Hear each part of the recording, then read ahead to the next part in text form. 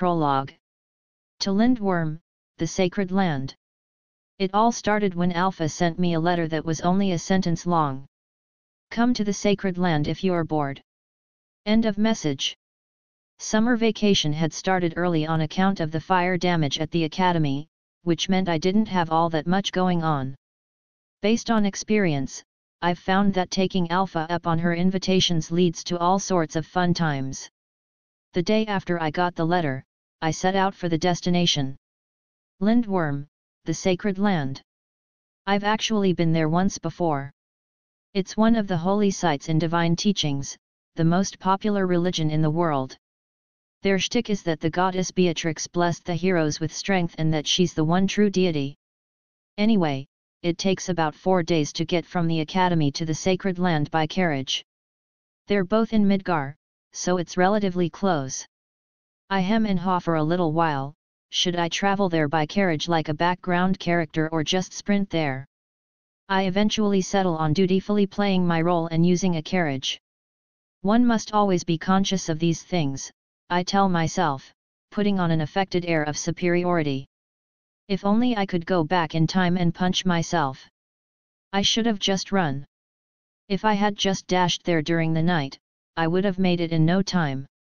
But because I didn't, I find myself sharing a carriage with our student council president, Rose Oriana. The carriage is classy and spacious for just the two of us. After I made my way to a rest stop in my cheap-ass carriage, I bumped into her by chance, at which point she invited me to join her.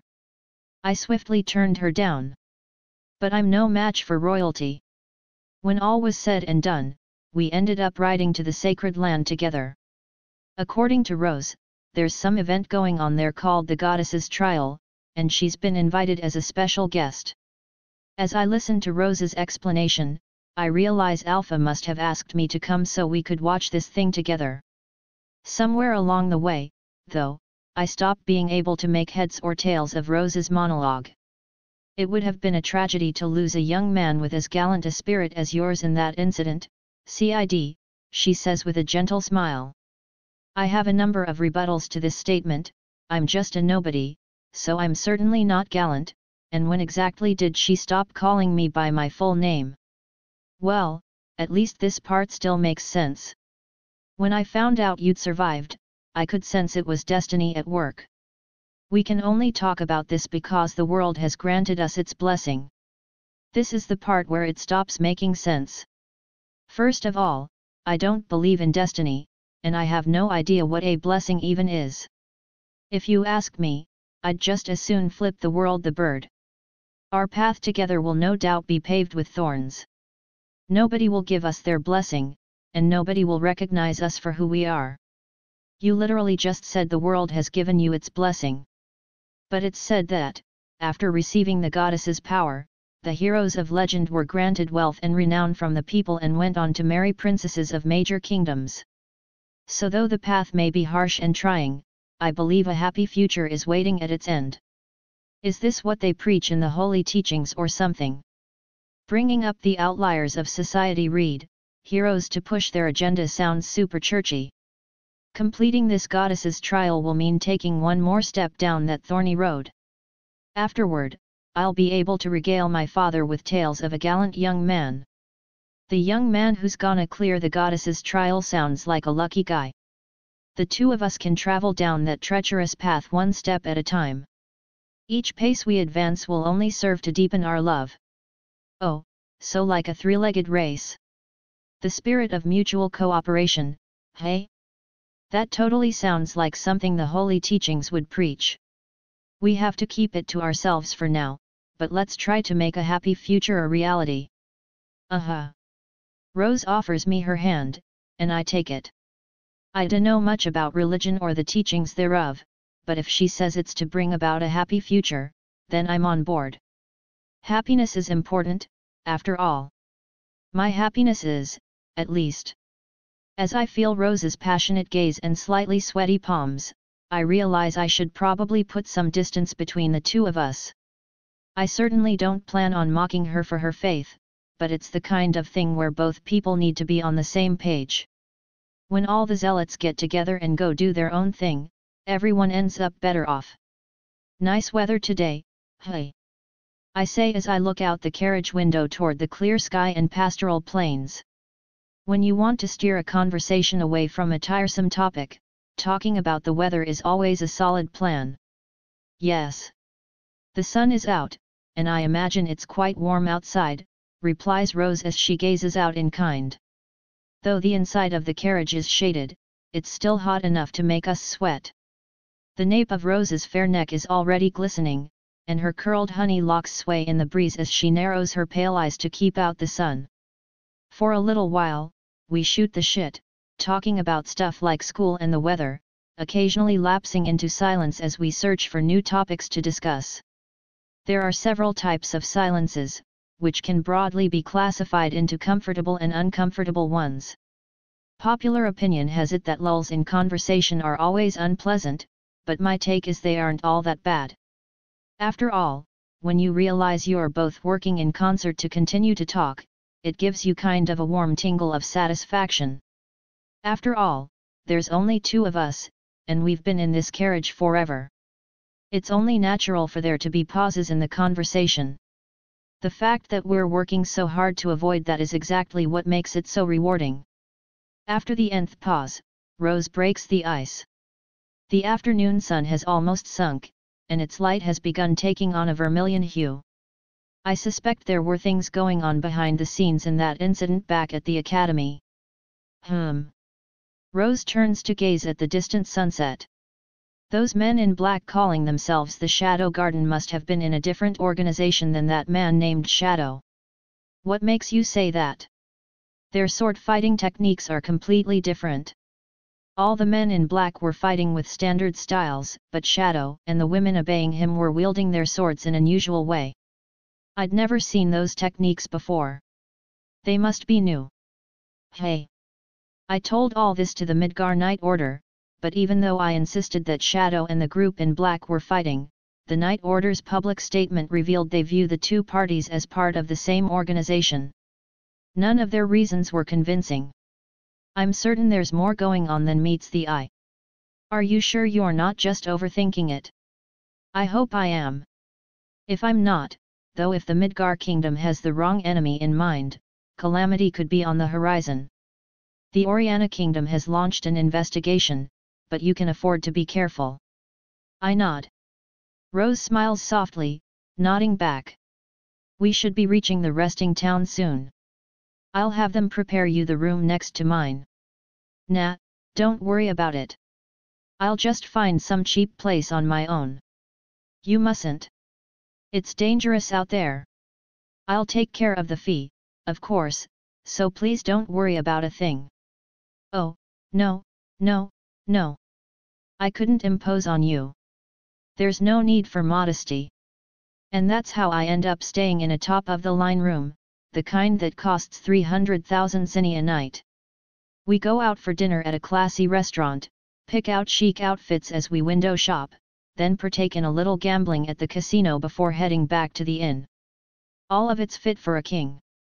The bed is fluffy, and the room is even a suite. It's awesome. Better yet, I don't need to spend a single zenny. Maybe the ultimate kind of background character is one who leeches off their loaded friend. I guess there's value to be found in overlooking a little bit of Bible thumping. We reach the sacred land, Lindworm, around noon 2 days later. Lindworm is home to a massive church that looks like it's been carved directly out of the mountain, and the townscape laid out below it has whitewashed buildings. The main street running through the town is swarming with tourists, and it ends in a long set of stairs leading directly to the church. After eating lunch at one of our usual high-class establishments, we idly browse the street stalls as we walk down the main drag. As we do, I spot a little trinket. It looks like the kind of metal keychain with a dragon wrapped around a sword that you'd find at tourist sites back in Japan. I guess some things are the same, even in other worlds. What piques my interest, though, is discovering that it's not a dragon wrapped around the sword but some sort of sinister-looking left arm. I pick it up. Did that catch your eye? Just a little. Why do they all have arms wrapped around them? Rose looks down at my hands. Excuse me, ma'am, but it's a little hot for you to be pressing yourself up against my shoulder. The heat isn't too bad at this altitude and all, but it is still summer, you know. It's the hero Oliver's sword and the left arm of Diablos the demon. It's said that the great hero cut off Diablos's left arm and sealed it away on this very land. Up there, says Rose, pointing up beyond the long stretch of stairs and the church at the apex. At the top of that steep mountain are ruins called the Sanctuary, and that's where Diablos's left arm is sealed. Of course, it's all just a fairy tale. She smiles. It's a popular souvenir among men. I'll bet. Excuse me, could I get one of these? I buy one to take back as a gift for Skell. 3,000 zinni sets me back a little, but I do have the decency to pay for it myself. As for Poe, he gave me a list of junk he wants. It sounds like a pain, so I haven't looked at it yet. After I stuff the trinket in my pocket, we get back to wandering about. The hustle and bustle of the tourists and vendors all makes me feel kind of nostalgic. Suddenly, Rose yanks on my hand. It looks like Natsum, the author, is autographing books. I'm the biggest fan. There's a huge throng of people in front of us. It looks like they're standing in front of a bookstore, but I don't see a sign or anything. Would you mind if I joined the line? It might take a little while, but, Rose looks up at me with puppy dog eyes. Yeah, go for it. I'll wait here. Oh, thank you. Care to join me? Nah, I'm good. Rose buys one of the books from the display, then goes and joins the line. Left with nothing better to do, I grab one of the books and idly flip it open. I am a dragon. As yet, I have no name. Wait, this is bald-faced plagiarism. No. Some literary genius must have miraculously had the exact same aesthetic sensibilities in this other world. I pull myself together and reach for another book. Romeo and Julieta.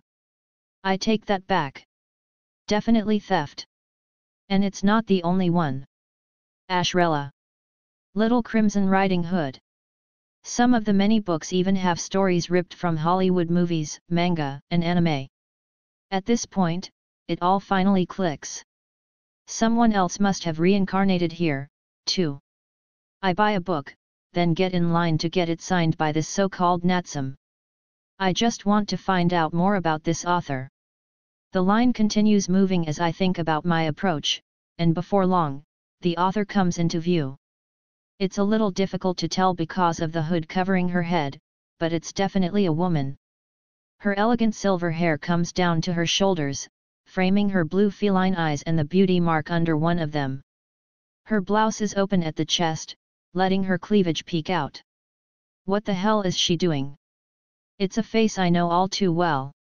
Massaging my temples, I shake my head and try to leave the line. Excuse me, sir. Where do you think you're going? However, I'm unsuccessful. She must have seen me moments before I recognized her. The line inches forward, and I eventually end up directly in front of Natsum. The fair, silver-haired elf and I face each other. Yeah, I know that elf, all right. It's Beta. The book, please.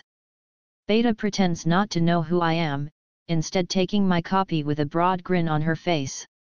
As I watch Beta sign it with clean, practiced movements, I can't help but ask. So how's business? I quietly whisper. Could be better. But I'm gaining quite a reputation. Oh, I get it. We've got another one. She's making bank off my wisdom, too. Back in the day, I used to tell Beta stories from my original world. Since she seemed to be into literature, I figured she could use tales from Earth as a foundation to come up with badass plots of her own, but I never imagined she'd be plagiarizing them wholesale and making a killing in the process. Dearest Beta, I'm disappointed in you. I look down on Beta with a frigid stare as she hands me the signed book. I was invited here as a special guest, so I've been able to get access to inside information. I wrote the specifics of the plans in the inscription, she informs me as I stand up to leave, moving her mouth as little as possible. We then part ways without so much as exchanging a glance. This is sweet. It feels like I'm in a spy movie. Maybe I was too harsh on you, dear Beta. Upon exiting the shop, I'm greeted by a strangely delighted Rose. I knew you were a fan of Natsum, too, Cid. No, I understand. It must be hard to bring yourself to admit it, since most of the fans are women. Nevertheless, even though almost everyone who comes to signings are women, Natsum has a fair share of male fans. Sure, I guess. The stories are compelling because they're so inventive. The plots are all so new, their worldview is so novel, and the characters have fresh and fascinating values. New, novel, and fresh? Yeah, I'll bet. And Natsum is versed in so many genres: romance, mysteries, action, children's stories, literary fiction. It's almost like each story is being written by a different person. That diversity is precisely what's allowed these pieces to capture the hearts of so many readers. That's 'cause they were each written by different people. Oh, and look at this autograph. I even got Natsum to write my name, says Rose gleefully as she opens up her book. Inside are Rose's name and Natsum the fraud's signature. Now that I think about it, she mentioned something about having written the specifics of some plan or other in mine. I flip my book open. Are those ancient letters? Asks Rose as she takes a peek. Looks like it. Yeah. And I can't read a lick of it. Can you read 'em? I'm afraid not. I've had a difficult time learning how to read ancient texts. I can only make out a few symbols. And it seems it's written in the modern equivalent of cursive, so I'm not sure I could make it out, even if I was fluent. Ooh. Awesome, so it's like a cipher or something. I gave up trying to learn how to read the ancient alphabet, so I'm super fascinated by it. Why write in ancient letters? 'Cause it looks cool. It looks cool. Yup. I guess that's the kind of thing that appeals to men. Next, we go check into our super ritzy hotel, but Rose has to say hi to some big shots or something, so we split up. She says she can't introduce me because we're still just friends from school for now. I dunno what she meant by for now. Is she planning on trying to convert me or something? Unfortunately for her, I have a policy of not getting involved in any religion. The only time I'd consider it is if I was founding one. I'm the type of guy who doesn't have many likes or dislikes, mainly because most of those things aren't worth thinking about. That's not to say I don't have any preferences. None of them are particularly important, and I could certainly make do without them, but I still like the stuff I like and dislike the stuff I dislike. Even when you try to separate those things out with logic, you can't logic away your emotions. I call stuff like that unimportant likes and unimportant dislikes. Incidentally, one of those unimportant likes is hot springs. Back in my previous life, I had a period when I didn't bathe. At the time, I considered time spent soaking time wasted. Of course, I had my life as a faceless extra to consider, so I made sure to take a 3-minute shower every day, but I eliminated all time in the tub so I could train instead. This was around the point when I was pushing the limits of the human species, by the way. In other words, I had to make every minute count. I mean, this was during the period when I was seriously planning on repelling nukes with my right straight hand punch. When I finally realized I was losing my mind, I went back to bathing. The trigger for that was a hot spring. Hot water fosters composure in the soul, which has a direct effect on my training. That was the reason I could do the mental gymnastics to realize I needed to find magic or vibrational auras. Anyway, I'm just trying to say I'm in a hot spring right now. Lindworm is famous for them, which is a fact I'd secretly been super excited about. It's early in the morning. It happens to be my favorite time to soak in hot springs. I certainly wouldn't decline taking one in the evening, but mornings are superior. After all, there usually aren't as many people around. Sometimes, I even get the place all to myself. I came today hoping that would happen, but unfortunately, it looks like someone else had the same idea. To make matters worse, that someone is Alexia. Her platinum hair is all bundled up, and her red eyes go wide as they momentarily lock with mine. We both immediately avert our gazes. Afterward, we tacitly agree on a policy of mutual non-intervention and go on pretending the other doesn't exist. The spring is designed for nobility, which means few people use it, especially early in the day. That's why all the dividers were cleared away, opening it up for mixed bathing. It's spacious. Everything below eye level is covered by the steam, and the sun is starting to rise. It would have been perfect if I had this all to myself. I bask in the water and the morning sunlight. Alexia and I are on opposite ends of the outdoor bath with the best view, watching the sun rise in uncomfortable silence. From the corner of my eye, I see Alexia's white skin move. Ripples spread out across the water's surface. Bummer, I think. Guess I'll have to make this dip a quick one. Just as the thought crosses my mind, though, Alexia breaks the silence. Have your injuries all healed? Her voice is quiet, by her standards. Yeah, I'm all better, I respond, wondering what she's talking about. I did fly off the handle when I sliced you up. I'm glad you survived. Thanks, I guess. Ah. Those injuries. I've spent enough time around her that I can tell this is her attempt at an apology. I'd originally doubted if anyone had actually taught her what an apology was, but I guess this is her version of one. While we're apologizing for stuff, I'm sorry I suspected you of being a serial killer. Hot water splashes against the side of my face. Obviously not. Yet? So what are you doing in Lindworm? I'm a guest at the goddess's trial. You. A friend of mine told me something exciting was going on. My guess is she was talking about the goddess's trial. Do you know what it is? I can hear Alexia sigh. You came here without knowing? The goddess's trial is a battle that happens once a year when they open the door to the sanctuary. Memories of ancient warriors are awoken from within, and challengers come to fight them. Any dark knight who applies in advance can participate, but there's no guarantee an ancient warrior will answer their call.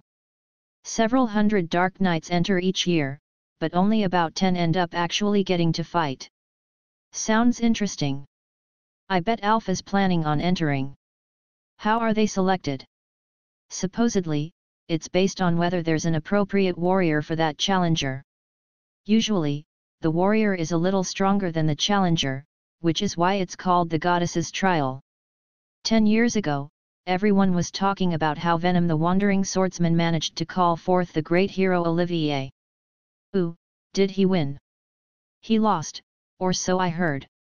That said, I didn't see it for myself, so who knows?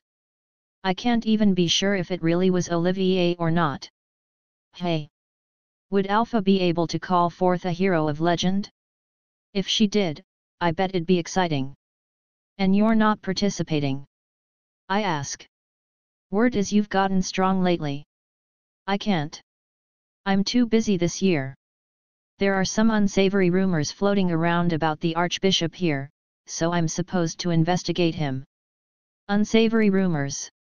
I'm not going to repeat them. If you want to know, join the Crimson Order. No thanks. When you graduate, I'm ordering you to join. No thanks. I'll submit the application on your behalf. Please don't do that. You're so stubborn. At this point, the conversation breaks off. We sit there in silence for a little longer. This time, it isn't nearly so unpleasant. Then, I see Alexia move out of my periphery. Her long legs are floating on the surface, making more ripples in the warm water. I'd expected you to be ogling me up and down, but I suppose I was wrong. Alexia doesn't mention what in particular she thought I'd be looking at. Someone's confident. When you're unassailably beautiful like me, it's annoying to constantly put up with lusty gazes. Big words coming from someone wearing nothing. I try to avoid looking at other people when I'm in hot springs. That way, we can all share it in peace. How admirable! And on that note, would you please stop trying to catch a glimpse of my Excalibur? Pfft, Alexia laughs. It's like she's looking down on me. Excalibur, hey? Are you sure you didn't mean earthworm? If that's what you think, it's no skin off my back. Earthworm, Excalibur, I'm fine with whatever, but let me give you a warning. I stand up, making waves across the pool. You shouldn't judge things based on appearances. Sometimes, an earthworm just hasn't left its scabbard yet. And with my goods all out in the open, I turn around and get out of the pool. What do you mean? Stammers Alexia. Her cheeks are flushed pink. When the holy sword is drawn from its scabbard, its ivory blade will be unleashed, sending you on a journey to the Garden of Chaos. With that suggestive line, I give my wet towel a strong snap, sending it up between my legs to clap loudly against my butt. Old geezers do it all the time when they're getting out of the bath, and I can't get enough of it. There's no rhyme or reason to it, but the hot springs experience just doesn't feel complete unless I do it, too. After a second and third time, I head over to the dressing room. As I finish changing, I can hear the sound of snapping coming from the hot spring. The warm lamplight illuminating the majestic cathedral makes it appear more ethereal. Only one person stands within it, a beautiful blonde elf. She's wearing a pitch-black dress, and her blue eyes are fixated on a statue of the great hero Olivier. She could have been the moon shining radiantly against the dark of the night. Her name is Alpha. All we want is to know the truth, she prays, almost as if she were talking to the statue. Great hero, what did you do at the sanctuary? Each time we pull back a layer of our dark history, we find more truths and lies interwoven together. Her high heels click as she begins walking, resounding throughout the cathedral as Alpha walks across its marble floor toward the red mass spread across it. Archbishop Drake, what were you hiding? If only you could talk. I really would have liked an answer. The red mass is composed of blood and chunks of flesh. The corpulent man breathing his last at its center has been brutally sliced to pieces. The high heels come to a stop atop the pool of blood. White legs extend down from beneath Alpha's knee-length dress. Who was it who killed you? Who was it who could easily dispose of a man with your status? The dying archbishop's eyes are filled with the sublime light of the grave. Dark rumors about him had reached as far as the royal capital, and he had been likely to come under investigation in the near future. Before that could happen, though, he had been made to disappear. Tomorrow, we shall wait for the door to the sanctuary to be cast open. After shooting another glance at the statue of Olivier, Alpha turns around. From the other side of the cathedral's doors, the voices of people searching for the archbishop grow closer. Paying them no heed, Alpha opens that same set of doors and leaves. As the sound of high heels recedes into the distance, it's replaced with a throng of the church's paladins surging into the cathedral. Though they find the body of their archbishop, not one of them says a word about the blonde elf. None of them even realizes she's gone by. But the blood-stained stiletto marks continue down the marble hallway. It's the night before the big event, and I'm gazing down at Lindworm from atop its clock tower.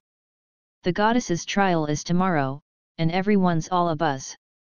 Stalls line the main street, and the lamps along the road make it look like a veritable river. Rose is off at some party at the church. I wasn't invited. Not that I would have gone.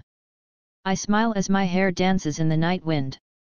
I gotta say, I'm loving this whole series of episodes where I get to look down on people and places from on high. The fact that it's nighttime and there's an event going on below makes it even better. It begins, I mutter, getting swept up in the mood. So.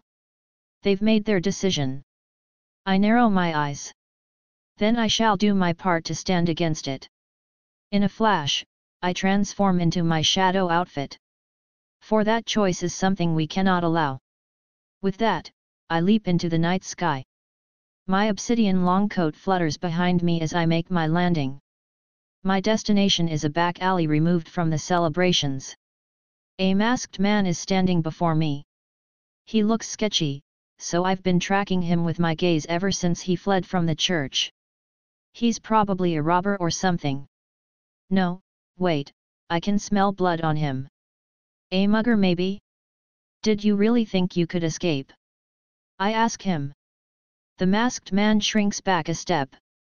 At night, the world dims, transforming it into our domain. He draws his sword. And none can escape it. The man squares off against me, his sword at the ready. I leave my katana undrawn, waiting for the moment to come. Then it happens. As soon as the masked man tries to swing his blade, his head goes flying through the air. I watch in silence as I wait for the woman behind his corpse to approach me. It's been some time, my lord. The woman kneeling before me is Epsilon, the fifth member of the Seven Shadows. She uncovers her face from behind her bodysuit, then looks up at me. She's an elf with hair the color of a clear lake, and her eyes are just a smidgen darker. Beauty comes in many varieties, and hers is decidedly flashy. Her looks are accentuated by sharp facial features, and her figure is exaggerated, too. Her body sways with each step she takes. It's enough to catch the eye of anyone, man or woman, whether they're interested in her or not. I know her secret, though. A clean slash. Nice work. I'm honored. Epsilon's cheeks flush a little when she smiles. Her crisp tone might come across as haughty to some, but I don't think it sounds bad. It reminds me of a piano. Of all the members of the Seven Shadows, she's the best at controlling her magic with precision. Magic can be super hard to manipulate when it leaves your body, but she has no problem striking from a distance. Her nickname is Epsilon the Faithful. She has buckets of pride and an intense personality, but she's pretty mellow around me. Though she may be quick to jump to misunderstandings, she used to brew tea for me back in the day. She's a good kid and obediently follows Alpha's orders. I know she's the type to respect the chain of command. Honestly, it's been forever since the last time I saw her, and I have a bunch of stuff to catch her up on. Based on her behavior, though, I can tell she's in Shadow Garden mode. Well, that works, too. If that's the case, I'd better respond in kind. How is the plan proceeding? Epsilon scrunches up her face a bit. I bet she's frantically trying to figure out an appropriate plot for our little game of pretend. The executioner of the cult put down our target. We dealt with the henchman, but the executioner in question seems to have vanished. I see.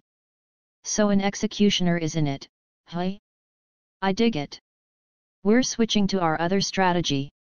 Oh, so it's one of those scenarios where we scrap plan A and place our bets on plan B. Very well. But you know what that means. We're ready. We've prepared to make enemies of the church and for our reputation to be dragged through the mud. I'll act on my own. Don't fail me. Yes, sir. I cast a sidelong glance at Epsilon as she bows, then exit stage right by concealing my presence and slipping into the darkness. Chapter 1. Fun times at the goddess's trial. How disagreeable, Alexia silently mutters to herself. She's sitting in one of the seats for the special guests, waiting for the opening ceremony of the goddess's trial to begin. The seats in question are occupied by Natsum, Alexia, and Rose. There are a number of other guests behind them, but they're the main attractions. It's painfully obvious they're being used to draw an audience as de facto booth babes, but she can overlook that. There are two things Alexia finds disagreeable. The first is Nelson. The acting archbishop is busy pompously greeting everyone in the center of the grounds. When she talked with him earlier about the archbishop's murder the day before, he obstinately refused to let her look into the incident. It all started when Nelson spouted some nonsense about the inspection being called off because the subject was dead. Alexia had replied that made the investigation all the more necessary, dumbass, though she'd obviously used more diplomatic language. Nelson insisted she needed to get her request reproved if she wanted to conduct an inspection. Even if she hurried, it would take her 3 days to get back to the capital, at least a week to get approval, and another 3 days to return to Lindworm. Who knows how long it would take Nelson to accept her permit once she actually brought it to him. Depending on his mood, he could easily end up making her wait an additional week. It went without saying that after all that time passed, crucial evidence could be lost forever. That said, Alexia knew she was acting as a representative of her country, so she couldn't exactly force his hand. Holy teachings wasn't just practiced in the kingdom of Midgar but in all the nearby nations, too. If she tried to push the issue, she was liable to receive backlash from their neighbors, not to mention lose the support of the populace. Religion made for a handy ally, but as a foe, it was an absolute nuisance. She glares at acting Archbishop Nelson as he jovially continues giving his address. At least grieve a little, Baldy, she silently mutters to herself. The Archbishop's death hasn't been reported to the public, but still. Oh, and by the way, Nelson is bald. Alexia sighs, then glances at the woman in her periphery, Natsum, or whatever, sitting to her left. Natsum is the other thing that irks Alexia. Natsum sits politely beside her, responding to the crowd's cheers with a broad smile. Her elegant silver hair frames her blue feline eyes and accompanying mole, and her features only serve to enhance her likability. Thanks to her pearly smile and queenly wave, her lovely appearance, and her graceful conduct, she's wildly popular. As Alexia looks at her, she becomes more and more certain there's something fishy about her. Maybe Natsum is the kind of genius author who comes around once in a millennium and maybe she isn't, but the fact of the matter is that Alexia hadn't so much as heard of her prior to that day. True, Alexia doesn't have a shred of interest in literature, but as a princess, she does put some effort into knowing who's who. In other words, Natsum must have only just risen to prominence recently.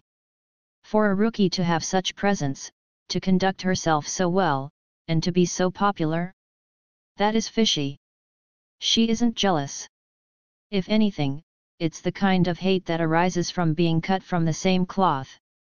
Alexia knows how to conduct herself flawlessly in front of the public. She lives her life repressing her true self and playing the part of a perfect princess. Most people in positions of power are playing a role in some capacity, but it's hard to come by someone willing to sacrifice themselves to perform the part to perfection.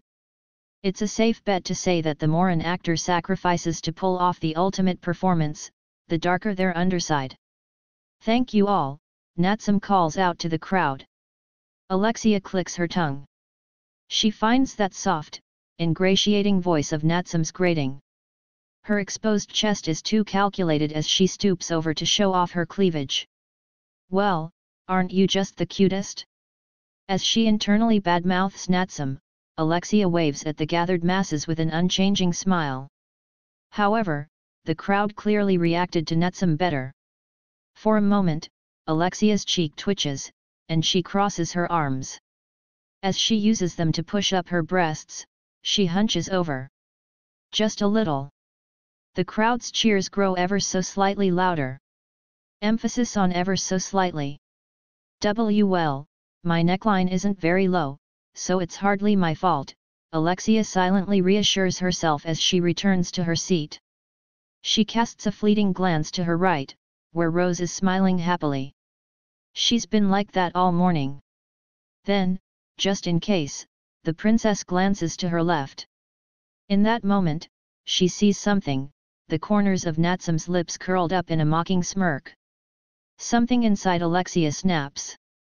How disagreeable, Beta silently mutters to herself as she plays the role of Natsum the novelist. There is just one thing she finds annoying, and it's sitting to her right, Alexia Midgar. She's the vermin who used her position as a princess and a friend to get close to Beta's beloved master. Everything is fishy about that woman, behaving like a model princess by cajoling the crowd with her sickeningly soft, ingratiating voice and waving at them with that questionable smile. When it comes to women who pretend to be perfect as a matter of habit, it's generally a safe bet they have a dark underside. There isn't a doubt in Beta's mind that her master would never fall for such a wench, but even a 1 in a million chance is still a chance. And even if that didn't end up being a problem, the woman was still a nuisance, one whose presence was most unwelcome in the pages of Beta's The Chronicles of Master Shadow. When Beta heard Shadow saved that woman during the case of the kidnapped princess, her blood boiled. It filled her with rage that she hadn't been the one who'd, wait, at the fact that girl had caused so much trouble for her master. Right. It wasn't jealousy, obviously. In order to contain her fury, Beta rewrote that section, replacing the role of the victim saved by Shadow with an adorable silver-haired, blue-eyed elf with a beauty mark. She stayed up late at night reading and rereading that section over and over. But now, the harlot was threatening to barge in on the Chronicles of Master Shadow again. Beta was more powerful, more beautiful, and more devoted to her master, so what did that woman think she was doing butting in? It was ridiculous. As Beta internally spews vitriol at that vulgar princess, she responds to the crowd's cheers on autopilot. When she snatches a glance to the side, she sees, of all things, that tawdry princess trying to push up her shoddy chest to curry favor with the masses. How sickening! And besides, those things don't come close to hers in terms of volume. They're totally average. Thoroughly pleased at herself for emerging victorious yet again, Beta glances down at her voluminous cleavage and lets out a little snort. Oops! Did Alexia hear that? Beta turns away to play dumb, which is exactly when a sharp pain shoots through her right foot. Ah! She stifles her yelp and looks down to discover Alexia's heel being driven into her foot. As she strains to keep herself from snapping, Beta calmly addresses her. Excuse me, Princess Alexia, but would you please move your foot? Alexia stares fixedly at Beta as she removes her heel, feigning that she only just realized what she was doing. Then, without so much as an apology, she even has the nerve to let out a little laugh. You absolute piece of she-idiot! Beta is about to scream out loud, but between her devotion to her master and her loyalty to the Shadow Garden, she manages to rein herself in. Only barely. A drop of blood trickles from Beta's lip. Rose just keeps on happily smiling. I gaze out vacantly over the goddess's trial from the stands. It's the middle of the day, so things have only just gotten started. They're still giving speeches, introducing the guests, and marching in the parade. The main event, the actual trial, isn't slated to start until after sundown. Currently, I'm just in the bleachers as another face in the crowd. I let out a sigh, looking at the three girls all getting along in the guest box. I want to do something. Specifically, something shadow brokery. Resigning myself to the role of a normal spectator during an awesome event is killing me. Like, I should be partaking in that standard trope where I participate in the trial myself while keeping my identity hidden or something. You know, the bit where I make some huge display of my powers, and everyone goes, "Who is that guy?" If this were a tournament, that would be sweet. Unfortunately, though, everyone only gets one round here, and after some research, I found out it'd be pretty hard to nab a slot while keeping my identity under wraps. I consider barging in by force, but I figure I'd rather save that for something more important. As I wrestle with one non-starter of an idea after another, the event gradually proceeds. Sometimes that's just how it goes. I couldn't think of a decent plan yesterday, and it's not like I was expecting some convenient stroke of genius to strike me on the spot. And even though it sort of feels like I'm giving up, I'll still be able to enjoy myself in the normie way. This world is short on big events, so I find myself able to have a surprisingly good time. I even managed to gamble my way into a little pocket money. Eventually, the sun makes its way down, and the main attraction finally starts. A brilliant light fills the grounds, and ancient letters rise up from the ground in the arena. Then the letters release a dome of white light. The crowd goes wild. Once the challenger goes into the dome, the sanctuary picks out an appropriate opponent, and the battle starts. That's it. No one in the wings is able to interfere until one side or the other is unable to continue. Apparently, people have even died. The whole bit about being forced to fight until one party literally can't anymore makes me re-evaluate the merits of playing a background character through this event. There is a real risk that my true strength could be discovered if I enter. Meanwhile, the first challenger steps into the dome after the introductions. He's some sort of tough guy from the Night Order. But the dome offers no response. The man curses as he leaves the arena. You can't blame the guy, the entrance fee is 100,000 zeni, after all. And apparently, there are over 150 participants this year. It makes sense in a way. Passing the goddess's trial is supposedly a great honor. You get a commemorative medal, and I hear everyone falls all over themselves going, "You beat the goddess's trial? Wow! Here's a job!" To the victor.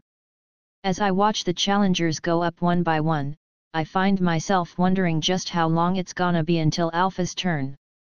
The first ancient warrior who shows up to fight is for lucky challenger number 14. Anne Rose is a traveler from Felgalta, a country that prizes swordplay, and when she enters the dome, the ancient script reacts and begins glowing. The light coalesces into a humanoid shape, a translucent warrior. According to the commentators, he's Borg, a warrior from ancient times. The two of them have a fairly ordinary battle, and Anne Rose secures a fairly ordinary victory. I was pretty pumped up to see what the ancient warriors could do, so I'm bummed at how mundane the fight turns out. Fingers crossed that the next ones will be stronger. As the event goes on, it dawns on me that I had it wrong. Anne Rose herself is strong. 8 warriors have been summoned at this point, but she's the only challenger who's won so far. When I think about it like that, I realize Borg must have been a tough nut, too. The night wears on, and the pool of remaining challengers is reduced to a mere few. As I feel the event starting to wind down to its conclusion, I hear the name of the next contestant get called out. Our next challenger is from the Midgar Academy for Dark Knights, Cid Kajanu. Cid Kajanu? Who's that? Wait. That's me. I'm definitely the only Cid Kajanu who goes to the Midgar Academy for Dark Knights, but I definitely don't remember signing up. Let's give our brave contender a warm welcome. No. Stop. Pause. A wave of applause washes over me. Someone even whistles, and excited cheers fill the stadium. I'm not liking the vibe here. My cheek twitches as I rack my brain. Given the situation, I have 3 options. Option 1, I can give up and go fight. If nothing happens, my position as a nobody is safe, but if some super powerful warrior appears, I'm at risk of having my powers discovered. Option 2, I can make a run for it. I'm just some rando from the Academy for Dark Knights, after all. Nobody knows what I look like, so it would be a breeze. Unfortunately, I'd piss off the church. If they complain to my school, I might even get expelled. Option 3, I can cause a shitstorm. Looks like this is my only choice. I erase my presence, dashing at top speed to find a hiding place. Once I've made sure I'm alone, I transform into my shadow guise and leap out into the air.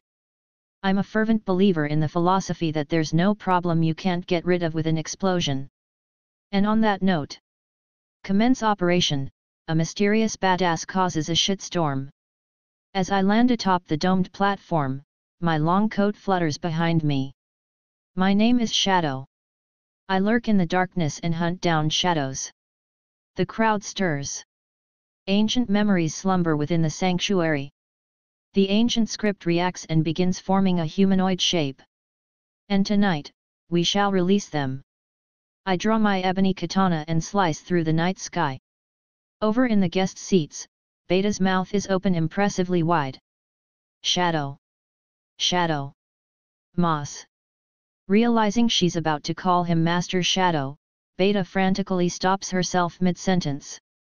Fortunately for her, everyone else in the guest box has their eyes glued to Shadow, so nobody hears her. Alexia, Rose, and even acting Archbishop Nelson are visibly shaken at the appearance of a sudden intruder. As she closes her gaping mouth, Beta begins thinking. This wasn't part of the plan. At the same time, though, she realizes something. She knows her beloved master would never take such measures without good cause. There must be some key reason for his actions, and it's her job as his backup to figure out what it is. A moment later, Beta is calm and collected again. What should she do? What's the best course? I see. So that's Shadow, murmurs Nelson. I don't know what he's trying to do, but the church's paladins are stationed all around the arena. You've overestimated yourself, fool. We won't let you escape. Nelson gives the order for the paladins to assemble. These are knights chosen from baptism to protect the church.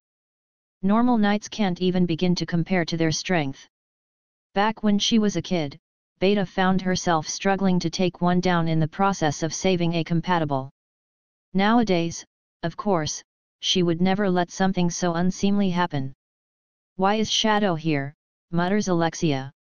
Is he okay? I hope he doesn't get needlessly caught up in all this, says Rose. Keeping one eye on Shadow, she restlessly surveys the area. Suddenly, the arena is flooded in white. The ancient letters flash, then coalesce into the shape of a warrior. Beta puts together the minute description listed in the ancient letters and reads it aloud. Aurora the Calamity Witch. Aurora? Impossible. Beta's and Nelson's voices overlap. When the light dies down, a woman stands in its place.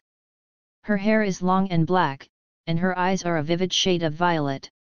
She wears a thin black robe, and her dark purple dress and pale skin are almost translucent. She has an artistic beauty to her, as though she were a sculpture come to life. Aurora? Who's that? Alexia asks Nelson, deliberately ignoring Beta. She's the Calamity Witch. Long ago, she rained chaos and destruction down on our world. The Calamity Witch. I've never heard of her. Neither have I, Miss Natsum. You suggested that you had, asks Rose. Yes, but little more than her name alone, replies Beta. Which was the truth? Aurora the Calamity Witch. Each time Beta finds out more about ancient history, Aurora's name invariably shows up. Even so, she still has no idea what kind of chaos Aurora sowed or the destruction she wrought. Other than the mysteries surrounding Diablos, her history is the one the Shadow Garden is putting the most effort into researching. And now, she's here in person. This is a massive breakthrough. Beta withdraws her notepad from the gap in her cleavage, then jots down a hasty sketch of Aurora. Then she sketches Shadow squaring off against her. She spends considerably more time on the latter. Gathering ideas for your novels. Rose comments. Something along those lines. After scribbling, Master Shadow was just as sublime as always. Beta snaps her notepad closed. If you wouldn't mind, could you tell me a little more about Aurora? Asks Beta flirtatiously. Nelson swells with pride. I can hardly blame you two for your ignorance.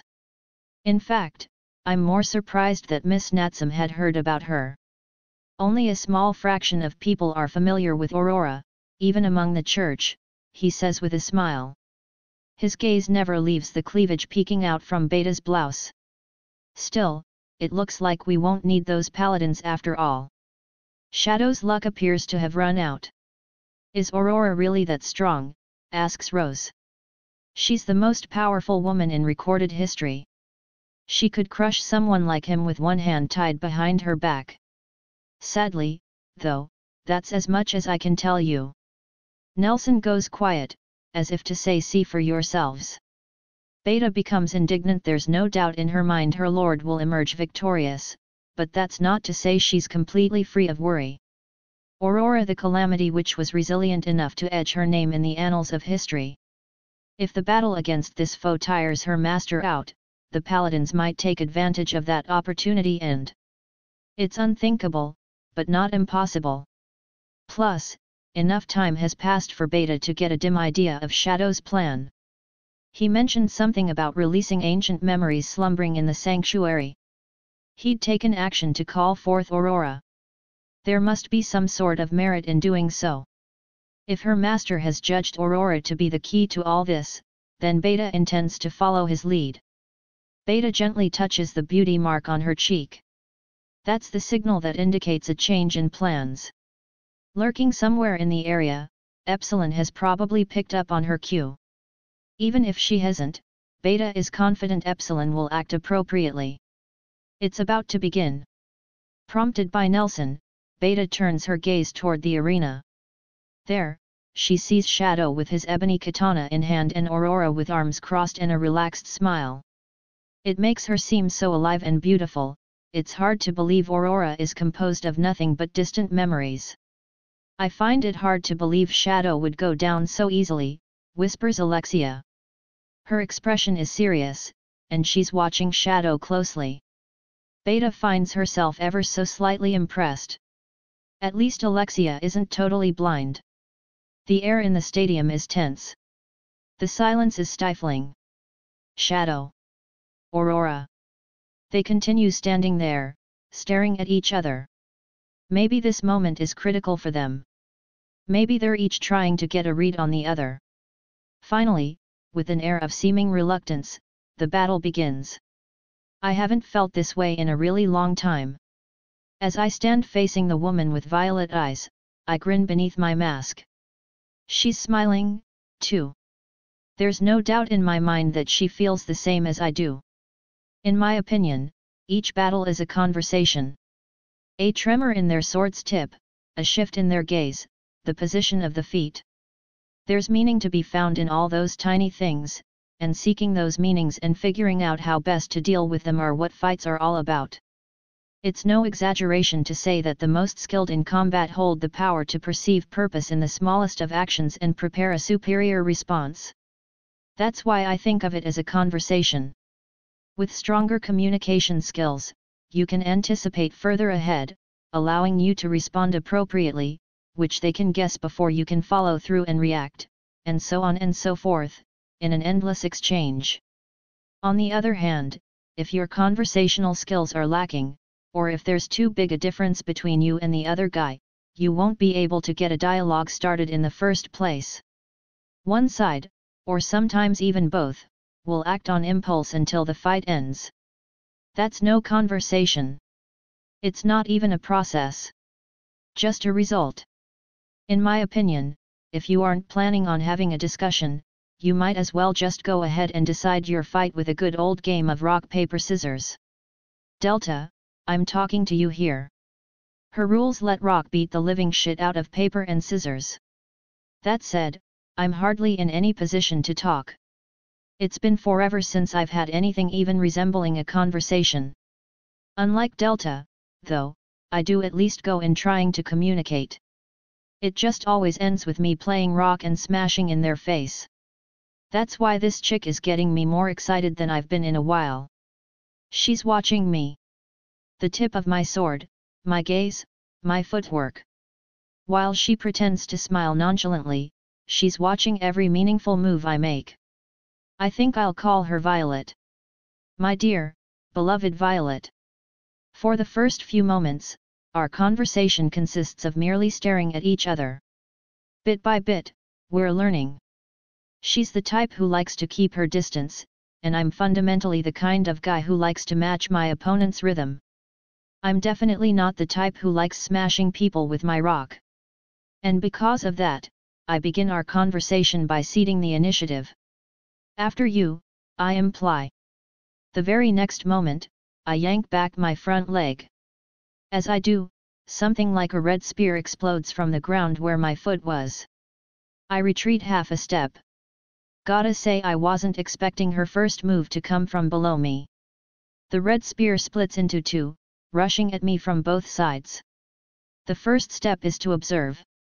I want to judge its speed, mobility, and destructive capacity. For these reasons, I dodge the spear on my left, then block the one on my right with my katana. The impact has weight to it. It's definitely enough to kill me. The dodged spear proceeds to split again. There are probably 1,000 red wires now, and they all look sharp as needles. Then, they converge on my position. I gather magic in my blade and sweep the lot of them away, obliterating the red spear completely. A swarm of mosquitoes can never take down a lion, I tell her. Violet beams with grace. We go back to staring at each other for a bit. With stronger communication skills, it takes less time to gauge the other party, including their condition for the most part. I know how this battle will end. Violet probably does, too. Suddenly, the silence is broken when a series of spears as thick as logs burst out of the ground. There are 9 of them in total. I'm able to dodge the wide ones, but they can change their shape like tentacles and keep coming, trying to stab at me with spears, wrap around me with string, chomp at me like jaws. That's the way she likes to fight, a lethal, one-sided game with those shape-shifting tentacles. I continue observing. As I watch how the feelers operate, I refine my movements. By doing so, I'm able to remove any unnecessary motion when I dodge. Full steps turn to half steps. 2 moves turn to 1. Even if I avoid them forever, I can't win, but evasion is a necessary first step to counterattacking. The less I have to move to dodge, the faster my subsequent counterattack can come. Eventually, my evasion and my counterattack will coincide. With a single step, I bring myself directly in front of Violet. At some point, a scythe appears in her hands. It cleaves toward me. As I repel the blow with my katana, I kick her in the leg. A slime sword extends from the tip of my foot and impales her. As of late, I've mostly been using it as a prop for when I want to get theatrical, but it's invaluable against strong enemies as a way to throw them off balance. For a beat, she stops moving, and a moment is all I need. Violet smiles, accepting the outcome. I wanted to fight you at your full strength. As fresh blood sprays through the air, I whisper in a low voice only Violet can hear. Like I said, Shadow doesn't have a leg to stand on, says Nelson proudly. Alexia ignores him. Since the beginning of the battle, Aurora has been pushing Shadow back non-stop. Alexia gazes in astonishment at the terrifying speed of the red tendrils. Those things are unlike any weapon she's ever seen. They change their form so freely, it's like they're an extension of Aurora's own body. She could probably even extend them out even farther and run an entire group through at once. Anyone insisting on fighting her with a sword would be doomed from the get-go. So this is the power of ancient battle techniques. Alexia is forced to admit she would be no match for Aurora. He's more persistent than I expected, but the difference in skill is clear. You're wrong. Alexia silently rejects Nelson's observation. Although it may look like Shadow is being pushed back by Aurora's onslaught, he hasn't actually tried to attack yet. He's just observing, taking stock of this unfamiliar attack. Aurora is strong, make no mistake. She's powerful enough to give Shadow a decent fight, after all. But those red spears haven't so much as touched him yet. A swarm of mosquitoes can never take down a lion. As Shadow speaks, he blasts away over 1,000 slender spikes in a single blow. The red spears regroup into thick poles and rush at Shadow from all directions. They hum through the air as they rain down on him with enough force to kill a lion, splitting apart and gnashing at him like fangs. But they just can't connect. Much to the contrary, with each pass, Shadow's evasions get smoother.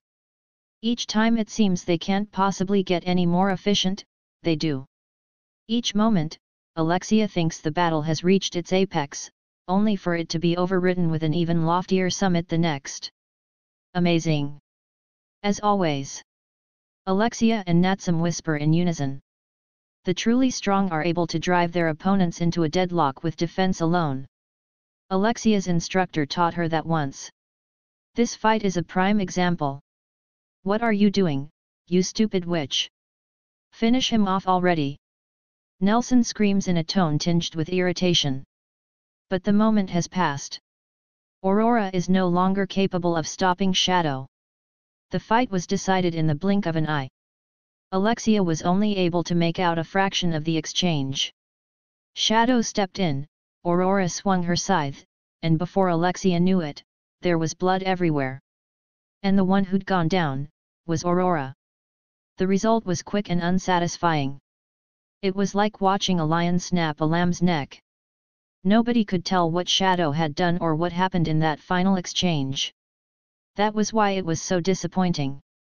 The stadium is dead silent, as if that fierce fight never happened. Did she just lose? That's impossible. She was on the attack, yelps Nelson. He probably thought Aurora was the favorite up until the very last moment. When the tables turn in the space of a single instant, it takes a minute for people to process the situation. Nelson isn't alone in that. Most of the spectators still aren't sure they haven't mistaken the defeated for the victor. What just happened? There's no way Aurora could lose. She's... Shadow's ebony long coat flutters behind him as he leaps into the night sky. Stop there. After him. Don't let him get away, cries Nelson after returning to his senses. The confused paladins rouse themselves into motion and scramble after Shadow. Alexia suddenly realizes she's been holding her breath. As she exhales, she tries to memorize Shadow's sword work so as not to forget it. His tricks are as astounding as always, Rose's voice escapes her like a sigh. Just as Alexia is about to concur, a blinding light pours into the arena. Chapter 2. Investigating the Sanctuary. Rose narrows her eyes and waits for the light to die down. A massive white door looms in its place. What is that? Whispers Rose. Is it opening? It is. Slowly but surely, the door opens, glowing dimly as it does. It makes for a rather strange sight. Impossible. Did the sanctuary respond? Murmurs Nelson, audibly flabbergasted. What do you mean by that? Asks Rose. As you're aware, today is the one day a year that the door to the sanctuary opens. But I'd heard the door was located inside your church. True, there is one in the church. But it isn't the only one. Depending on who comes knocking, there are multiple doors the sanctuary can send to receive them. The unsolicited door, the beckoning door, the welcoming door. And until we go in, there's no telling which one it is, replies Nelson. His gaze is fixed on the white portal. Now that things have come to this, we cannot allow the goddess's trial to continue. Remove the spectators from the grounds. Upon receiving Nelson's orders, the officials begin directing the audience outside. The special guests begin leaving as well. All the while, the door continues to open. Don't let anyone near it, barks Nelson. Once the door is open wide enough for a person to fit through, he calls out to Rose and the others. Please evacuate the premises. As he does, Rose draws her sword. Alexia does the same, and the two stand back to back as they ready their blades. What are you? Cries Nelson, flustered. When he looks around, he discovers a group of people clad all in black have already surrounded them. Even Rose and Alexia only notice a moment before Nelson does. A clear, sonorous voice rings out. Sorry. I'm going to have to ask that you all remain there until the door fully closes.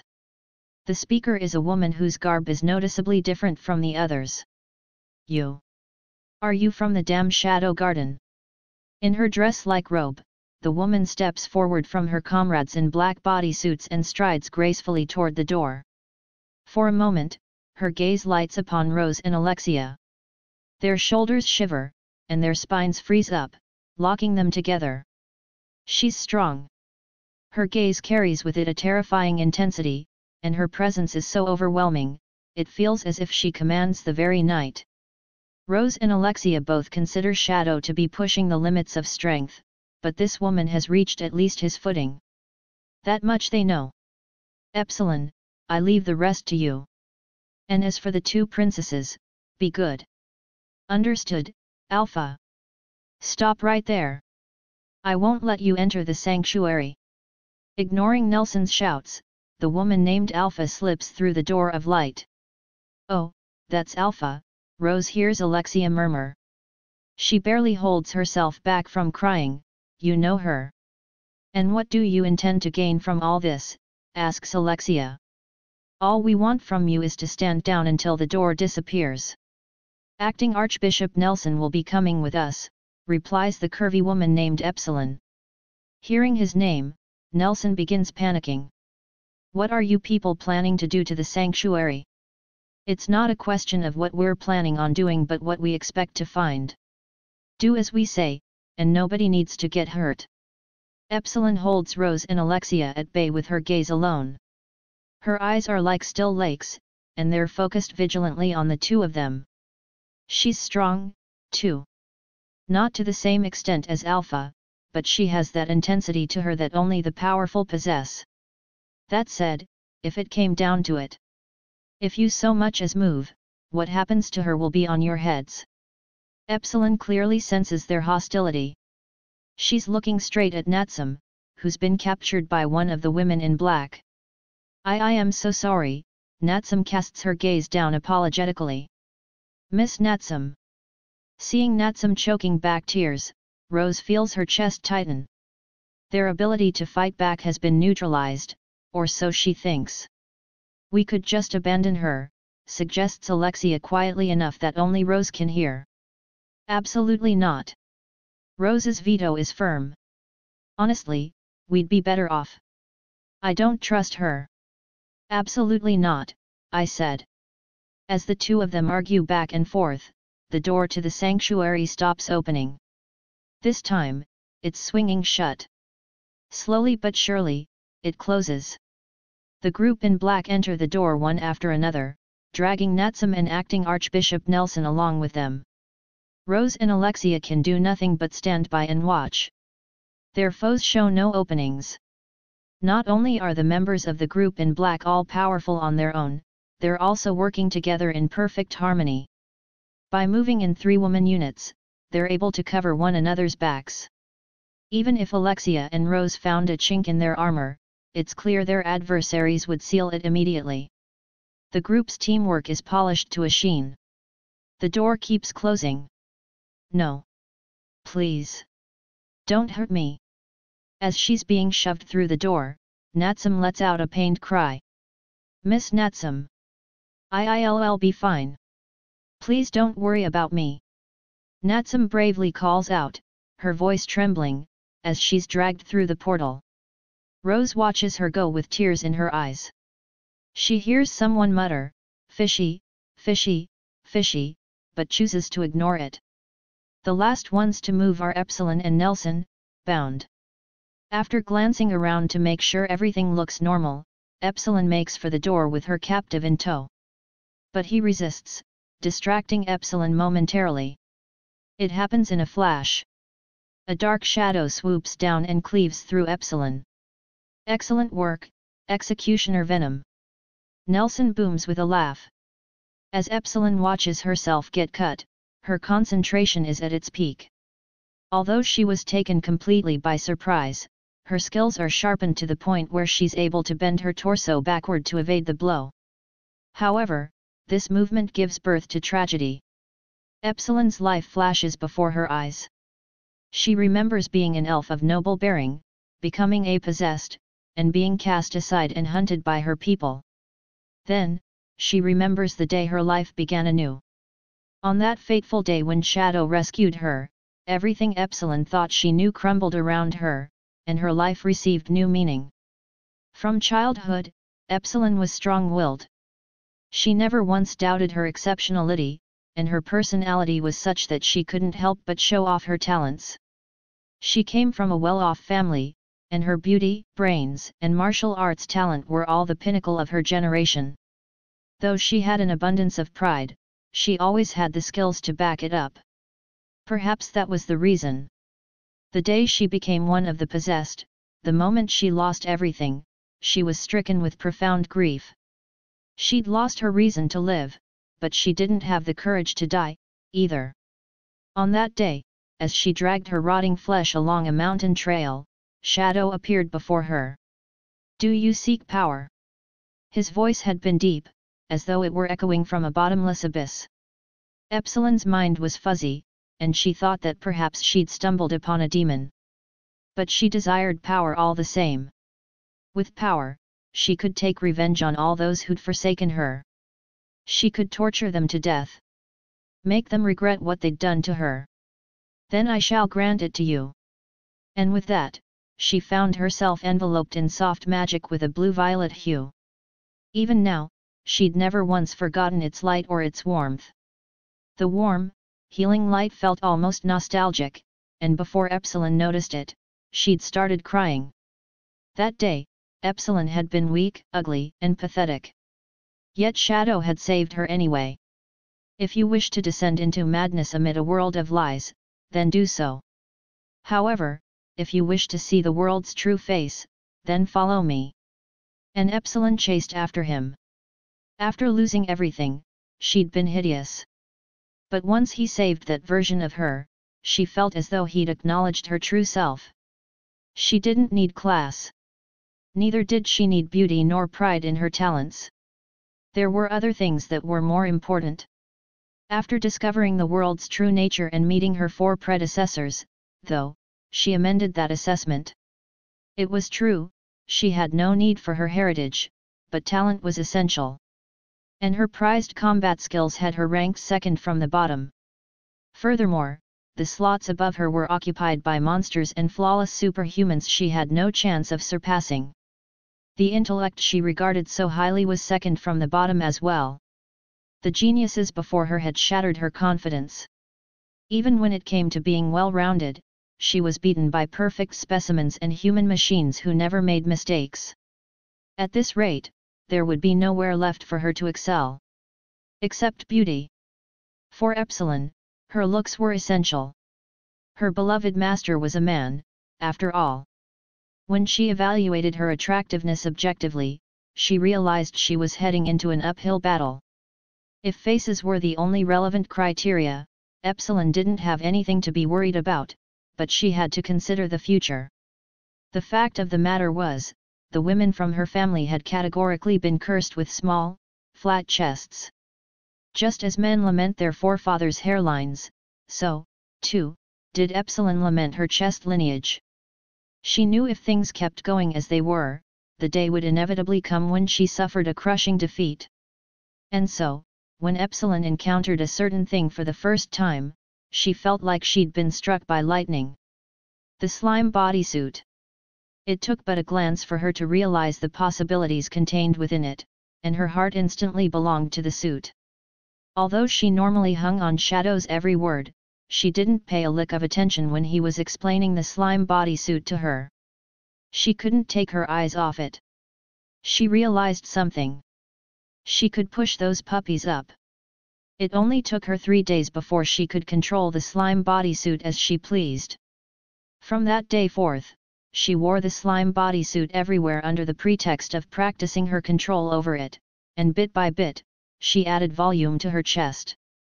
The progress went little by little, so as not to arouse suspicion, but a smidgen audaciously, because she was, after all, a growing girl. Once they'd gotten reasonably large, though, she noticed something. They felt wrong to the touch. At the end of the day, slime was still slime. Her boobs felt different from the real thing, and the way they moved wasn't quite right, either. From that day forward, Epsilon observed Beta as though performing reconnaissance on an enemy, and a few days later, she was able to perfectly control her slime to replicate the jiggle and feel of the real deal. By this point, Epsilon's control over her magic had far surpassed even Alpha's. Though the others acknowledged her superiority and dubbed her Epsilon the Faithful, she had long since stopped caring about that. Instead, she observed Beta with a discerning eye, trembling all the while. How did hers keep growing? This called for war, a battle without honor or humanity between the natural and the artificial. In the end, Epsilon patted some more and eventually emerged victorious. Mankind is a beast that consistently triumphs over the horrors of nature. However, the price for that victory was steep. On that day, as Epsilon saw her reflection in a mirror and lost the small shred of pride she'd regained, she realized something. Her proportions were off. Much to her dismay, her build was petite and dainty. However, Epsilon set her mind to work and eventually came up with a solution. All she needed to do to balance her figure was to make her butt bigger, too. In the end, though, she didn't just stop at the butt, which she used slime to reshape. She tightened up and corseted her belly. She used slime insoles to lengthen her legs and attain the best proportions. It would take forever to list out all the little things. In short, she used the slime bodysuit to obtain the perfect figure. It had taken incalculable effort, being constantly on guard without anyone knowing, and in the process, she developed the presence of a detestably worthy rival. More than anything, though, it had been a display of her feelings for her beloved master. Epsilon's precision was nothing more than a byproduct of that labor. Her true power was the amazing physical protection her many layers of slime padding provided. The flashback ends. The swooping shadow brings down its blade. When it does, the crystallization of all of Epsilon's hard work is lopped off. The two softest lumps of the slime bodysuit fly into the air. In that moment, Epsilon awakens. This can't be happening here. No. She refuses to be exposed for her she-idiot. By manipulating the dregs of magic left in the two flying lumps, Epsilon forces them to retain their shape. To the trained eye, her ability to manipulate magic once it's left her body is enough to take one's breath away. At the same time, she yanks that magic back to her, instantly adhering the blobs back to their original position. Maintaining that level of inch-perfect control in the blink of an eye, it's nothing short of superhuman. As a final touch, she makes them jiggle just the way real breasts would. Such is the power of Epsilon the Faithful. Excellent work, Executioner Venom. Nelson takes another look at Epsilon. She was supposed to have been in bloody pieces, yet she's standing there without a scratch on her. In fact, quite the contrary. See anything? Hey! What's with that terrifying intensity of hers? Nelson's knees start to rattle. Did you see anything? Ah. And no. Nothing. What about you two? Epsilon's question is directed at Rose and Alexia. They both shake their heads. Good. Now come. Epsilon grabs Nelson by the scruff of his neck and drags him off. Ah! What are you doing, Executioner Venom? Hurry up and save me. If you want the executioner, Epsilon leans in and talks straight into Nelson's ear. I already killed him. The executioner's head thuds onto the ground. With Nelson in tow, Epsilon vanishes behind the door. It's almost shut. The moment before it can close, one more person rushes forward. Alexia. Ignoring Rose's admonition, she slips inside the gap. Oh, heavens! Rose dashes after her and tumbles inside. Immediately afterward, the door clicks closed. It then vanishes, leaving behind a faint afterglow. Ack! Rose lands atop something strangely soft. Shaking her head and sitting up, she discovers there are two women pinned beneath her. Oh, I'm so sorry. Rose, will you please get off me as soon as humanly possible? Princess Alexia, I would ask you to avoid touching me. The women in question are Alexia and Natsum, both of whom are glaring at each other despite their predicament. The moment Rose stands, the two of them instantly separate and look away from each other. Realizing the pair are on bad terms makes Rose feel worse. You really shouldn't fight. Oh. After calling out to them, Rose finally realizes that people are staring at her. They're occupying a space that's dim and drafty, surrounded on all sides by women in black. Alpha, Epsilon, and the captured Nelson number among them. Well, you see, Rose raises her arms, realizing that fighting will get her nowhere. She forces a smile in an attempt to demonstrate she's not hostile. Beside her, Natsum is cowering pitiably. When Rose decides she needs to take action, Alexia steps forward. I'm so sorry. We tripped and fell. And when we did, why there was a door right there. It really wasn't our fault. It's in that moment Rose learns that having no shame can be persuasive in its own right. Alexia is obviously lying, but nobody can bring themselves to expend the effort calling her out on it, especially since she's speaking with the haughty attitude of a demon lord who's conquered the world. Whatever. Let's just let her have it, they all think as they look at her. If you agree to behave, you can do as you please. In fact, you probably have a right to know a few things, says Alpha, shooting a glance Alexia's way. Then, on her orders, the group in black fans out. Hooray, says Alexia as she quietly pumps her fist. The only ones left are Alpha, Nelson, Rose, Alexia, Natsum, and one other unidentified woman in black. She isn't Epsilon, though. What do you people intend to do here? Still bound by the woman in black, Nelson glares at Alpha.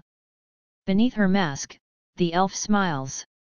It's said the great hero Olivier once cut off the left arm of Diablos the demon and sealed it away here. And? What? Have you come looking for the arm? Nelson laughs. That sounds fun, but that isn't what we're here to find out. We want to learn more about the cult of Diablos. Alexia visibly flinches at the mention of the organization. Rose casts a sidelong glance at her and sees her gaze has gone steely. What are you talking about? I knew you wouldn't be able to tell us anything. That's why we had to come see for ourselves, why we had to come searching for the truth concealed from the very beginning within the shadows of history. Alpha turns around, then begins walking toward a large stone statue. Her heels echo throughout the spacious chamber. A statue of the great hero Olivier, I see. Upon hearing Alpha, Rose cocks her head to the side. Olivier? Isn't he supposed to be a man? She's right, Alpha had referred to a statue of a woman holding a holy sword aloft. She is beautiful, with the fierce divinity of a Valkyrie. We have a general understanding of what happened. However, there is still some uncertainty, the historical truths, the real objective of the cult, and Alpha reaches out toward the statue and gently strokes its face. Why Oliver's face is identical to mine. Alpha turns around. The mask that was covering her face is gone. You're an elf, someone murmurs. It's unclear who. However, as their breath is collectively taken away by her beauty, they all realize something. Alpha's face looks like the mirror reflection of Oliver's. Impossible. You're that elf who. But the possession should have killed you. See? You know what I'm talking about after all. Nelson quickly shuts up. We know the truth about the possessed, too. For a cult that wants to control society, that must be quite the thorn in your side, no. Nelson looks down, refusing to answer. Rose can't make heads or tails of their conversation. However, it looks like Alexia is picking up on a bit, and the things Alpha is saying certainly don't sound like nonsense. It's hard to believe these two powerful organizations are dabbling in archaeology just because. There must be some important reason. The Shadow Garden must have an agenda, and the cult of Diablos must have one of their own. The recent attack on her school immediately floats to the front of Rose's mind. There's no way that's unrelated to all this. A war between two powerful organizations is unfolding in the shadows. Rose shivers at this realization. If their conflict becomes more intense, Rose strongly doubts the uninformed government officials will be able to deal with it. We'd suspected the cult's objective isn't as simple as just resurrecting a demon. However, we aren't certain. That's why we came to see for ourselves. As she speaks, Alpha channels magic into the statue. As her magic surges, the very air starts vibrating. You are one of the possessed. Your powers. Did you awaken on your own? When Rose sees the exceptional quantity of magic at work, a chill runs down her spine. If that woman were to turn her power against the nation, it would take an inordinate amount of military resources to stop her. There was a great battle here in the past. The hero sealed away the demon, and many valorous lives were lost. Afterward, the demons and the warriors' magic twisted together, trapping all the memories that had lost their destinations. This land is a resting place for those ancient memories and that demon's wrath. A graveyard. The statue begins glowing, reacting to the magic. Ancient letters rise to its surface, and colors start spreading across it. Olivier, our great hero, I knew you would answer my call. And there stands Olivier, the spitting image of Alpha. Impossible. This can't be. Nelson's legs tremble. Olivier turns her back to them and begins walking. Her destination fills with light, and before long, it illuminates the entire area. Now, then. Let's take a little journey to the world of fairy tales. Alpha's voice is the last thing they hear before the world floods with light. Upon defeating Violet, I sprinted away from my pursuers, fled Lindworm entirely, and took refuge in the mountains. Just to be safe. After deciding the coast is probably clear, I returned to my normal get-up and let out a sigh of relief. Looks like I managed to pull it off somehow. Back at the stadium, the only thing anyone's talking about has to be Shadow the mysterious badass. That nobody from the Academy for Dark Knights must be long erased from the public imagination. I pulled out all the stops today, so I think I'll just head back, take a dip in the hot springs, and go to bed. Just as I stand up to leave, though, a weird door suddenly appears right in front of me. A dirty door is just floating out in the middle of the mountains. Hey! And it's covered in dark stains. Clearly dried blood. What's that? This is dodgy in the extreme. Even I know better than to mess with this. I turn on my heel. Hey! I turn around again. No way. I leap back. Are you for real? The door is following me, with a vengeance. It doesn't matter how far I get from it. It doesn't matter which way I turn. It doesn't matter if I do 100 backflips in a row. The door keeps appearing in front of me. I guess that only leaves one choice. Time to slice and dice. As soon as that leaves my mouth, I draw my sword and cleave the door in twain. But, the moment I bisect it, it's back to normal. I put my katana away and think. Obviously, I can't head back to town with this seedy-looking door in tow. It would stick out like a sore thumb. And what even is this thing? I don't sense anyone else around, so I doubt it's some kind of weird prank. And there isn't anything behind it. Is it, like, their version of D. Ramon's any air door? This door is acting pretty desperate, so if I go in, I imagine this will all get resolved.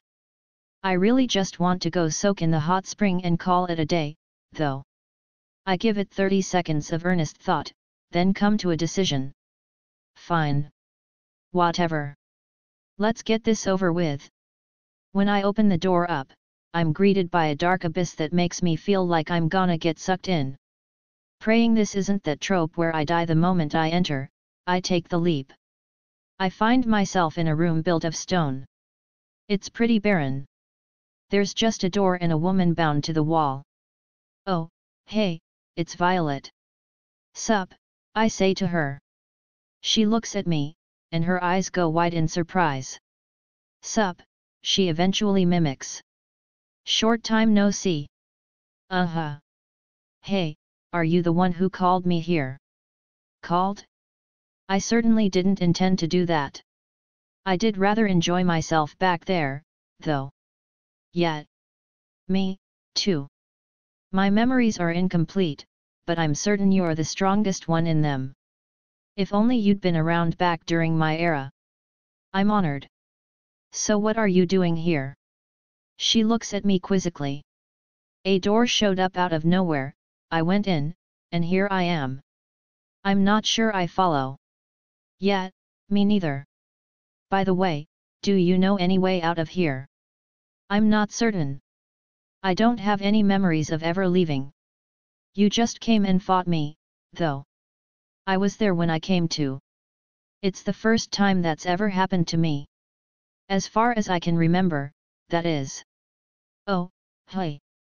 Well, that's a bummer. I rack my brain trying to figure out what to do. There is a door, I suppose, but right as I decide to try going through it, Violet calls out to me with her lips pursed. There's a beautiful woman bound before your very eyes, she says. I look at her and, seeing her limbs strung up to a crucifix, nod. Yup. Would you please help me down for starters? I tilt my head to the side a little, realizing I've been misinterpreting things. Oh, my bad. I figured you were training. Why? That's how I used to train. How novel. I take out my school-issued sword and free Violet from her restraints. Using my slime sword isn't an option. She stretches elatedly, a nostalgic smile crossing her face. Thank you. It's been 1,000 years or so since I felt this free. Really? Basically. I don't recall exactly, but it's been at least that long. After smoothing out her thin robe, Violet tucks her silky black hair behind her right ear. I guess that's how she likes to wear it. Now then, let's agree on our objectives, she starts, seemingly unruffled. Hey. Mine is freedom, yours is escape. Am I correct? Yup, sounds right to me. Shall we work together, then? I'm down, but do you actually know a way out? I don't. I do, however, know a way to get free. The sanctuary is a prison for memories, and there's a magical core at its center. If we destroy it, I'll be freed. Just you. She looks at me from the corner of her eye, smiling coquettishly. Everything. And you should be able to leave. Won't that destroy the sanctuary? Oh, I certainly hope so. Do you mind? I turn Violet's question over in my head. Now that I think about it, I guess not. Sounds good. Then it's decided. I imagine you've noticed already, but we can't use magic here. We're close to the center of the sanctuary. If we try to practice magic, it'll immediately be sucked into its core. Looks that way. It's stronger than the doodad the terrorists used when they attacked. When I try to fire my magic up, it immediately vanishes. I'm testing a bunch of different options, but it might take me a while to find a loophole. Don't worry. I'm great at breaking stuff. Love that I can depend on you. Incidentally, without my magic, I'm nothing but a delicate maiden. I always wanted to be protected by a gallant knight. This smile is just as impish as the last. For a self-proclaimed delicate maiden, she sure seems calm about all this. She takes the lead, throwing the door open without hesitation. By the way, what'll happen to you once you're free? I ask Violet from behind. I'll disappear. I'm nothing but a memory, after all. She doesn't turn to look back. On the other side of the door is a sunlit forest. Light streams between gaps in the trees, and beads of morning dew glisten on the grass. This place doesn't seem familiar, so I glance around, taking in my surroundings. We're inside a memory, Violet explains. One of yours. I think I remember something like this. And with that, she strides forward. I follow her so as not to get left behind. After advancing through the quiet forest for a little while, we suddenly reach a clearing. Within it, a small girl is sitting on the ground clutching her knees, lit by the morning sun. The girl's hair is black. It looks like she's crying, I observe. So it does. The two of us approach her. When I crouch down and look at her face, I find tears streaming from her violet eyes. She looks just like you. A coincidence, I'm sure. Why is she crying? Maybe she wet herself, offers Violet unhelpfully. The girl silently continues weeping. Her body is covered in bruises. So what do we do? If we want to keep going, we need to end the memory. What do you mean? Violet yanks the crying child up by the face. Crying won't do you any good, she snaps, slapping the girl across the cheek. That's awful. It's fine. It's me, after all. So you admit it. The world rends apart. The sunlit forest shatters into tiny pieces like a fractured mirror, then vanishes into the abyss. Empty darkness surrounds us.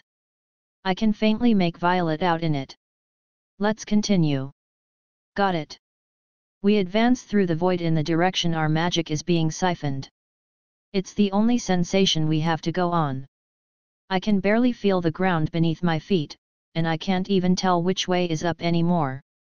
To test it out, I try walking upside down. It's kinda like a handstand, feet up, head down. It works. Violet casts a lazy glance at me. Don't go peeking under my skirt now. Worry not. I can't see a thing. After proceeding a little farther, we're engulfed in vermilion light. Ow! I practically crack my skull, but I manage to break the fall at the last minute. This is what you get for goofing around. Violet looks down at me sprawled on the ground, then extends her hand my way. Thanks. I grab her cold hand and haul myself back to my feet. We're standing on a battlefield flush with the light of the evening sun, which is blood red and shining just above the horizon line. They're all dead. The land is covered with fallen soldiers and stained dark with their blood.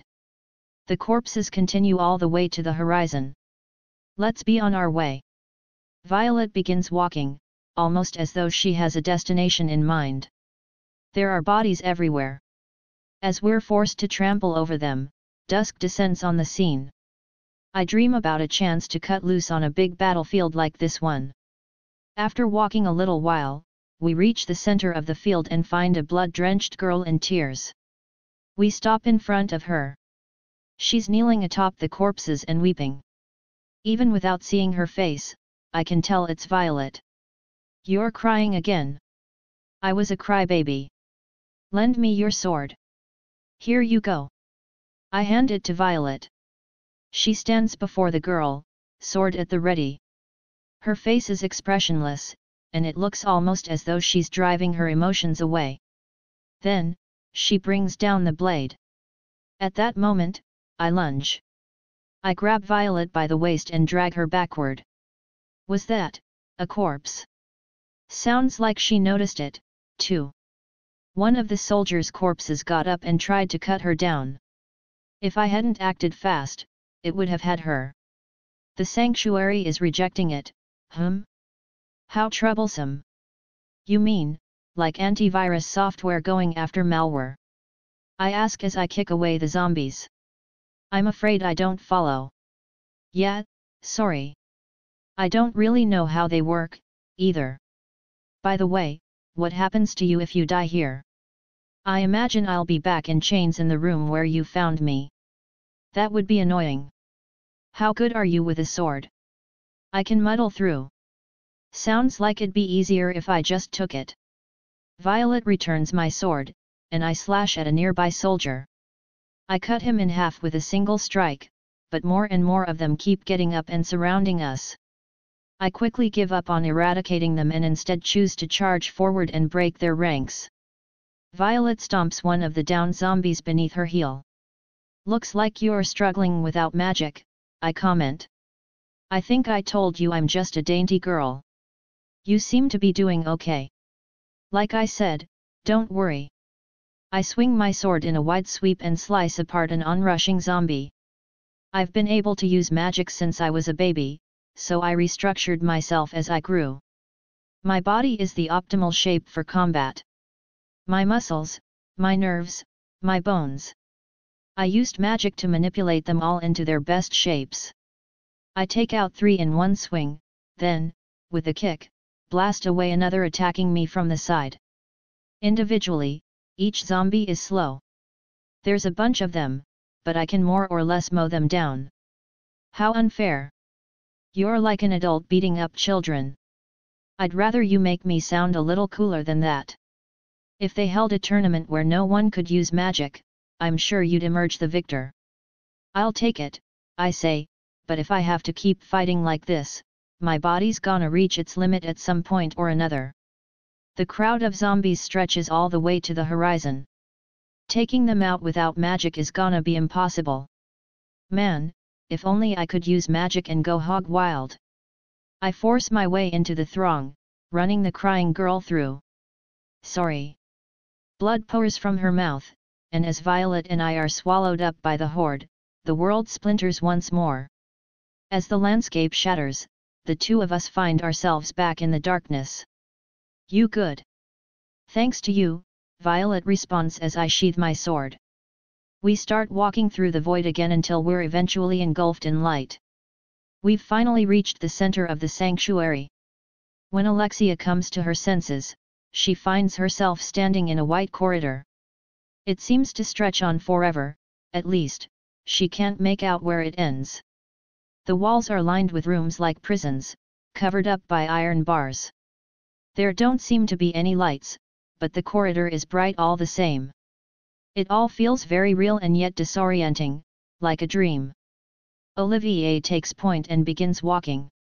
Alpha follows right after her, and the rest hurry to not be left behind.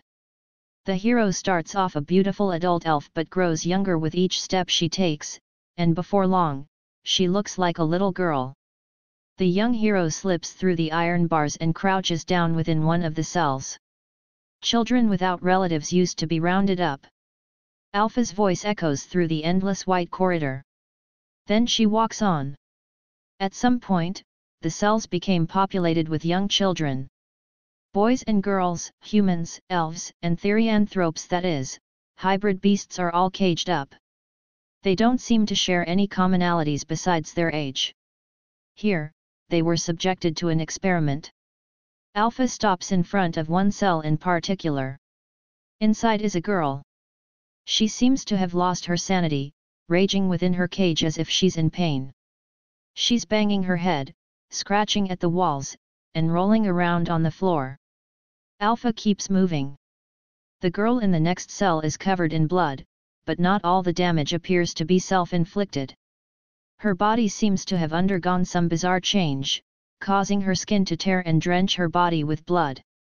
Alexia recognizes that blackened, rotting flesh. She's one of the possessed, someone murmurs.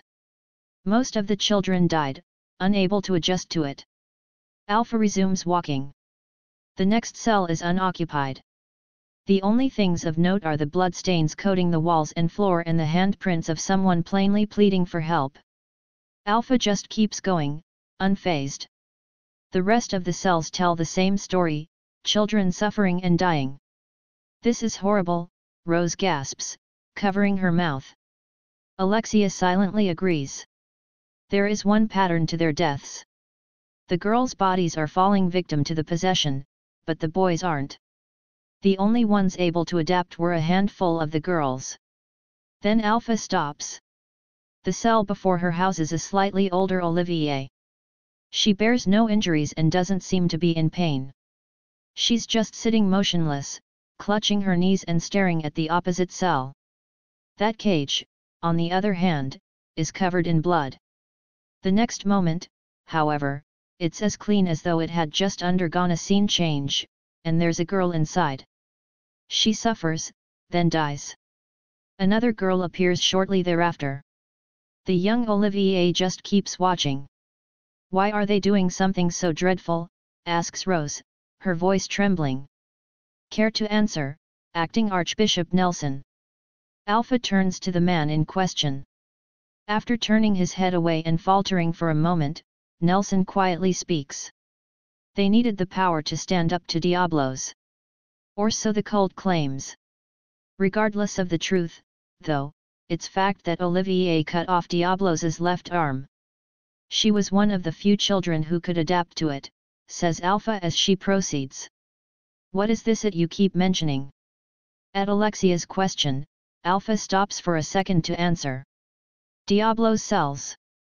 That's what we call them, at least. In order to fight Diablos, they decided to try stealing his power. Steal his power? That wasn't just a fairy tale. We haven't seen it for ourselves. That's how history has recorded it. If you want to think of it as a fairy tale, that's your choice. Alpha starts walking again. After all this time, there isn't much point debating the veracity of ancient history. We can't even know if these memories are all true. After all, they fade with time, reshaping themselves to fit their owner's narrative. They pass by caged room after caged room. As they trudge farther down the corridor, they find more empty cells. Olivier ages, eventually growing into a lovely young woman. Her face really does resemble Alpha's.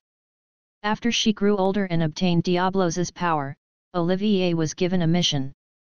Slaying Diablos. Rose tries to confirm. Alpha shakes her head. That's how the history books tell it, but we suspect that's a lie. In all likelihood, Olivier was tasked with harvesting more Diablos cells. That's bullshit, booms Nelson. He glares at Alpha, his face flushed. The woman in black hoists him up by the scruff of his neck, and he lets out a frog-like croak. Even after she grew powerful, Olivier still obeyed the cult. It's unclear why, but we suspect it's because she truly believed that defeating Diablos would bring about peace. That's why she was cooperating with the cult. Olivier leaves her caged prison. After putting on a suit of armor and strapping a sword to her back, she sets out on a journey. Seeing Oliver's face, Alexia finds herself agreeing with Alpha's assessment. Olivier must truly have wanted the world to be at peace. Her expression is one of hope and resolve. As she walks down the endless white corridor, her destination becomes flooded with a blinding light. But that wasn't what the cult was after. Then, the beam drowns out the world. The cult wanted to take all the power for their own. The illuminated reality cracks like the surface of a mirror, then shatters into tiny fragments and reveals a new world in its place. They are on a battlefield, but there are no soldiers. The landscape is steeped in twilight and littered with corpses, and a group of men in white robes are crowded around a black lump. Olivier is nowhere to be found.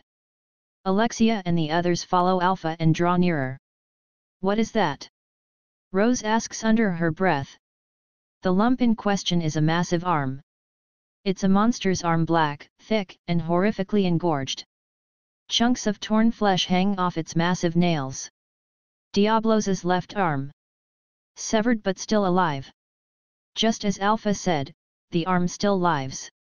One of the men in white robes accidentally steps too close and finds himself fatally run through by one of its nails. Even though it's pinned down by chains and stakes, the arm is still pumping out massive amounts of magic.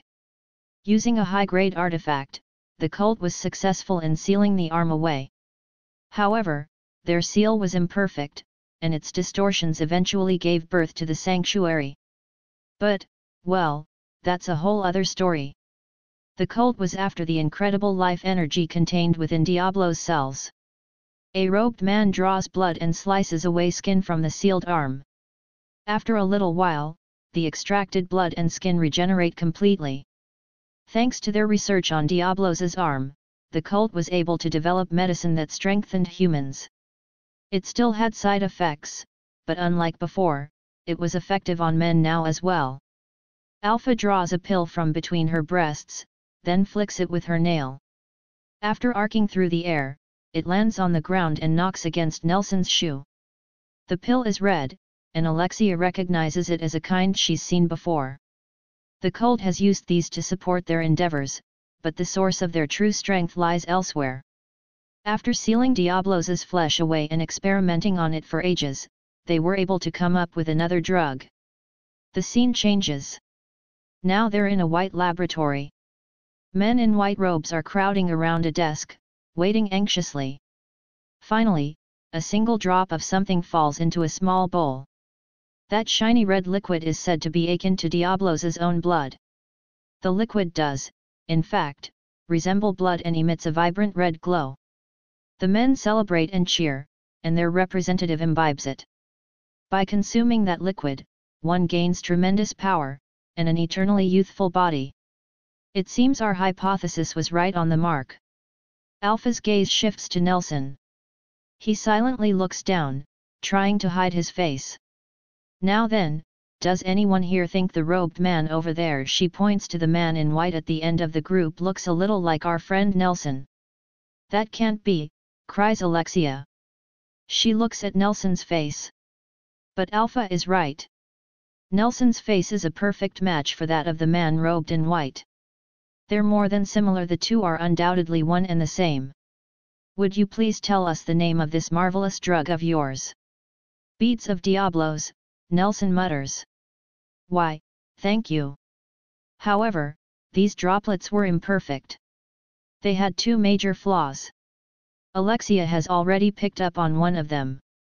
In the present, Nelson is bald. But the Nelson of the past.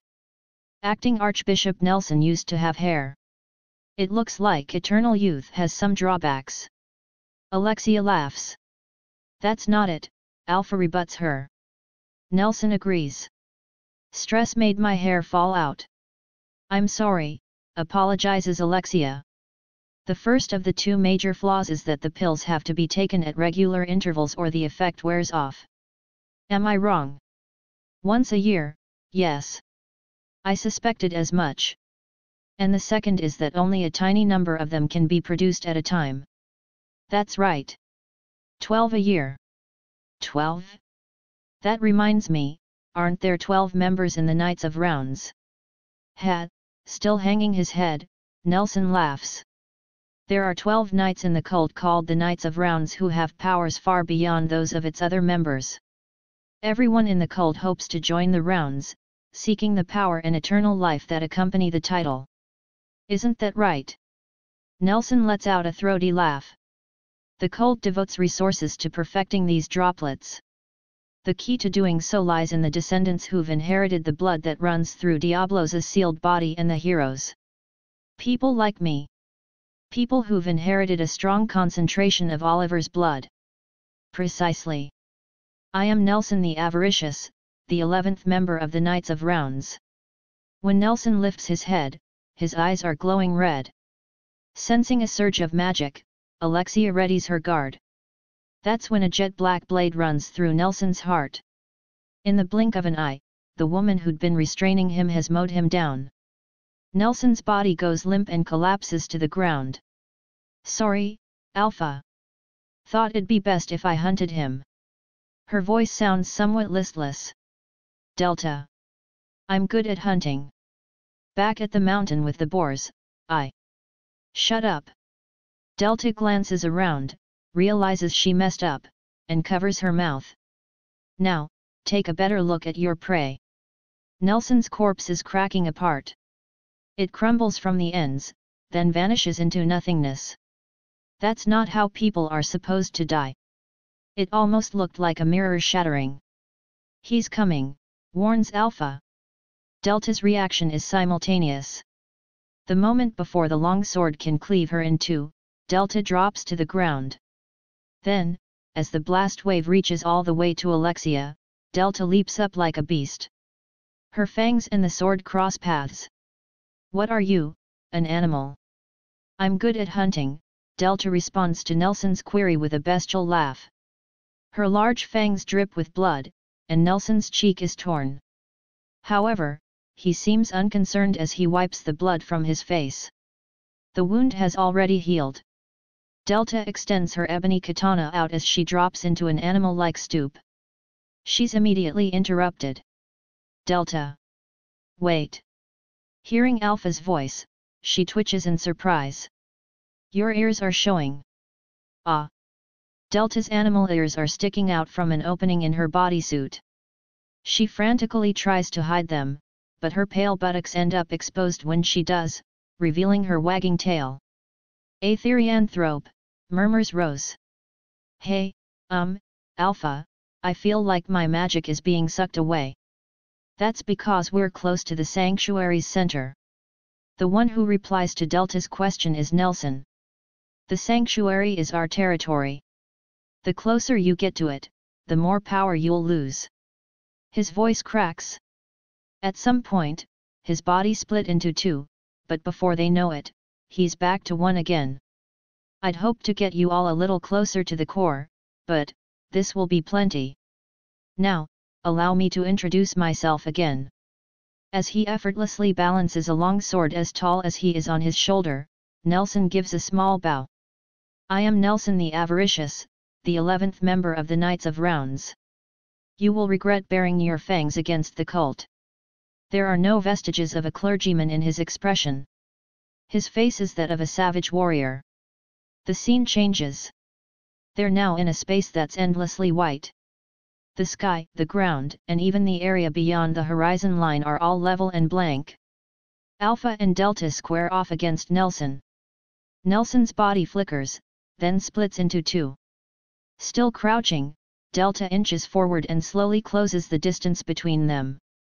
Alpha's arms, on the other hand, are crossed, and she isn't even holding her weapon. Instead, she's staring at the two Nelsons, almost as though she's observing them. Ha! As Delta exhales, she goes on the offensive. From the way she's stooped over low, she looks like an animal dashing along the ground. Then, barreling forward, she swings her ebony katana in a wide sweep. The katana in question is far longer than a person is tall, and her attack has no technique or craft behind it. Just pure, unbridled violence. Wind follows the force of the impact. The destructive wave strikes Nelson and sends him flying. He seems to have been able to block the blow, but astonishment is written all over his face. "What kind of monster are you?" Delta laughs.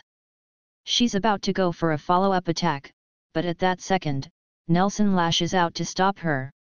As she dashes forward, a long sword bears down on her from the side. One down. Wah! As Nelson holds his long sword aloft, an ebony katana bursts through his face.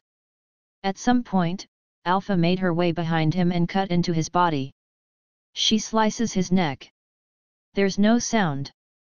No bloodlust. Just Nelson's head toppling through the air.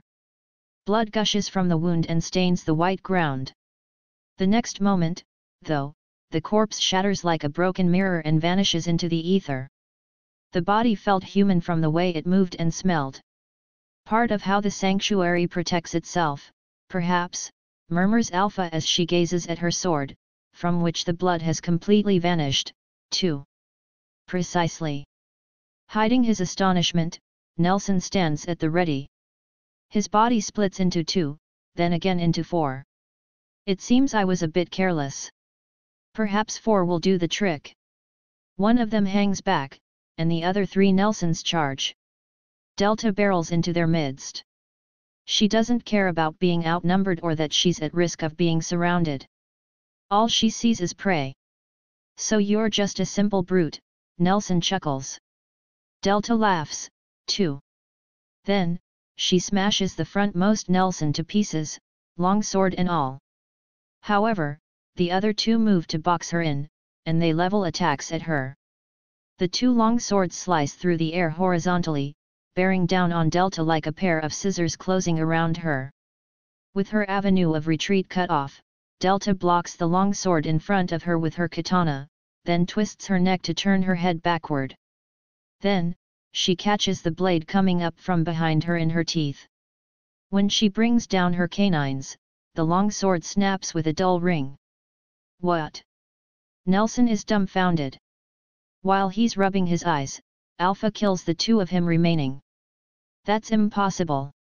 Most of Alpha and Delta's magic is supposed to be restrained. With the power of the sanctuary, they shouldn't have been able to control or manipulate it. It should have been impossible for them to put up a decent fight. Yet even under these restrictive conditions, they downed several Nelsons. It defies all common sense. Did the two of you really awaken on your own? That technique was supposed to be long lost. Alpha replies with a smile. Delta, on the other hand, seems to be having difficulty controlling her bodysuit.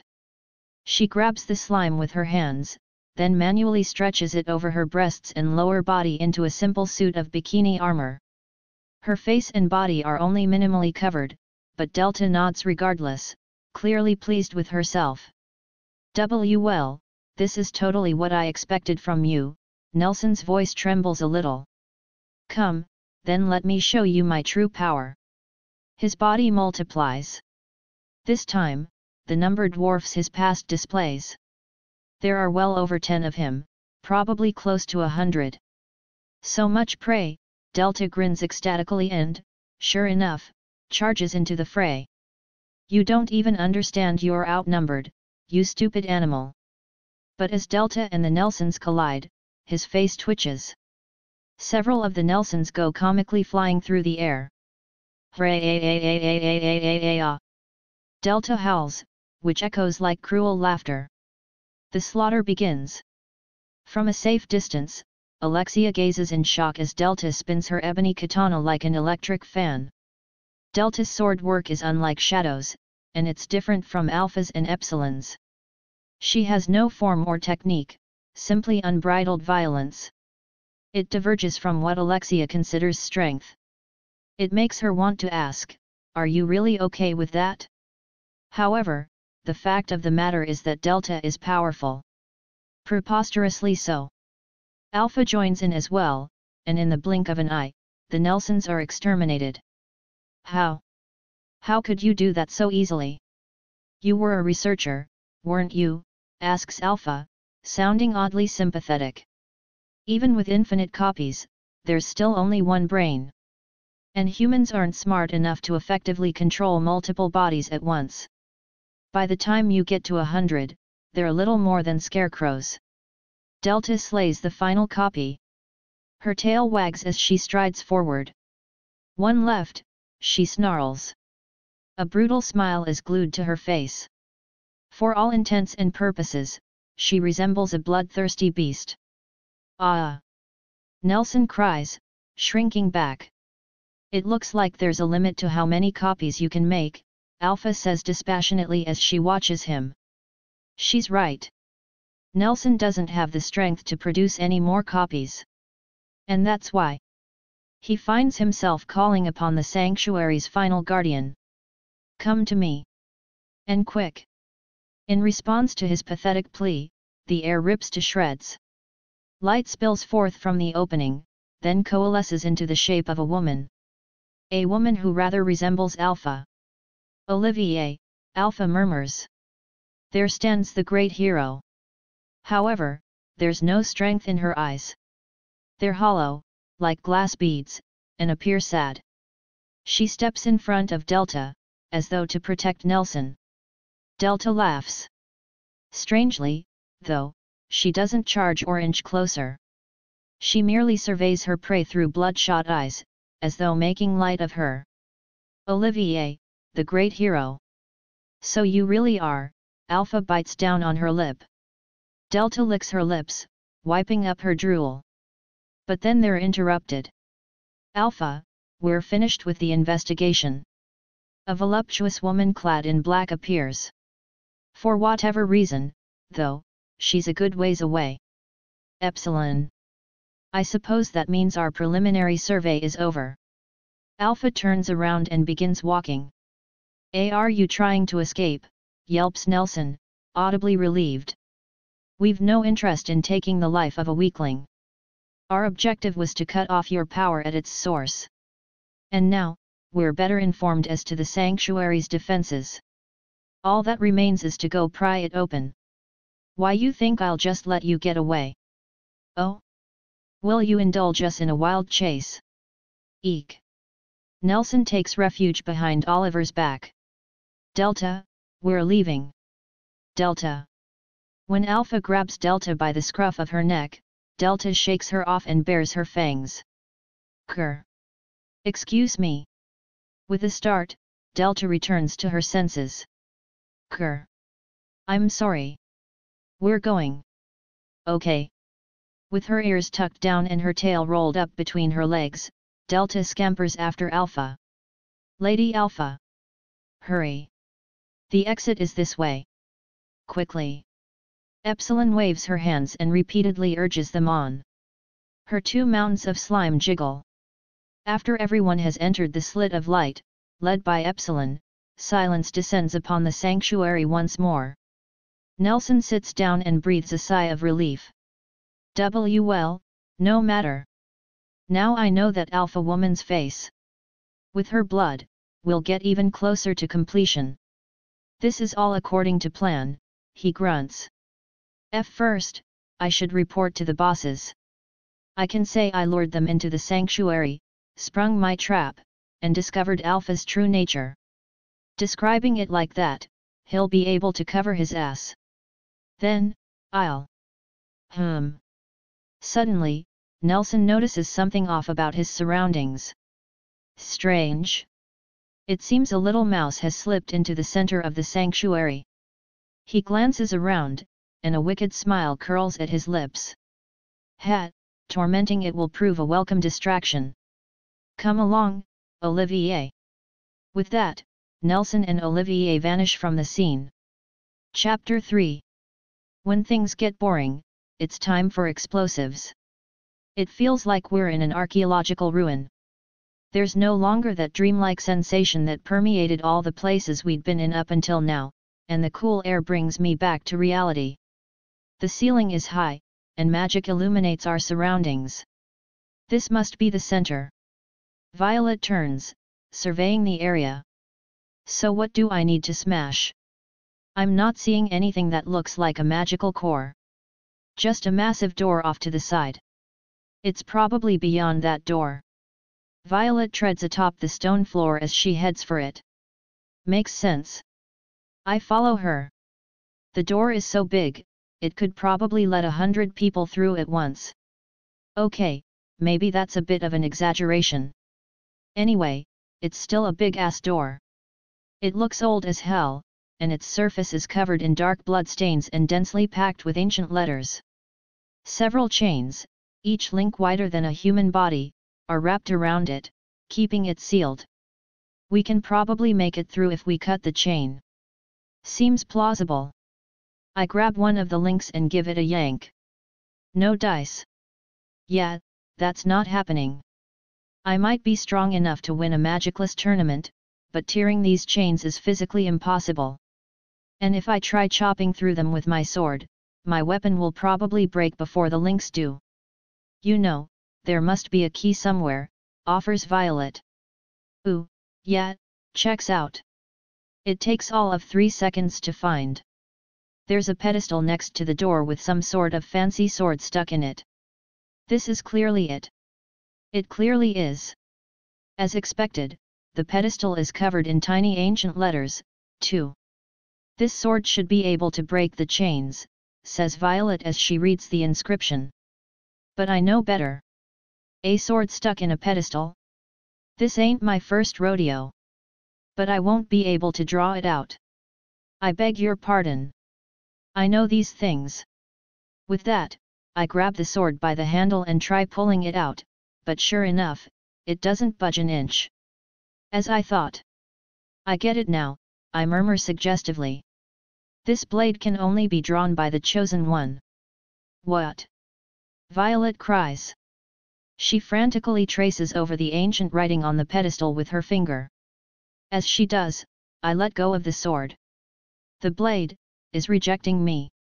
I'm just building up the mood here, upping the ante. I'm pretty sure it isn't actually rejecting me. But the fact that the chosen hero is the only one to draw this kind of sword is just common sense. It's a time-honored plot device. Only a hero's direct descendant can draw the holy sword. You're right, it's all written here. I'm amazed you were able to read that encrypted magic script so quickly. I know all the devices. Oh, I see. You designed a device that encompasses ways to encode magical script. Yeah, that. Definitely. I nod proudly. Looks like we've got a holy sword stuck in a pedestal and a sealed door that only the sword can unlock. It's cliched, sure, but I love this kind of setup. Nice. Now it really feels like I'm in a fantasy world. What to do? Violet mutters as she sits down on the pedestal.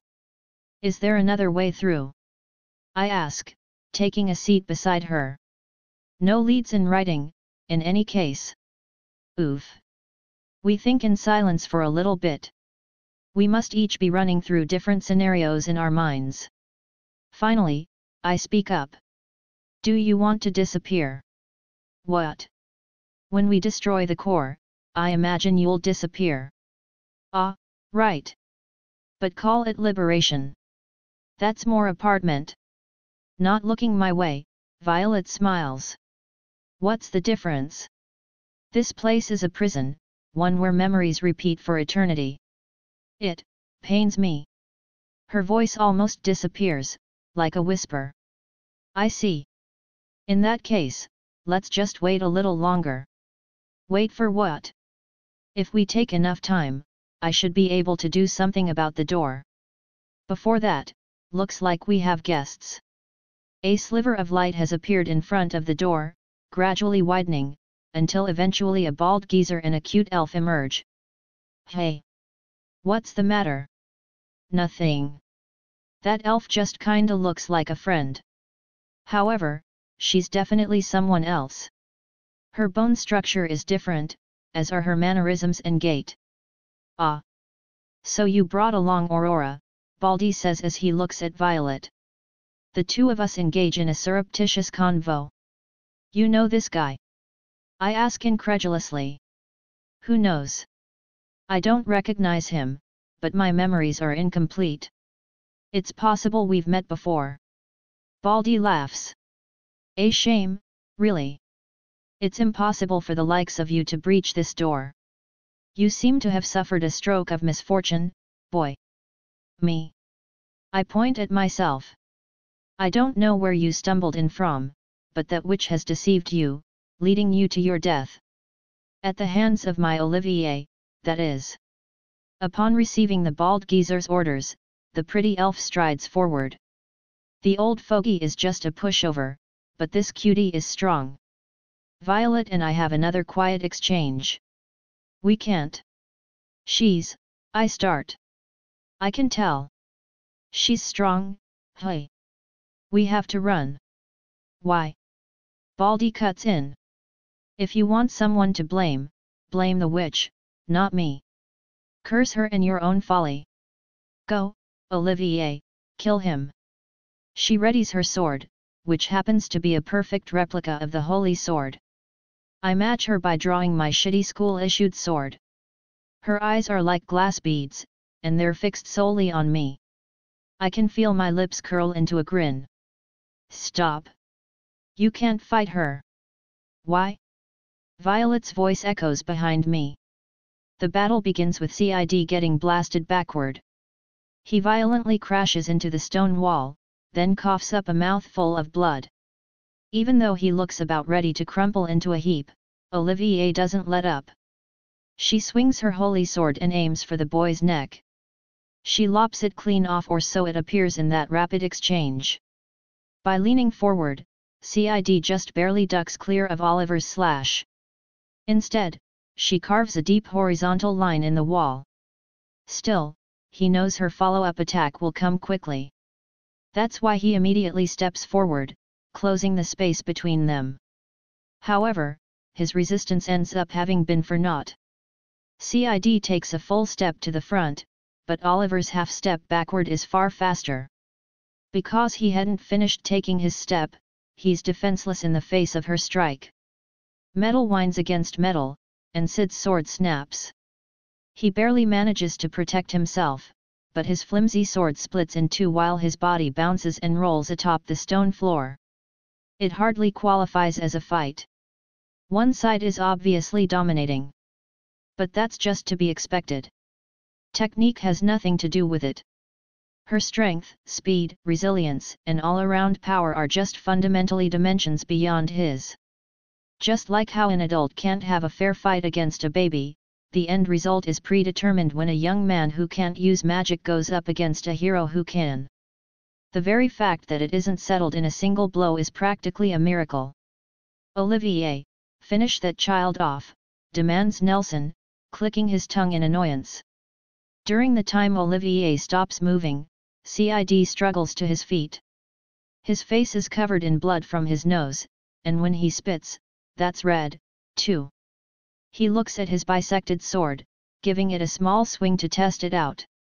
It's almost as though he thinks he'll have another chance to use it. What do you think you're doing? Cid responds to Nelson's question by tilting his head. You still think you can accomplish something with that piece of scrap? Maybe. I don't have many options, that's for sure. What's wrong with you? Why are you smiling?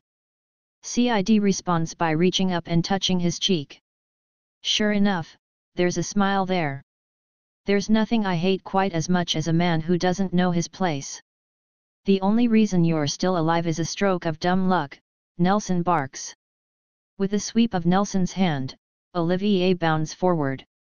She slips behind Cid with the utmost ease, then brings her holy blade down on him from above. No counterattack, self-defense, or evasive trick can be made in time. The only thing he's able to do is throw his body forward. Blood gushes from Cid's back. The blow tears his skin and rends his flesh, but he manages to avoid suffering a fatal wound. All he's accomplished is to briefly prolong his life, though. Olivier advances on the helpless young man once more. Her strike is merciless, leaving no room for a counterattack. Blood sprays as shallow wounds etch themselves into Cid's body. Yet he lives. Impossible, Nelson mutters. His tone carries with it a sizable degree of shock. How are you still alive? Cid checks to make sure no further attacks are coming his way, then forces his bloody body upright. Battles without dialogue are empty. That's why I'm still alive. What are you babbling about? She doesn't have a heart, so she isn't answering any of my questions. Cid's smile is tinged with disappointment, and his mouth is caked in blood. Enough of this. Kill him. Nelson's eyes are those of a man looking at the deranged. Olivier springs into motion, but a figure intercedes at the last moment. Please stop. The woman in question has jet black hair and violet eyes. Aurora embraces Cid's shoulder and helps prop him up. What's the matter? Please. You need to stop, Aurora begs him. She knew this would happen from the very start. The moment Aurora laid eyes on Olivier, she'd known how powerful the elf was. Aurora's memories aren't completely intact. They only cover about half her life, but even though Olivier doesn't appear in these memories, for some reason, Aurora knows she's dangerous. Despite not knowing Olivier, her heart trembles, almost as if she does. That's why Aurora desperately wants to stop Cid. Contrary to her expectations, though, Cid fought. Maybe he could be the one to. She didn't stop him in time, held back by that fleeting hope. But this is plenty for her.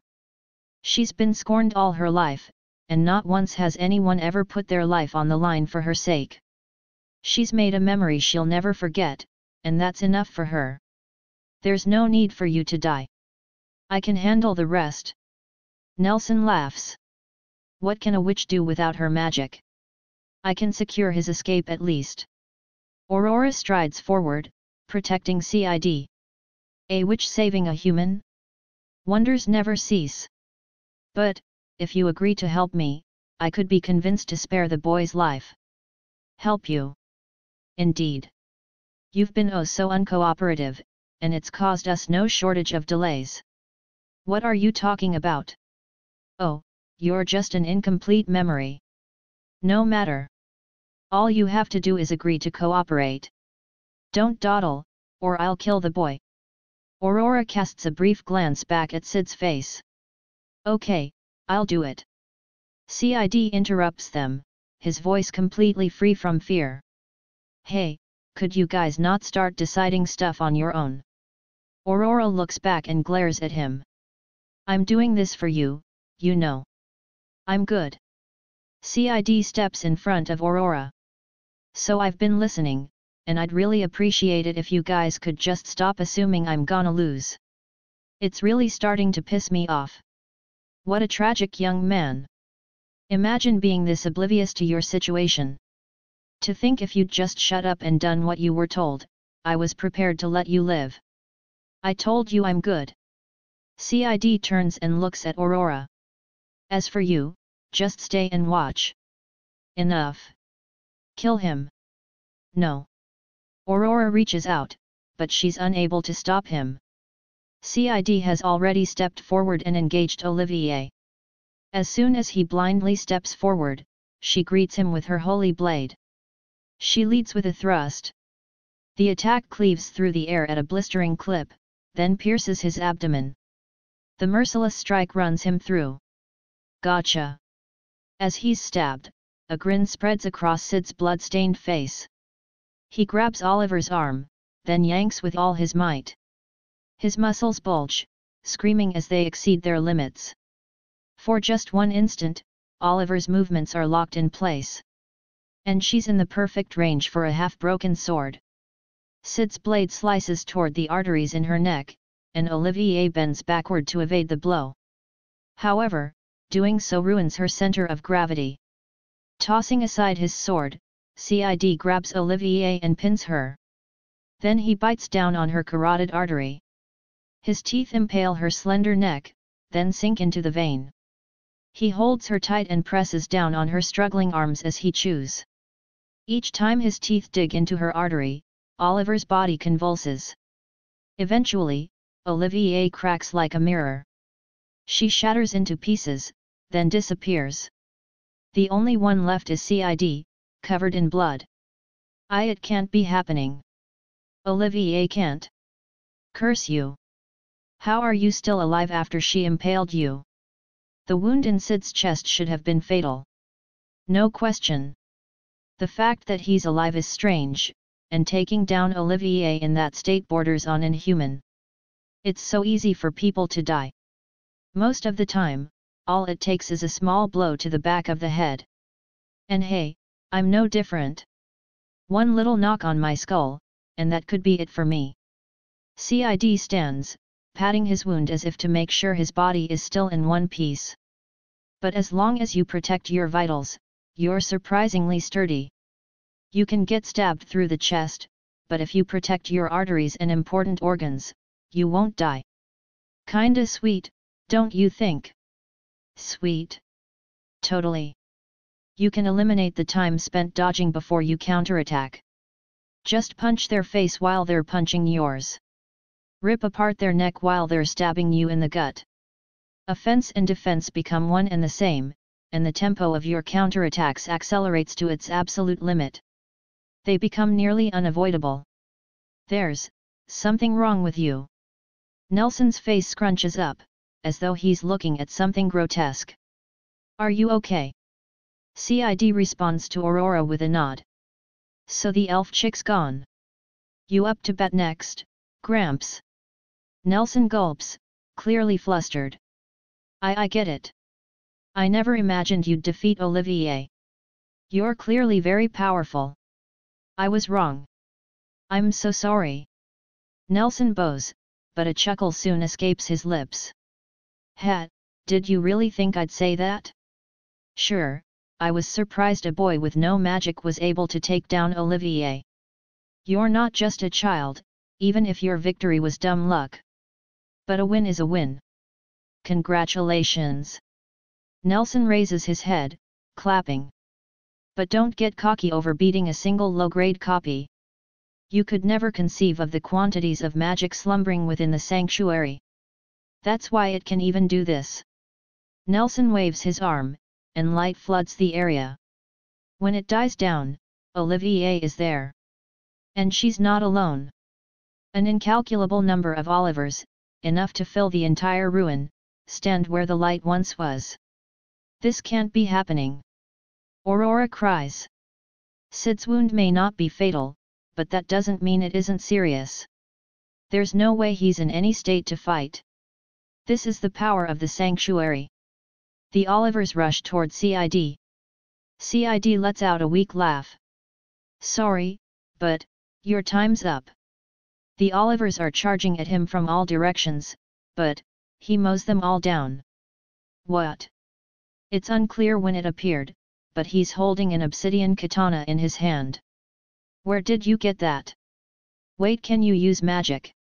Sid's body is bursting with bluish-purple energy. The magic is so incredibly concentrated, it's visible. It glitters beautifully, compressed to an unimaginable degree.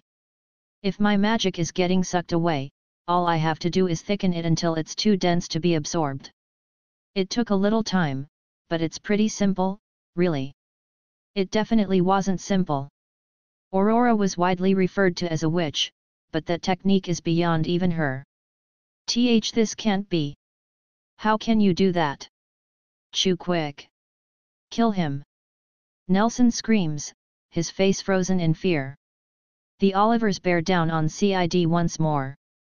However, Cid stretches his jet black blade out wide and fells them in a single sweep.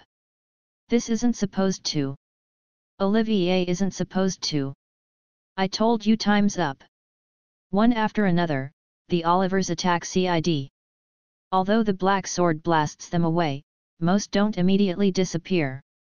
After blocking the attacks with their holy swords, they rush back at Cid. Man, you guys really are strong, and you keep on coming. The Olivers swarm, and Cid sweeps them back. The pattern repeats itself faster than the eye can see. Each time, blood drips from Cid's wound, and his face contorts in pain. The equilibrium won't last. That fact is clear as day. Ha ha. Good. Good. Keep it up. Nelson laughs, though his face has taken on a scary look. As Aurora watches Cid's predicament worsen, tears well up in her eyes. Please. Don't die. All she wants is for him to survive. We were supposed to draw the holy sword, cut through the chains, and destroy the core, right? Cid calls out to Aurora from the thick of his desperate battle. What? I mean, yes, Aurora replies, confused. That sounds like too many steps. What if I just blew everything up? That would be fine, but, you can't be serious, right? Cid smiles, slashing in every direction. The Olivers are all scattered, giving him a brief moment of respite. He flips his sword to an underhand grip, then holds it overhead. Bluish-purple energy spirals around him, collecting in the length of his obsidian katana. I am. What is that? And no. Stop. The Olivers charge. The one in front strikes with her holy sword. The full-strength blow pierces Cid's defenseless chest. More specifically, it strikes the location of his heart. Covered in blood, her blade bursts out his back. Aurora screams and extends her hand. Atomic. All-range attack. His chest impaled, he brings his sword down and stabs the ground. The bluish-purple magic immediately fills their vision. The Olivers vanish, Nelson disintegrates, and the holy sword melts away. Then, the magic continues swallowing the surroundings. His attack is an esoteric technique designed to annihilate everything within a small range in all directions. And on that day, the sanctuary is completely wiped out. When he comes to his senses, Cid finds himself surrounded by darkness. Even when he squints, all he can make out is an endless black abyss. But amid that darkness, where left and right, up and down, and even his perception of self start to fade away, he senses something floating up. It's a hideous left arm bound in chains. It looks like it's far off in the distance, yet if he reached out, it seems almost close enough to touch. Suddenly, the chains crumble, their fragments cascading downward. The arm, now free, reaches out as though to grab Cid. Cid readies his obsidian blade, and the world is engulfed in light. It's early in the morning, and Cid finds himself standing in a forest. It's where he was when he first went through the door. He glances around, but the arm is nowhere to be seen. He squints as the morning light strikes his eyes. You got stabbed through the heart, but you seem none the worse, he hears a voice call out from behind him. He turns to find Aurora there, looking somewhat fuzzy. I shifted it out of the way. I'm a little tired, though. He looks up at the morning sky, sighs, then steadies himself against a tree as he sits down. You're just full of surprises. More than little old me. Aurora sits down beside him, reaching out to touch the wound on his chest. When she pulls her hand back, though, there isn't any blood. Her hand has passed right through him. You're disappearing, hey? It would seem that way. The two of them sit side by side and gaze at the splendor of the sunrise. I was the one who called you there. I'm sorry for lying to you. It's all good. I lied about other things, too. It's all good. Small birds start chirping. The morning dew glistens in the sunlight. For so long, I'd just wanted to get it over with and disappear. I wanted to forget everything. But now, I was able to make a memory I never want to forget. Even if I disappear, I hope to carry that one with me. She smiles. Thank you for giving me something so precious. With that, she begins fading away. Her forced smile is sorrowful. Hey, I had fun, too. Thanks for that. If, by any chance, you ever find the real me, she cups Sid's cheek in her hand as she speaks, but he can't even see her anymore. There's nothing before him but the silent, lonely forest. Please kill me, hey. Sid reaches up and touches his cheek as he murmurs Aurora's final words. He can still feel her warmth on it. Alpha and Epsilon gaze down upon Lindworm from atop the mountain's summit. Alpha's dress flutters in the wind, exposing her pale legs. The sanctuary has been annihilated. I noticed. Alpha squeezes the bridge of her nose. Were we able to recover the holy sword? It evaporated. She sighs. What about a sample of the core? All gone, too. Alpha shakes her head. He chose the simplest, most decisive solution. Very like him. That's what makes him Master Shadow, after all, Epsilon replies triumphantly. His path is the one we must take. The morning sunlight reflects off Alpha's luscious blonde hair, causing it to shine. She squints at Lindworm, off in the distance. And Beta. She's guiding the princesses. She says that if she plays her cards right, she might be able to infiltrate their ranks. I see. And the survey of the sanctuary. We've completed everything we still can. What do we know? Alpha closes her eyes as she listens to Epsilon's report. Her head is clear, and she's able to sort through the information instantly. That's plenty. And what about the other matter? It appears our hypothesis was on the mark. Epsilon wavers for a moment, then delivers her answer as simply as possible. Aurora the Calamity Witch, is also known as Diablos the Demon. Alpha's blue eyes are fixed on the distant sunrise. I see. That explains why he. Another piece of the puzzle clicks into place. After Alexia leaves the sanctuary, she finds herself in a forest. When she looks around, she discovers Rose and Natsum are standing beside her. The three of them had all been near each other when they fled the sanctuary. Rose tilts her head. Where are we? Lindworm Forest, I think. I can see the town off in the distance, replies Natsum. The other two check, and sure enough, they can make out the town, too. It's impressive that she noticed, given how hard it is to see between the slim gaps in the trees. I think we should head back. Agreed.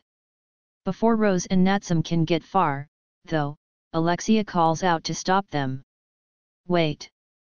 What is it? Is something the matter? The two stop and look at her. Hey, don't you hate it? What do you mean? I'm afraid I don't quite follow. Alexia looks back and forth between them. We were completely powerless back there. But that's not the worst of it. We couldn't even tell who was good and who was bad. We were useless spectators who couldn't so much as make out who was in the right. Alexia. If we keep on this way, if we stay in the dark, then we're sure to eventually lose everything we hold dear.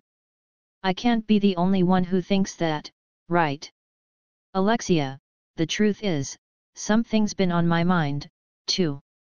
Back when the Academy was attacked, I think there were powerful organizations secretly pulling the strings. After all, we don't know anything about either the Shadow Garden or the ones opposing them. I understand how you feel, but what are you planning to do, Princess Alexia? Alexia crosses her arms. We're weak and missing vital information, but surely, there's at least something we can do together. I'm a princess of the Midgar Kingdom, and Rose is the princess of the Oriana Kingdom. You're an author, so you must have made some connections that way. What say we gather information, then share it. You've laid out the beginnings of a plan. What's the end game? That depends on what we find, but if the three of us join forces, we can probably fight back or something. Or we can try to gather allies, or... Your plan seems alarmingly vague. When Natsum points that out, Alexia glares at her. That's why I'm saying we need to gather information, so we can scrutinize it and decide what to do from there. That's all well and good if you're smart enough to parse intelligence, Natsum quietly mutters. I'm sorry. Did you say something? Oh, nothing. Alexia continues glaring, and Natsum flashes a wide smile. The two stare at each other for a little while. So what will it be? Will you form an alliance with me or not? Rose is the first to extend her hand. I'm in. I'll try finding out what I can in the Oriana Kingdom. Next, Natsum lays her hand atop Rose's. I'll use my connections as an author to dig around, too. Finally, Alexia places her hand on the pile. Then it's decided. From now on, we're allies. We come from different countries and backgrounds, and none of us really knows what lies in one another's hearts, but I have faith we're on the same side. Rose smiles. I like the sound of that. Allies trying to lay bare the world's hidden truths. It's like the start of a legend or something. We have the roles of hero, sage, and deadweight all present and accounted for, remarks Natsum, smiling at Alexia. With you being the deadweight, of course, counters Alexia, grinning back at Natsum. Their pacts sealed, the three of them stride forth side by side. Off in the distance, the morning sun shines bright on the town of Lindworm. The vast majority of Gamma's job is taken up managing the business side of Mitsugashi, Ltd.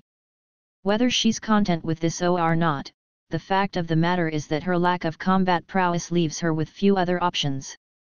In truth, she dreams of fighting chicly by her master's side, but that's her little secret. This is what compels her to spend another day dutifully minding Mitsugoshi's affairs. Her job has taken her to Madlid, which is on the outskirts of the Felgalta Empire. Currently, she's in the middle of negotiating with a feudal lord about opening a new storefront for Mitsugashi. Ms. Luna, I personally recommend this property. Gamma's guide, Rude, bears a flashy smile. He's the eldest son of the lord in question. Luna is the name Gamma uses in public when she's acting as the president of Mitsugashi. It faces out onto the main road, and it gets great sun. The property boasts a generous frontage. With the land, it comes out to 140 million zeni, but as a special favor, I'm prepared to let it go for 120. We would be overjoyed to have Mitsugashi here. I see. The man is right, the plot is excellent. The building isn't bad, either. It's a bit on the older side, but it's 3 stories tall, spacious, and sturdily built. A little remodeling is all it would take to establish a usable storefront. Demolishing the old and constructing a new building is another option. Most of the property's value is in its location, after all.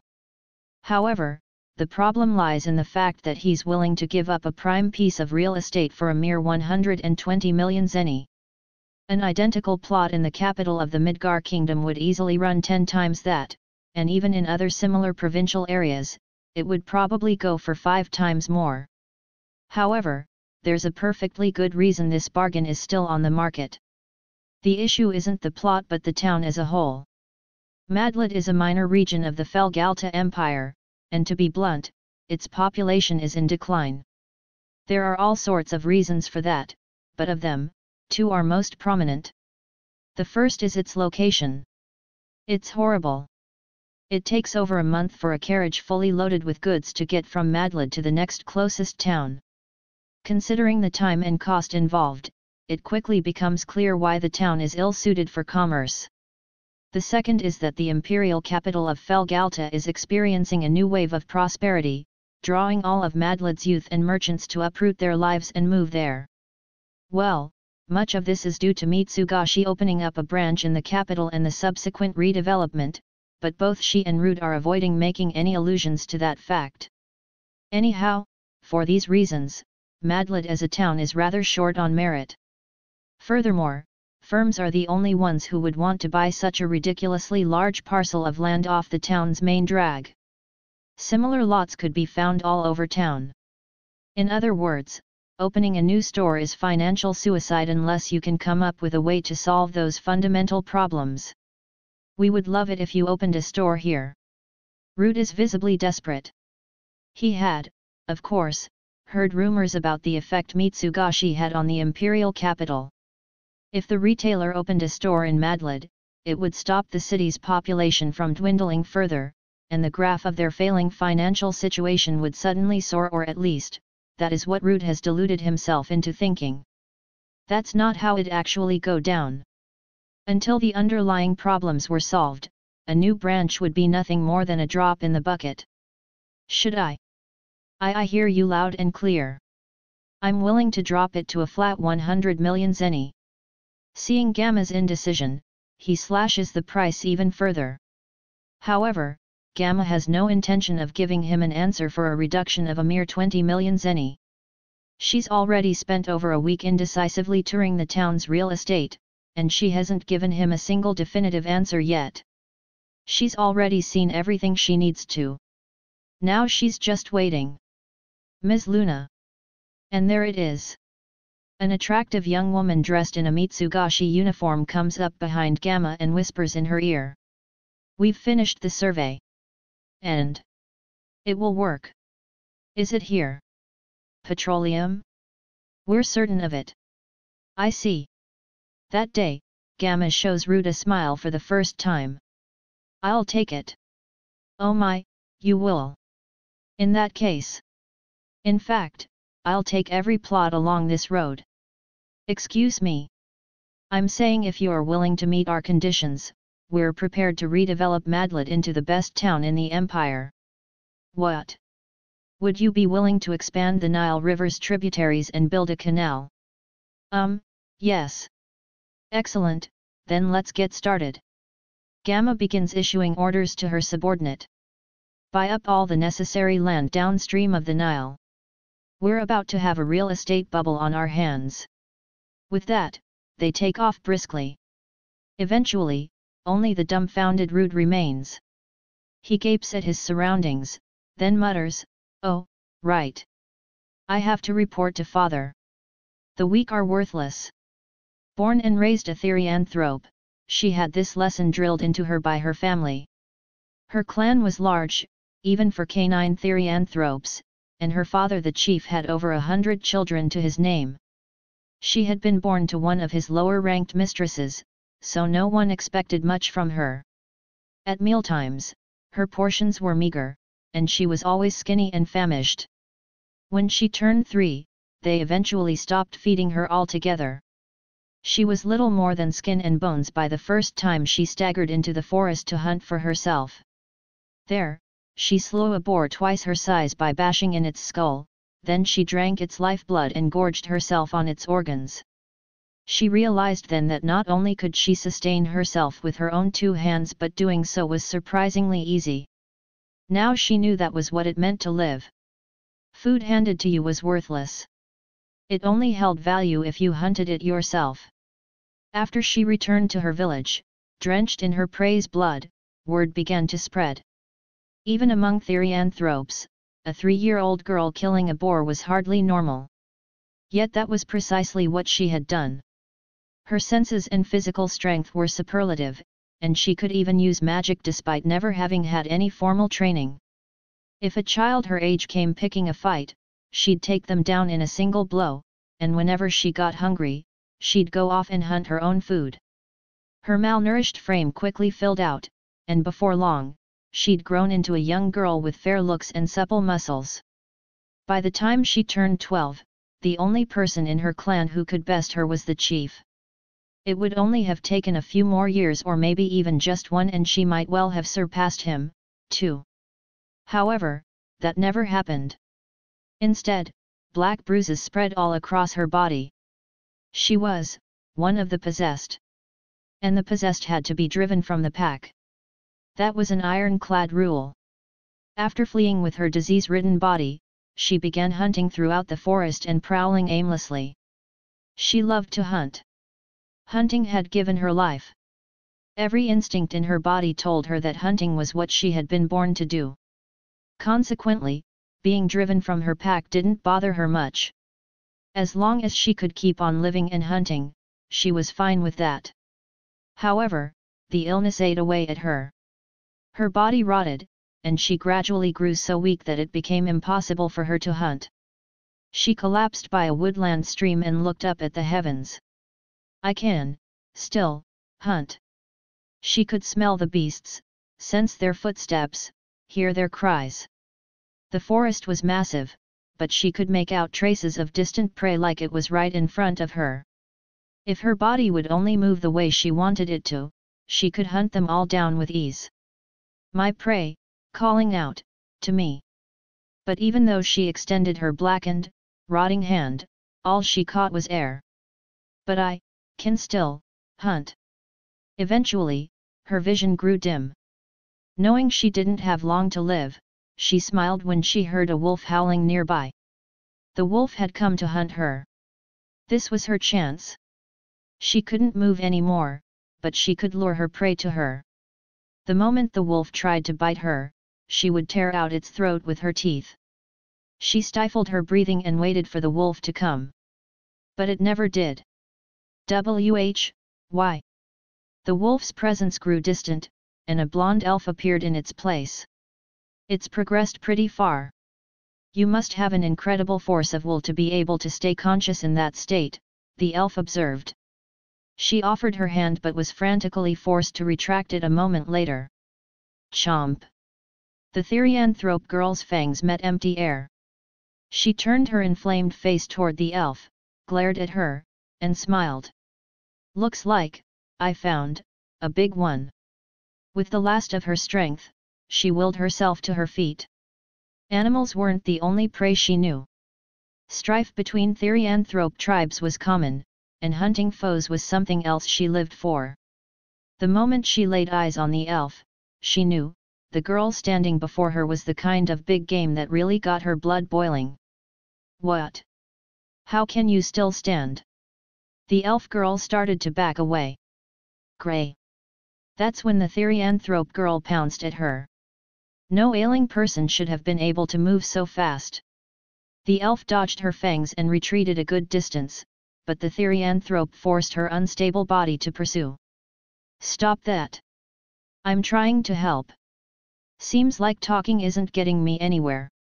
I might end up hurting you, so it looks like I'll need to ask for his help, she muttered, then turned around and left. Wait, the therianthrope chased her for a few steps, then collapsed head first. She no longer had the strength to go after her. The fight had drained the last of her energy, just when she thought she'd have one last chance to hunt a big one. Despondent, she closed her eyes. For a little while, all she heard was the quiet ambience of the forest until nearby footsteps caught her ears. She opened her eyes in surprise. Standing beside her was a dark-haired boy dressed all in black. She couldn't feel his presence at all. My name is Shadow. When she looked up into his eyes, her whole body trembled. She wouldn't win. She wouldn't be able to beat him, no matter how hard she tried. What told her that wasn't logic but instinct, and she comprehended it instantly. The only person stronger than her was her father, the chief of her clan, and even he didn't scare her. But this boy was different. His strength as a living creature was fundamentally beyond hers. When she saw his toned body, she could tell it was built for combat. When she sensed his sharpened magical skills, she could tell they were potent enough to blow the entire area to Kingdom Come. When she looked at his steely eyes, she knew he could tell exactly how strong she was. The gulf between their strengths was so vast, though, she couldn't even muster the will to fight. She feared his strength and, as a matter of course, obeyed what her instincts told her to do in the face of a mightier being. In other words, she submitted. Purr. She flopped over, exposing her belly and wagging her tail. She seems perfectly docile. When I tried to get close to her, she was rabid. The boy and the elf shared a puzzled exchange. Whatever. I'm gonna heal her now. Allow me to help. With that, the boy surrounded the therianthrope with his dark blue magic. The elf awkwardly tried to assist. Purr. As they did, the therianthrope just kept wagging her tail with her belly exposed. A little while later, after the first round of treatment was finished, they were joined by two more elves, one with silver hair and one with blue. The girl wasn't fully healed but had recovered enough to be able to walk around again. I'm Alpha. I'm sorry for springing this on you, but I'd like to explain a few things about our organization and your body. As the elf named Alpha began droning on about some incomprehensible nonsense, the therianthrope girl examined her body. Thanks to the Shadow Boy's magic, she'd recovered remarkably. She would never forget the strength and warmth of his magic. Now, she could hunt again. And because of that, we fight against the cult. She didn't fully follow but understood this was to be her new pack. She had no objections to that. After all, its chief, Shadow, was the strongest being she knew. To serve the strong was her pride. As long as it had Shadow, this pack would become the strongest in the world. On to world domination. That thought glistened in her mind. Delta. From now on, that will be your name. Delta. My new name from Boss Man. She liked it far better than her old name. After all, it was something Boss Man had given her. Boss Man was amazing. He was the strongest. As far as she was concerned, he was the best in all the world. That was why there was something she needed to do. She glanced at the three elves standing around her. The blue one wasn't even in contention. The silver one was so-so. The blonde one, though, was strong. Shadow was the pack's undisputed top dog, which meant Alpha was surely his number 2. In other words, Delta needed to. Hey, Blondie! Glaring, Delta pointed at Alpha. From now on, I'm number 2. Fighting to determine pack hierarchy was extremely important to therianthropes. Submit and show me your belly. Excuse me. Hearing that, Alpha's magic started to flare. Epsilon's mornings start early. She's up before the sun rises and stands before a large mirror clad in her negligee. She only sleeps for 3 hours. However, her master taught her a technique that removes fatigue with magic while she sleeps, so 3 hours is plenty for her. Ample beauty sleep. By only sleeping 3 hours a day, she's able to spend the other 21 productively. She takes care of her training and missions, of course, but her number 1 priority is self-improvement. That's why she wakes up early to stand in front of the mirror. The first thing she needs to inspect are her slime-padded breasts. Standing before the mirror, she turns the massive slime blobs over in her hands. Are they bodacious and shapely? Are they firm yet soft to the touch? Most importantly, do they look natural? She absolutely can't let anyone find out about her padded little secret. They have to be realier than real, more natural than natural. That's the standard to which she holds her chest as she inspects the slime. After almost an hour of rotating and massaging, she finishes her inspection and fine-tuning. Next, she makes sure her figure is well proportioned. Does her waist corseted in slime cast an appropriate silhouette? Are her thickened hips beautiful? What about the slim plumpness of her butt, the form of her calves, the length of her legs? By the time she's finished all of her checks, the morning sun has long since risen. She then sheds her negligee, dons a casual dress atop her slime, applies her makeup, and does her hair. At this point, she's finally fit to appear in front of others. As the finishing touch, she stands in front of the mirror one last time, twirls, and readies her Epsilon-style hidden technique, Master Shadow Come Hither pose. Beautiful as ever, she sighs with a smile. Her voice is rich with confidence. All of this is for her master's sake. This is the extent to which she's pushed her daily routine. However, she holds the master shadow come hither pose longer than usual today. As she maintains the position, which serves to emphasize her slime breasts, an unpleasant smile spreads across her face. Ha ha. Ha ha ha. Ah ha ha ha ha. She's smiling because she's reminiscing. Specifically, she's thinking about something that happened the other day in Lindworm, back when she was reunited with her master after a long absence. She'd elegantly dispatched one of the cult's assassins as she swooped down before Lord Shadow. Whenever she was reunited with her master, her heart always beat even harder than usual. This time, though, he'd been staring right at her. And his fierce gaze had locked on her breasts. Epsilon's beauty, glamour, and effort had finally snatched her master's attention. Her cheeks had reddened, but she'd pretended not to notice her master's fervent gaze. As soon as he left, though, her feelings erupted, and she let out a loud victory cry. I won! I beat Mother Nature! Immediately after, she snapped back to her senses. This isn't Lindworm, the sacred land. It's her bedroom. However, the memory is etched in her heart, that fleeting moment with her master's gaze burning into her chest. Ha ha. Ha ha ha. Finally, she releases the master shadow come hither pose. However, the wicked smile is still plastered on her lips. That day, that moment, was unmistakably the pinnacle of her life. Simply thinking back to it, she can return to the peak of her existence. She feels like a phoenix, coming back again and again. Thus, Epsilon's day once again begins at its zenith. After leaving her bedroom, Epsilon walks down the hallway and runs into Beta for the first time in a while. They trade superficially amiable greetings. Good morning, Beta. Good morning, Epsilon. The exchange is casual. However, neither looks at her comrade in arms' face for so much as an instant.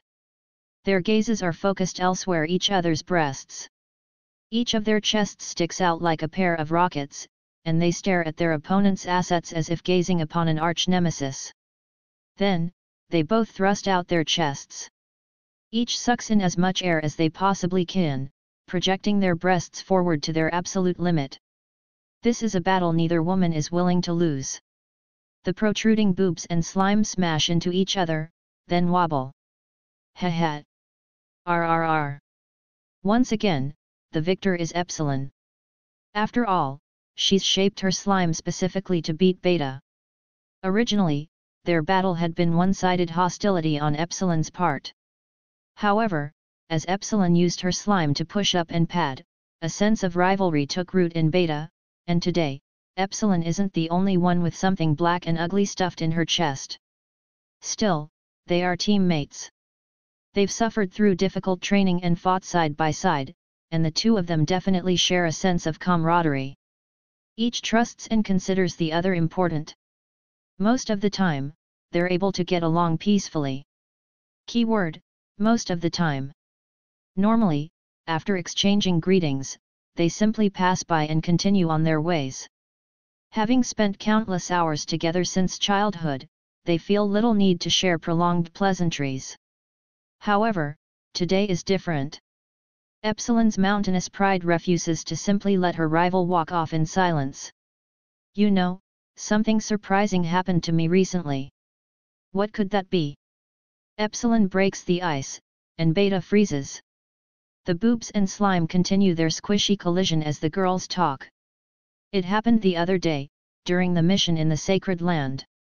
I felt our Lord's gaze burning a hole in me. What? I felt his hot gaze, focused, right here. Epsilon's cheeks redden, and she fidgets restlessly as she speaks. WH. That can't be. Why, you must be mistaken. Oh, no, it was not a mistake. You should know, Beta. We're very aware when people look at us. RRR. Why, you rewrite. The two of them are both curvy from head to toe, and they find themselves on the receiving end of the male gaze all the time. They've both naturally grown conscious of when it's happening. That was what I found so surprising. I never thought he would fix so fervent a stare on the likes of me. Gh. Our Lord? There's no way, mortified, Beta glares at Epsilon. I mean, is it even proper for our Lord to fall for someone as lowly as me? Epsilon sniggers as she puts emphasis on that last bit. After all, think about it. Your figure is so much nicer than mine, Beta, and you're so much prettier. Wh. Epsilon is lording over Beta. Her triumphant face makes it abundantly clear she doesn't consider herself lowly in the slightest. It's the hollow modesty of the victor. Her words are the proclamation of a woman whose figure is better, whose looks are stronger, and who's earned the affection of their lord. Each and every one of her compliments is backhanded. Epsilon speaks from a place of superiority. Spurred by her pride, she always does. Your boobs are so big. Irk. And your waist is so small. Irk. And your legs are so long. Irk. Why, you're so pretty. Irk. To deliver the clincher to her wounded foe, Epsilon unveils hidden technique, Master Shadow come hither pose, and flaunts its overwhelming power directly before Beta's eyes. Tears immediately begin welling up. Surely you must have felt his hot gaze on you before, right? I. Don't tell me you haven't. I. That can't possibly be true. I. Boo-hoo. Beta weeps as she runs off. Ha. All the natural ones should just be culled from the world. Now I'll be on the receiving end of his affection. Only me. Epsilon smiles as she watches Beta flee. Some say her beloved master once muttered in an empty room, Epsilon's head is as swollen as her slime pads. Just as he said, her pride swells beyond the heavens. If her ego wasn't so big, she would be incredibly docile and caring. If she wasn't so proud, that is. Chapter 4. This situation calls for a who is that guy? Rose can hear rain falling. The sound of the droplets striking outside pulls her attention away. She steadies her breathing, then lowers her practice rapier. After using her hand to wipe away the sweat trickling down her face, she fixes her hair. Only the rain breaks the silence in the dim training facility. For a little while, Rose merely closes her eyes and focuses on its noise. The damp air causes a lump to form in her throat, but she swallows it down. She's always found the sound of water to be beautiful. Rose was born in the Oriana Kingdom, a land of art and culture. She'd been exposed to countless art forms in her childhood, and her aesthetic sensibilities were superb. Over the course of their lives, every member of Oriana royalty chose a single art form in which to excel. It could be painting, or music, or acting. Each was free to choose as they pleased. Although the young Rose expressed great interest in the arts, she was never able to settle on one. In her eyes, all forms of art were beautiful and unique. Painting, music, acting, fashion design, sculpture, and the rest were all so wonderful it was impossible for her to pick just one. Consequently, she dabbled in them all and received high praise for her work in each.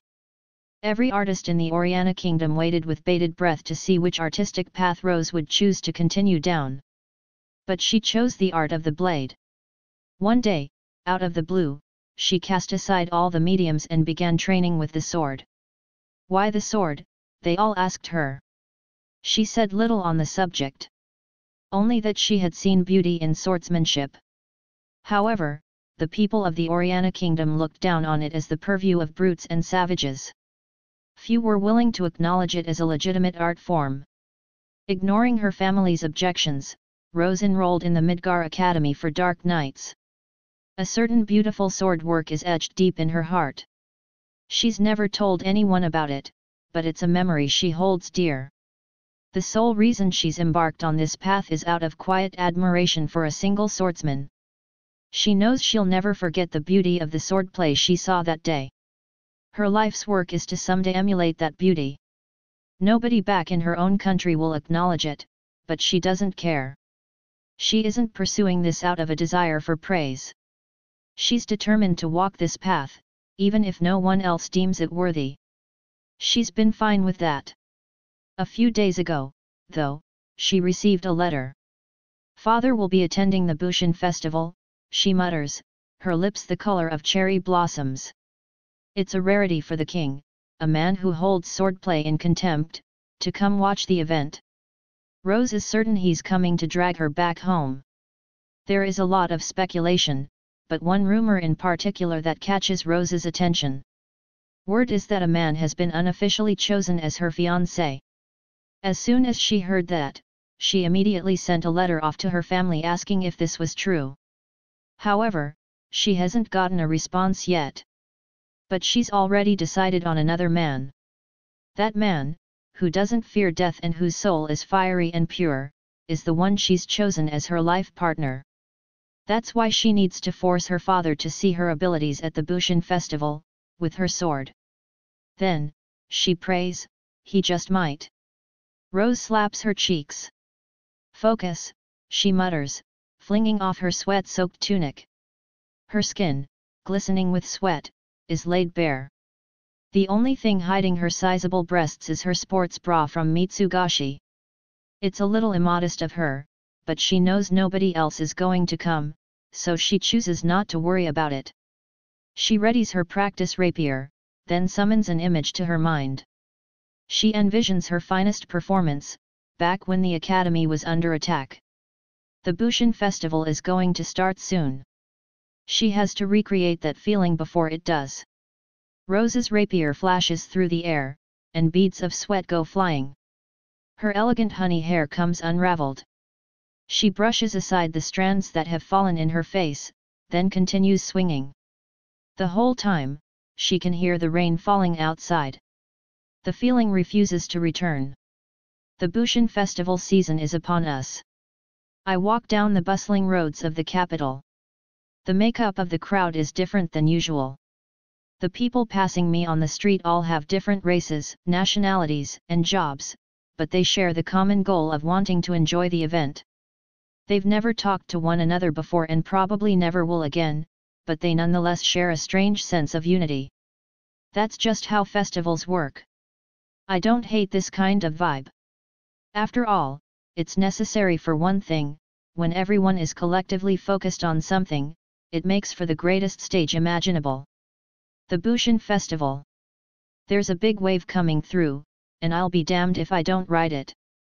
I'm gonna check off the top item on my bucket list. It's that trope where a mysterious badass joins a big tournament, and everyone goes from hold up, that guy's gonna get himself killed. To wait, he's super strong. To just who is that guy? To do that, I'm gonna need everyone's cooperation. After pushing my way through the crowd, I eventually end up at the Royal Capital branch of Mitsugashi. Ignoring the line of people patiently waiting their turn, I stroll right in. I'm friends with the owner, so it's fine, right? The store is hectic since it's the busy season and all, but it isn't long before an attractive saleswoman spots me and drags me off. I know it totally sounds like I'm lying, but I'm friends with the owner. I swear. I'm aware. I was a little concerned whether she really knew me or not, but it turns out to be the former. She takes me to that room from last time with the awesome chair. I take my seat atop it. Damn. Sitting on this thing really makes you feel like a king. They even bring me a glass of iced apple juice. Not from concentrate.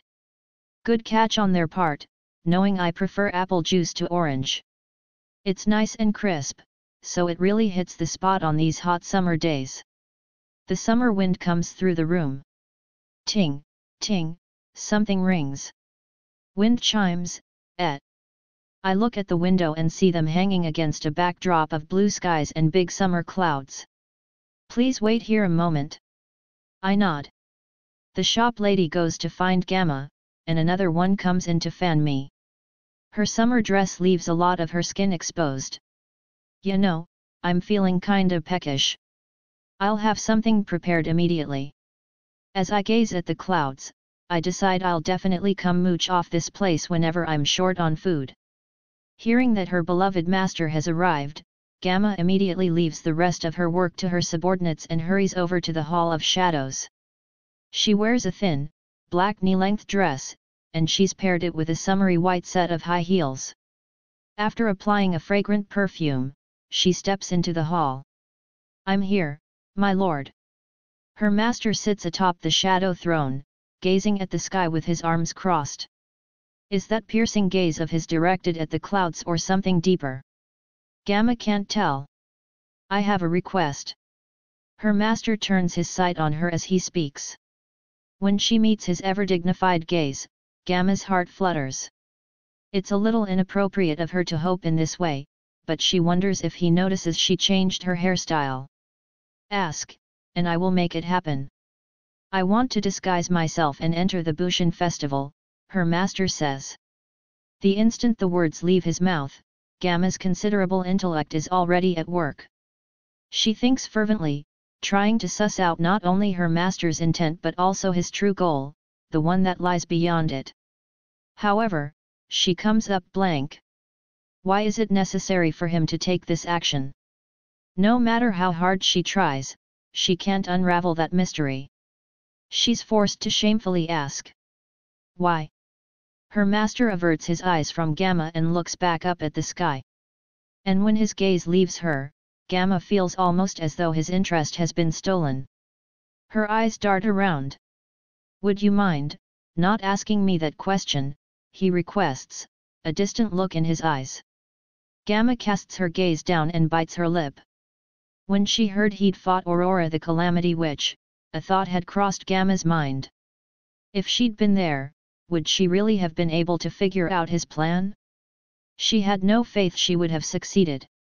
None of the members of the Shadow Garden who were on site had been able to fathom it. In the end, his choice turned out to be optimal, but no one had been able to get on the same page as him. If Gamma had been there, she'd have had no choice but to determine her master's intentions. Gamma is the brains of the Shadow Garden. That's her raison d'être. If she can't do that, then she is worthless to the organization, and even though she knows that, she's messed up again. "Forgive me. It must be something you can't tell anyone about." Gamma hasn't been able to deduce so much as a shred of her master's motives or emotions. She's an utter failure. It would be far better if she just stopped trying to be clever and did as she was told. "I won't ask any more, but it will be done." Gamma kneels, hiding her face to conceal the tears of chagrin welling up in the corners of her eyes. After wiping them away, she issues swift instructions to her subordinates. They go and fetch something. "What is that?" her master asks as he eyes what they've brought. "Slime modified based on your shadow wisdom. By running magic through it, it takes on the exact same feeling as skin." "Oh." Gamma offers the flesh-colored slime to her master. "So I just put it on my face?" "Correct." Her master stretches the slime over his face. "It looks like I'm wearing clay," he observes as he looks in a mirror. This is where Nu comes in. "Pardon me." Nu steps in front of their master and pulls out a small chisel-like knife. "I'll carve the slime." "Ah, I see. What kind of face would you like?" "Good question. One that looks kinda weak." "Weak, hey." Nu thinks for a minute. "What about this man?" Gamma opens a folder and shows Nu a young man's census data. "Mundane man. A member of the aristocracy in the Altina Empire. 22 years old. He's lazy, weak by Dark Knight standards, and was disowned 5 years ago. Afterward, he worked in a variety of places as a mercenary and guard. His final job was protecting a carriage full of the possessed. The man had been lazy, but that was hardly a sin. He'd been guarding the carriage, unaware of what lay within. That was when his luck ran out. His bone structure is similar, so it should work out. We also already have his identification papers." "Good. That'll be safer than forging them. Is this acceptable, my lord?" "Yeah, let's go with this mundane guy." Then without further ado, Nu takes her knife and begins shaving away at the slime. She's excellent with makeup. In fact, when it comes to cosmetics, she's their go-to girl. She finishes carving in no time, and a plain man's face is edged atop their master's. He lets out an impressed grunt as he looks in the mirror. Ooh, this is nice. Will this do? Yeah, this is great. I look so weak. The face lacks any notable traits but gives off a plain impression. It sports sickly bags under its eyes, a pathetic 5 o'clock shadow, a sagging mouth, and dull skin. The man looks thoroughly unreliable. It warms Gamma's heart seeing her master so pleased. The face will harden once you run magic through it, so afterward, you can take it off and put it on as you please. Sweet. As far as its weaknesses, it's less elastic than the slime bodysuits, and it offers almost no physical protection. Got it, so it's for cosmetic use only. It wouldn't make sense to make a full bodysuit out of this stuff. Correct. Also. After Nu finishes her brief explanation, their master stands. I'd probably look the part more if I hunched my back. He tries walking around with his back twisted a little. Bravo, commends Gamma, smiling as she claps. It's possible to tell how physically adept someone is just by assessing their posture and gait. Strength largely comes from the feet. People who are good at manipulating their bodies carry themselves in a way to transfer as much strength throughout themselves as possible. Of course, that isn't the end-all be-all of gauging someone, but it's a useful point of reference. Gamma's master once taught her that, and she understands it perfectly. However, that perfection doesn't extend to her ability to put it into practice. Her posture is elegant but nothing more. She's a textbook example of how this rule doesn't apply to everyone. I should drop my shoulders, too. Yeah. And I want to be careful not to misalign my pelvis. It'd be a pain if it got stuck that way. Gamma is filled with pleasant feelings as she watches her master practice walking in a way to give the impression of weakness. She gives instructions to her subordinates. Prepare clothes and a cheap sword. Ah, good thinking. Hearing those 3 words, Gamma's heart is filled to the brim. Yeah, those look good. I'm gonna go register for the Bushin festival. Her master must have been messing with his vocal cords, as his voice comes out low and husky. Here are his papers. Take care out there. Gamma lowers her head and watches her master recede. Thanks. Oh yeah, one other thing. Her master stops in front of the door. That hairstyle looks nice on you. Gamma's brain freezes. The door clicks shut. Plurg. And Gamma's heel snaps. Gamma. Her face plants straight into the floor, but despite the blood gushing from her nose, her expression is one of absolute bliss. Registration for the Bushin festival is handled at the arena's reception desk. I get in line, glancing at the other dark knights around me. The guy in front of me, being tall and brawny, comes off strong at first glance, but his center of balance is garbage. It's a close call, but I think I just barely look weaker than him. More warriors line up behind me. One guy has a solid center of mass, but he's kinda tubby. Hell, that's probably why his balance is so good. That's what you get when you drink too much, man. But I think I'm good. He's got an intimidating expression, so I still look weaker. I continue looking around and judging people. It's like I'm holding my own little tournament of who looks weakest. After all, I wanna go from hold up, that guy's gonna get himself killed, to just who is that guy. So I have to start out looking like the pooniest dude around. That guy's a nobody, that dude over there's no big deal, the guy across from him is a runt, this chump's less than nobody. Damn, there's just too many shitters. But I'll be fine. Right now, I'm mundane man. After conducting my fair and impartial assessment, I determine I'm still probably the least impressive of the lot. As I nod in satisfaction, someone calls out to me. Hey, kid. You'd best give up now. If you don't, you'll die. I turn and find a female dark knight standing behind me. My heart pounds. Could it be that classic cliché? Who are you? I'm Anne Rose. If you're planning on entering without thinking it through, you'd be better off leaving now. Anne Rose casts a stern glare at me. When she does, I pump my fist internally. I knew it. This is the scene that always happens when a weakling tries to enter a big tournament. You're an amateur. I can tell just by looking at you. Anne Rose walks toward me, then stops an arm's length away.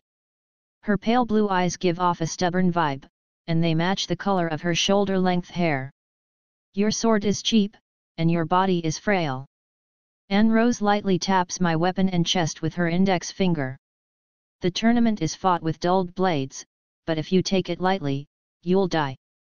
She glares at me again. I return her gaze and think for a moment. What would be the best reaction? You shouldn't go judging people by their looks, I end up saying, then turn away. The premise is that I look weak, but I'm secretly strong. It wouldn't make sense for me to get all timid here. It serves me best if she thinks I'm too cocky for my own good. Hey, there's no need to get snippy. I'm just trying to look out for you, and save your concern. I make my tone as confident as possible. You really need to. Suddenly, another man butts into our conversation. Yo, kid. You should listen to what the lady's telling ye. If I had to describe his appearance, I'd say he looks like a rude pro wrestler. On the other hand, the ease with which he wears the large great sword on his back and the battle's worth of scars etched across his face make him seem more like a grizzled warrior. Honestly, he's probably the strongest person nearby besides me and Anne Rose. The name's Quentin. I've entered a couple of these Bushin festivals, but every year, there are some weak-ass punks who ruin the mood.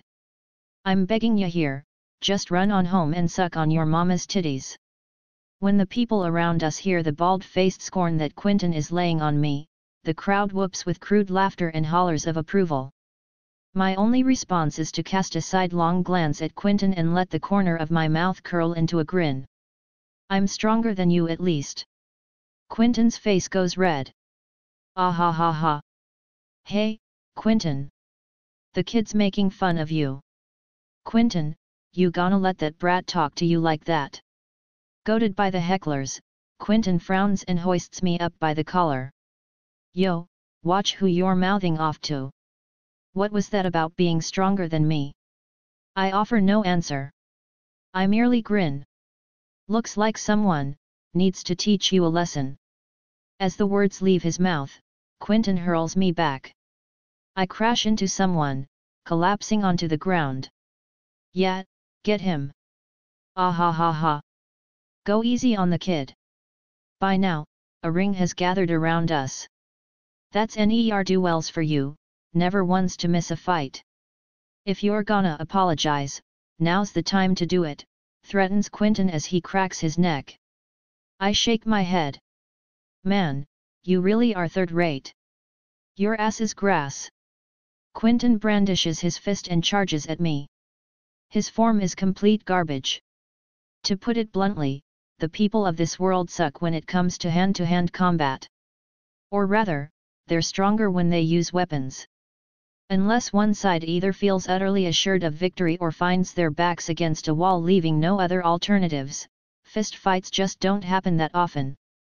If someone held a tournament where no one could use weapons, I would end up winning. I'm pretty confident of that fact. Countless strategies for what to do next pass through my mind. Countering him with a right straight punch or a left hook would be simple but effective. Stopping him with a jab or a front kick, then hanging back, would be safe. Going on the defensive right away would be even safer.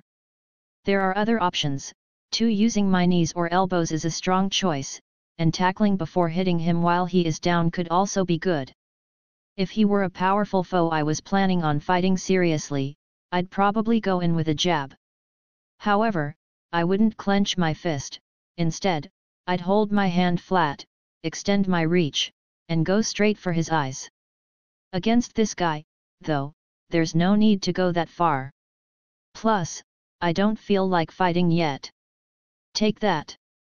Quentin's fist sinks into my cheek. It sends me flying, crashing into the wall of spectators.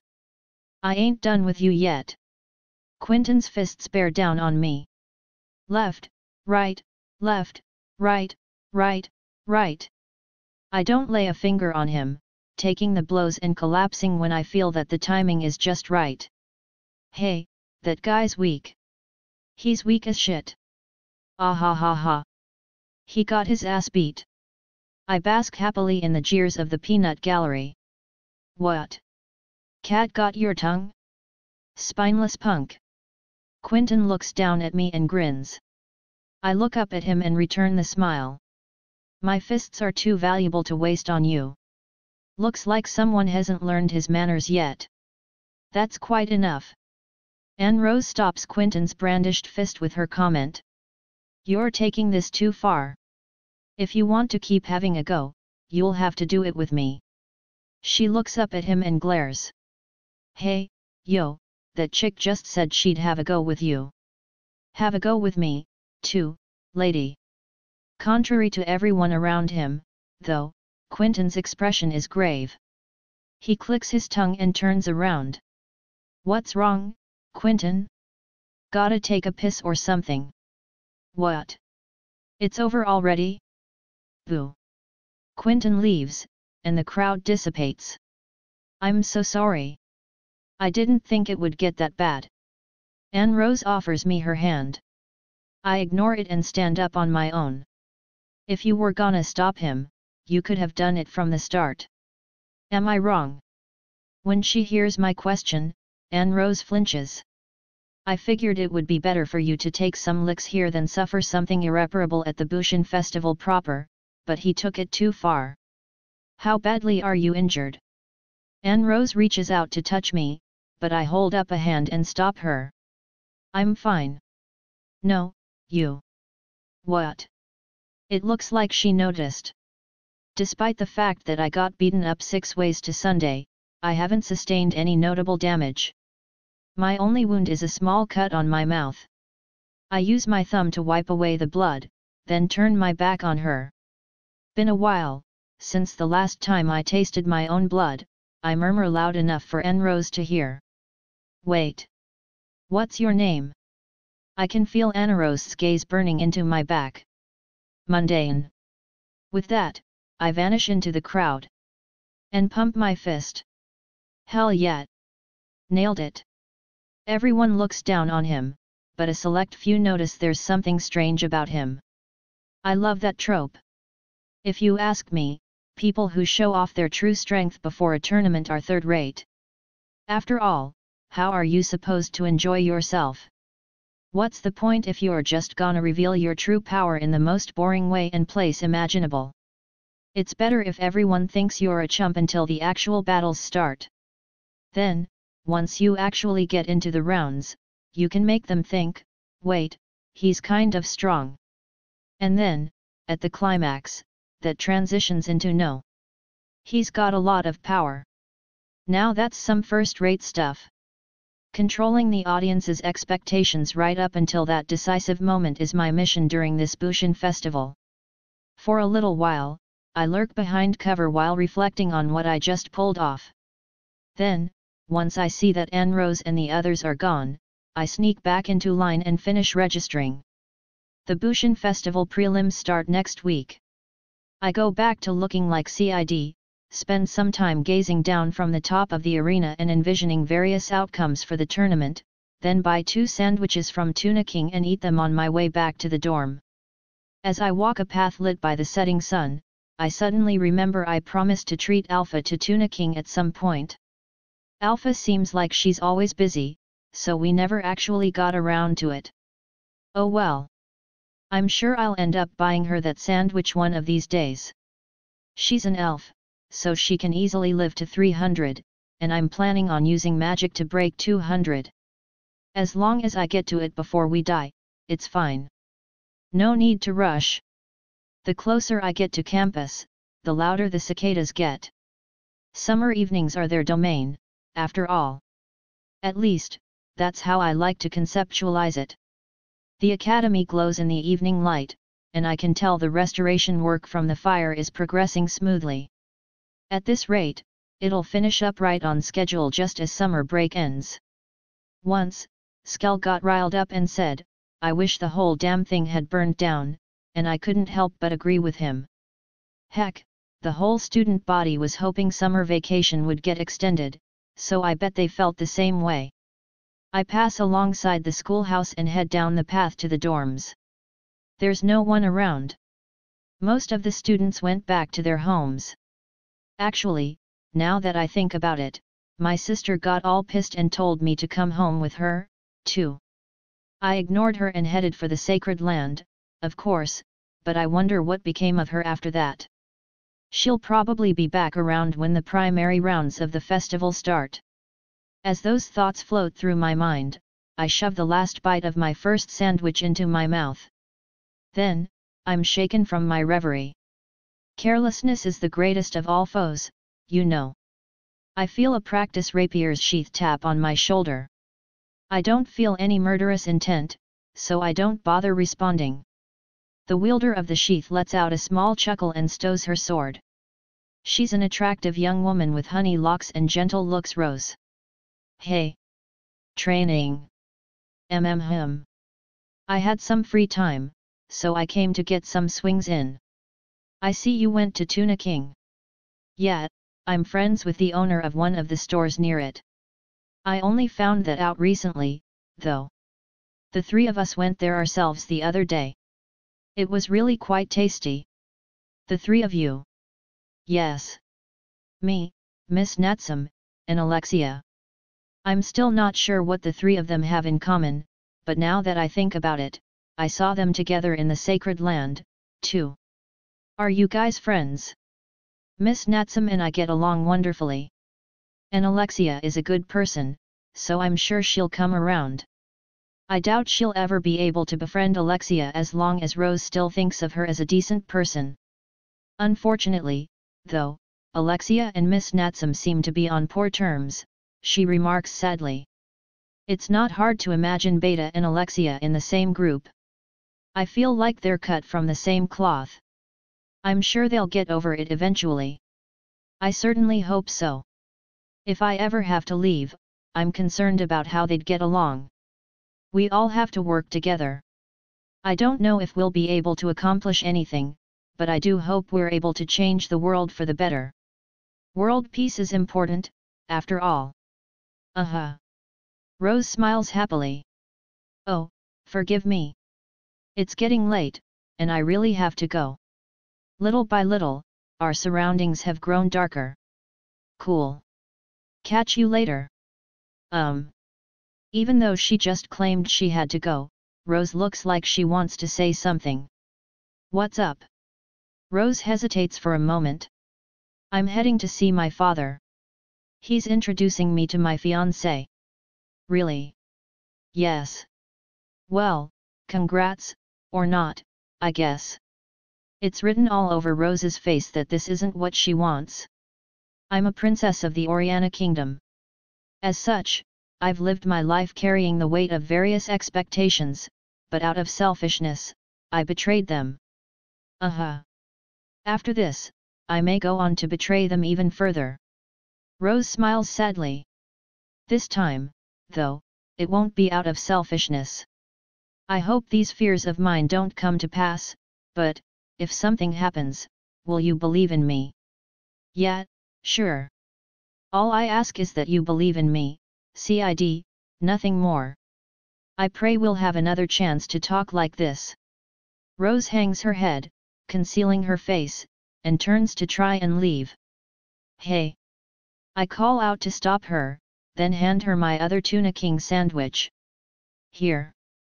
You should try and relax a bit. Thank you.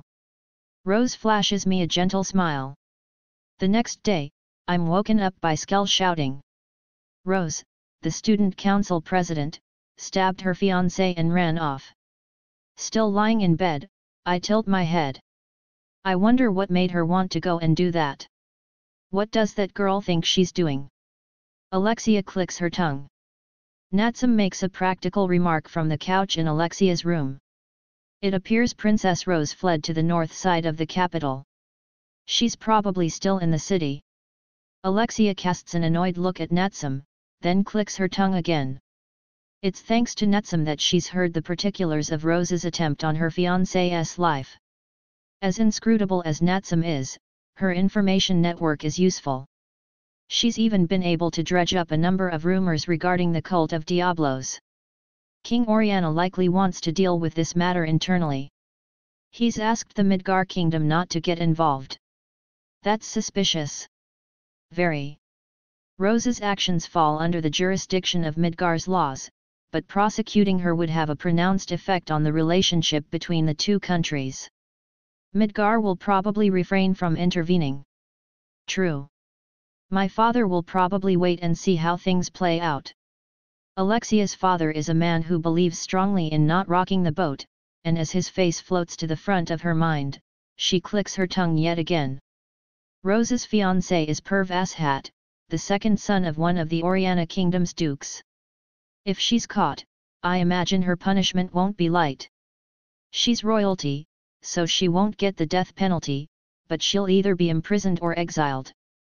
Anyway, we should find Rose before the Oriana Kingdom does so we can ask her what's up. Well, let's think about this. Princess Rose didn't discuss any of this with us. It's possible she was trying to avoid getting us involved and making this an international incident. So what?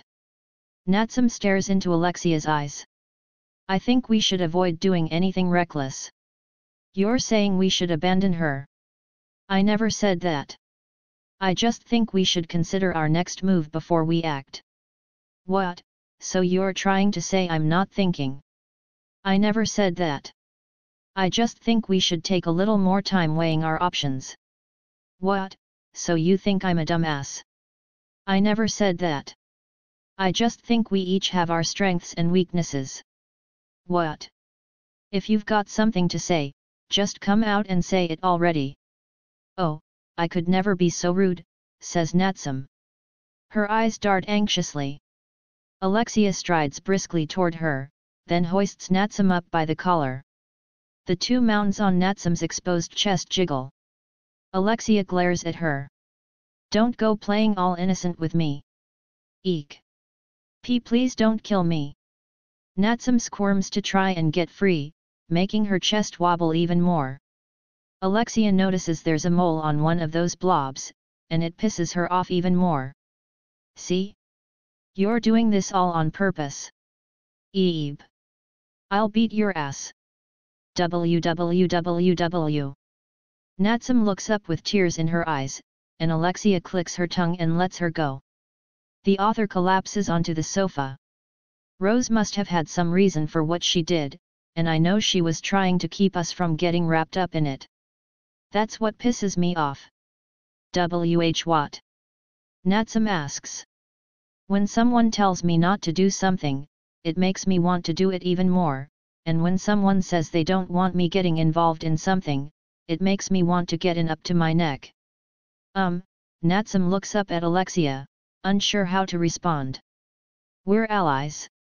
None of us really knows what lies in the other's hearts, but we agreed we'd act as a team. Didn't we? Are right. Since that's the case, I'm not going to abandon a teammate.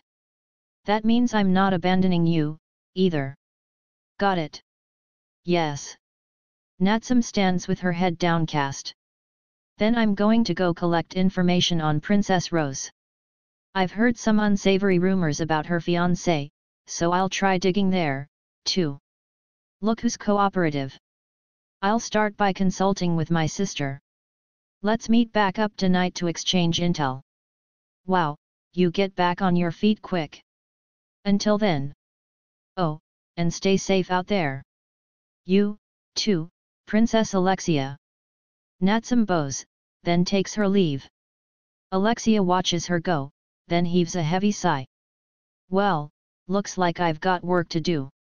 She smooths out her wrinkled clothes, then heads out after her. Chapter 5. A battle to attract only MVPs. The week ends, and the preliminaries for the Bushin Festival begin. I'm currently watching the fights from the arena stands with Skell. The sun is high in the sky, and attendance is sparse. Well, that's just how these rounds are.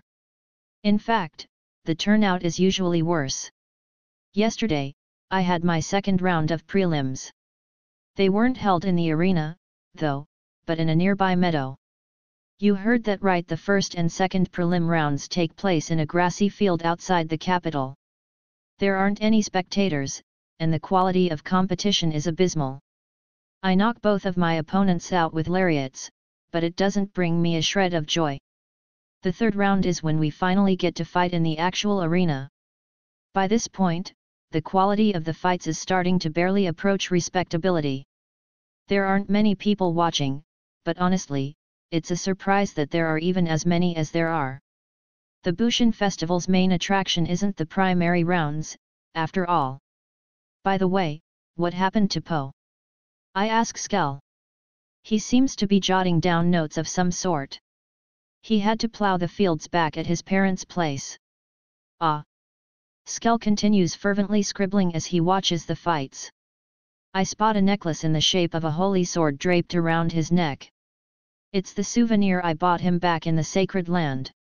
I'm glad he's actually wearing it, but it also makes me question his taste in fashion.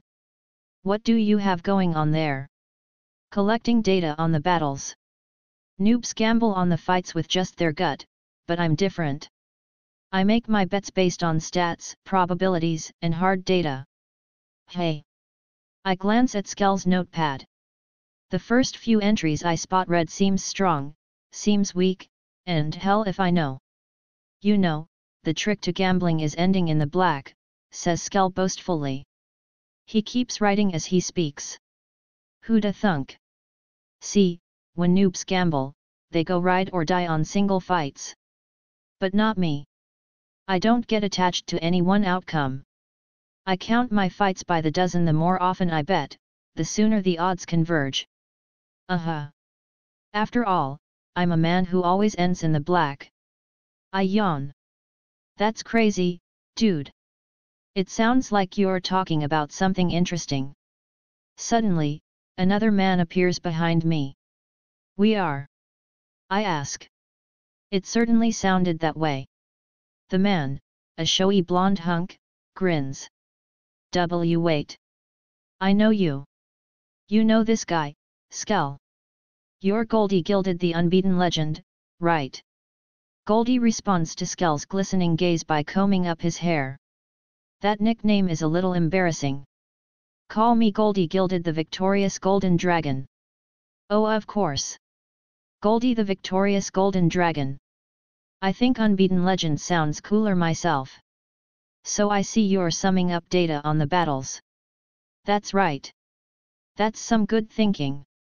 I always make sure to do the same. Really? Of course.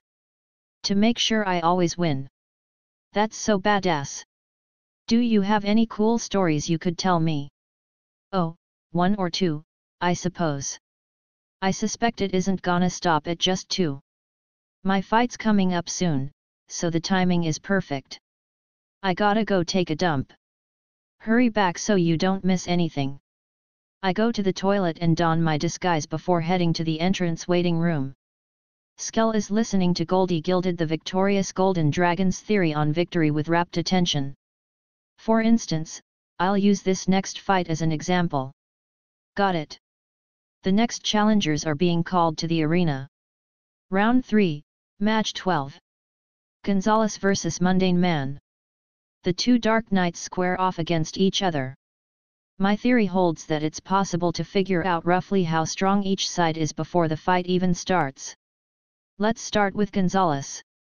We can figure out his physical prowess by analyzing how balanced his muscles are. Also, based on the glint in his eyes and his arrogant disposition, he gives off an aura of a tough, experienced fighter. His power level looks like it's around 1,364. P power level. What's that? By analyzing the battle data, it's possible to quantify someone's combat capabilities. 1,364 isn't bad. That's awesome.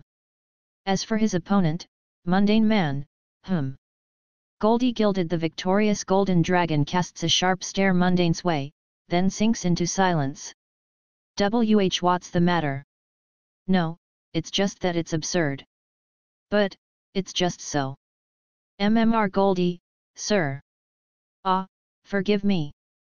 I lost myself a little there. Wait. Is Mundane really that? Yeah, that man, Mundane man, is unbelievably incompetent.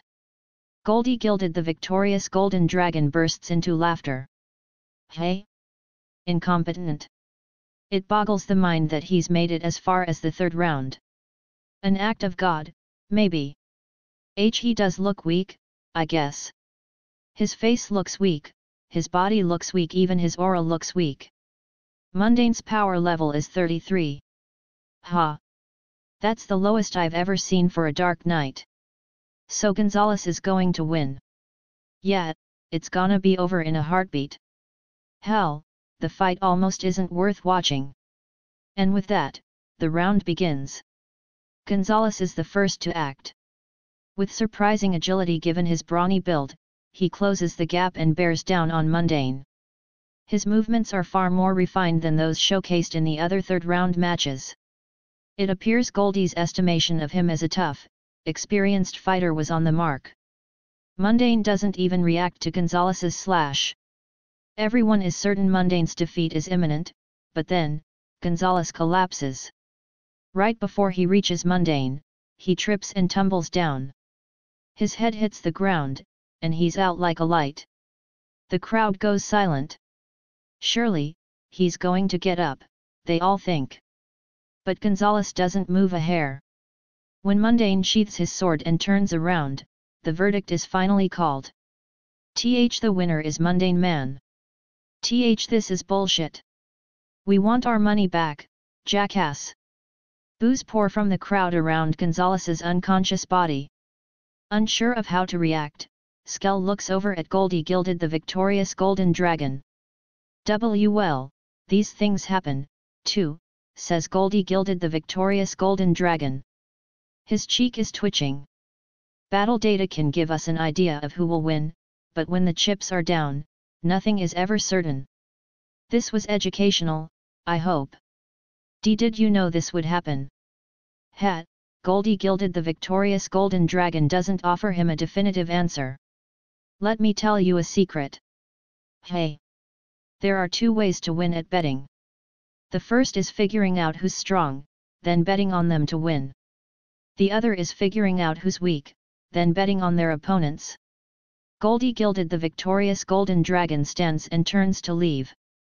Tomorrow is the fourth round, and the sixth match is Goldie gilded the victorious golden dragon versus Mundane Man. Wait. That means Goldie gilded the victorious golden dragon whirls around and points at Skell. Can you find the winning line? Then, he combs back his sparkling blonde hair and makes his exit. He's so cool. Amazed, Skell watches Goldie gilded the victorious golden dragon leave. I finished taking my dump. A young, dark-haired man returns to his seat. Hey, CID. There's a fight tomorrow with a guaranteed win. Let's go all in. What? No. C'mon. Just take my word for it. Screw that. Fine. Your loss, man. And with that, the two of them go back to watching the matches. The fourth round of the Bushin Festival has begun. Anne Rose is sitting in the front row of the stands, waiting for a certain match to start. Her pale blue hair sways in the breeze, and her identically colored eyes are fixed on the arena. There are more spectators than the previous day, but the arena isn't even half full. You came to watch that guy's fight, too, lady. Anne Rose hears someone call out to her and turns around. I remember you. You're Quentin. Quentin still looks like a pro wrestling villain and plants himself beside Anne Rose. You saw his third round yesterday, right, lady? I did. I take it you did, too. Not on purpose, but I happened to catch it. What day I'll make of Mundane Man's round? Quentin stretches his legs as he asks Anne Rose the question. It certainly didn't look like he just lucked out and his opponent tripped. Yet. That guy did something. I don't have a rat's ass of a clue what it was, but thought you might. You're Anne Rose, one of Felgalta's 7 blades, after all. For a moment, Quentin's arrogant gaze meets the steely glint in Anne Rose's eyes. Anne Rose immediately looks away and crosses her legs. Her white skin is exposed beneath the slits in her skirt. I gave up that title. Now I'm just Anne Rose. My bad. Oh, and I know I'm late, but congrats on passing the goddess's trial. Thank you. So you couldn't tell what Mundane did? I couldn't. Anne Rose sounds a little sullen. I didn't think there was a chance I'd miss it, so I let my guard down. But, it looked like his right hand moved. His right hand, hey. I don't know what he did with it. All I know is that whatever it was, he did it incredibly quickly. Hey. I guess that makes my guess wrong. Quentin exhales through his nose, annoyed. Your guess? I figured he'd used some kind of banned artifact or something. Interesting. We can't fully rule that out. Either way, we'll know after the match today. I suppose we will. His opponent is Goldie Gilded, the unbeaten legend. Never heard of the guy, but I guess he's supposed to be famous. Apparently, he's never lost a match.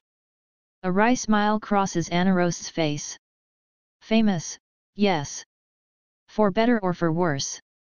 He's strong. Interesting question.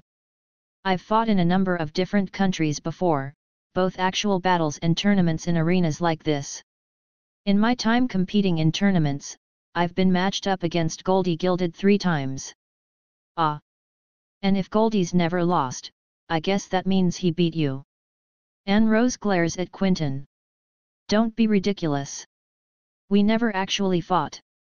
Whenever he's up against a strong foe, he simply drops out. What? The hell's up with that? He's a man who'll never fight an opponent if he thinks there's a chance he'll lose. He only fights those he knows he can beat, then withdraws once he has to contend with anyone stronger. That's why they call him the unbeaten legend. Nobody has a chance to defeat him. I hear he doesn't like the name, so he's been calling himself the victorious Golden Dragon. Unbeaten and victorious, hey? They sound similar but mean totally different things. Quentin laughs. So you're saying we shouldn't expect much from our friend the unbeaten? The corner of Anne Rose's mouth curls upward. I wouldn't be so certain. What do I mean?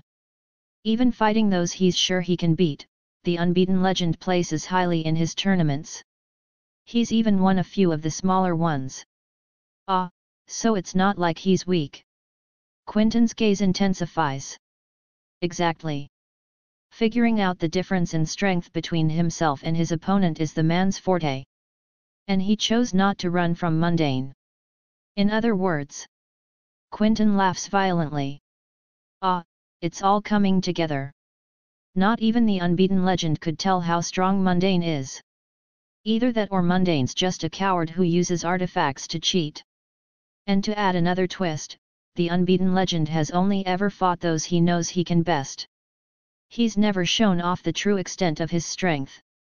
Damn, things are starting to sound interesting. That they are. Quentin smiles a beastly grin, and Anne Rose licks her lips. Then, they both turn their attention to the arena. Cheers and jeers flood the stadium, and Mundane Man and Goldie Gilded stare each other down. Of all the spectators in the stands, only 2 understand the true significance of this fight. Round 4, Match 6. Goldie Gilded vs Mundane Man. Ready? Begin. Goldie seizes the initiative. The moment the match starts, he immediately closes the gap. Then, he swings his excessively decorated great sword straight at Mundane's neck. His target, Mundane, hasn't even drawn his weapon yet. He's just standing there, not even reacting. Goldie, certain of his victory, flashes his pearly whites. A loud crack rings out. Hey! Goldie lets out a small exclamation of surprise. But he's not the only one. Nobody in the stands is ready to believe what they just saw. Goldie's sword passed clean through Mundane's neck, connecting with air and air alone. Goldie realizes his torso is wide open. TCH. His face twitches. Offered that decisive window, Mundane finally moves. And yet, he merely draws his sword slowly from its sheath. That's all. His movements are sluggish, and he's completely overlooking this nugget of opportunity. It doesn't seem like he's even noticed. Goldie puts some space between them, then glares at Mundane and spits out a few words. You making fun of me? His annoyance is all too clear. Did ya catch it? Quinton asks Anne Rose over in the stands. Just barely. She continues staring at Mundane with the eyes of a hawk. I knew ya were the real deal. I couldn't see shit. I thought the unbeaten legend got Mundane's head good. Right. It wouldn't normally be possible to dodge the blow at that point. But, before the sword hit him, Mundane cracked his neck. Anna Rose's voice is filled with unconcealed shock. He cracked his neck? I don't follow. All he did was crack his neck. You know, like this. Anne Rose tilts her neck to the side and cracks her joints. Nah, hold up. That doesn't make any sense. I know. But the moment he tilted his neck, it made that cracking sound, and Goldie's sword missed. You're yanking my chain here. He tilted his neck to crack it and just so happened to dodge the attack. I think that's what happened. You're full of it. There's no way a coincidence like that's possible. A serious look fills Anna Rose's eyes. What if it wasn't a coincidence? What? He cracked his neck so fast, even I would have missed it if I hadn't been specifically watching him. A normal person can't do that. Common sense held that people couldn't crack their necks so fast as to render the motion invisible to the eye. Gah! You're right. It's possible that dodging the sword was just an afterthought to him. Mundane started with a desire to crack his neck while the attack happened to be coming his way, so in addition to cracking his neck, he also dodged it. Bullshit. That right there, that's impossible. Goldie's swing was fast. You're trying to say the kid dodged it as an afterthought. I'm only half certain myself. Maybe it was all just a coincidence. But if it wasn't, there's no way I'm gonna believe that. Goldie glares at Mundane. You piss me off. Right there, you just missed a golden opportunity.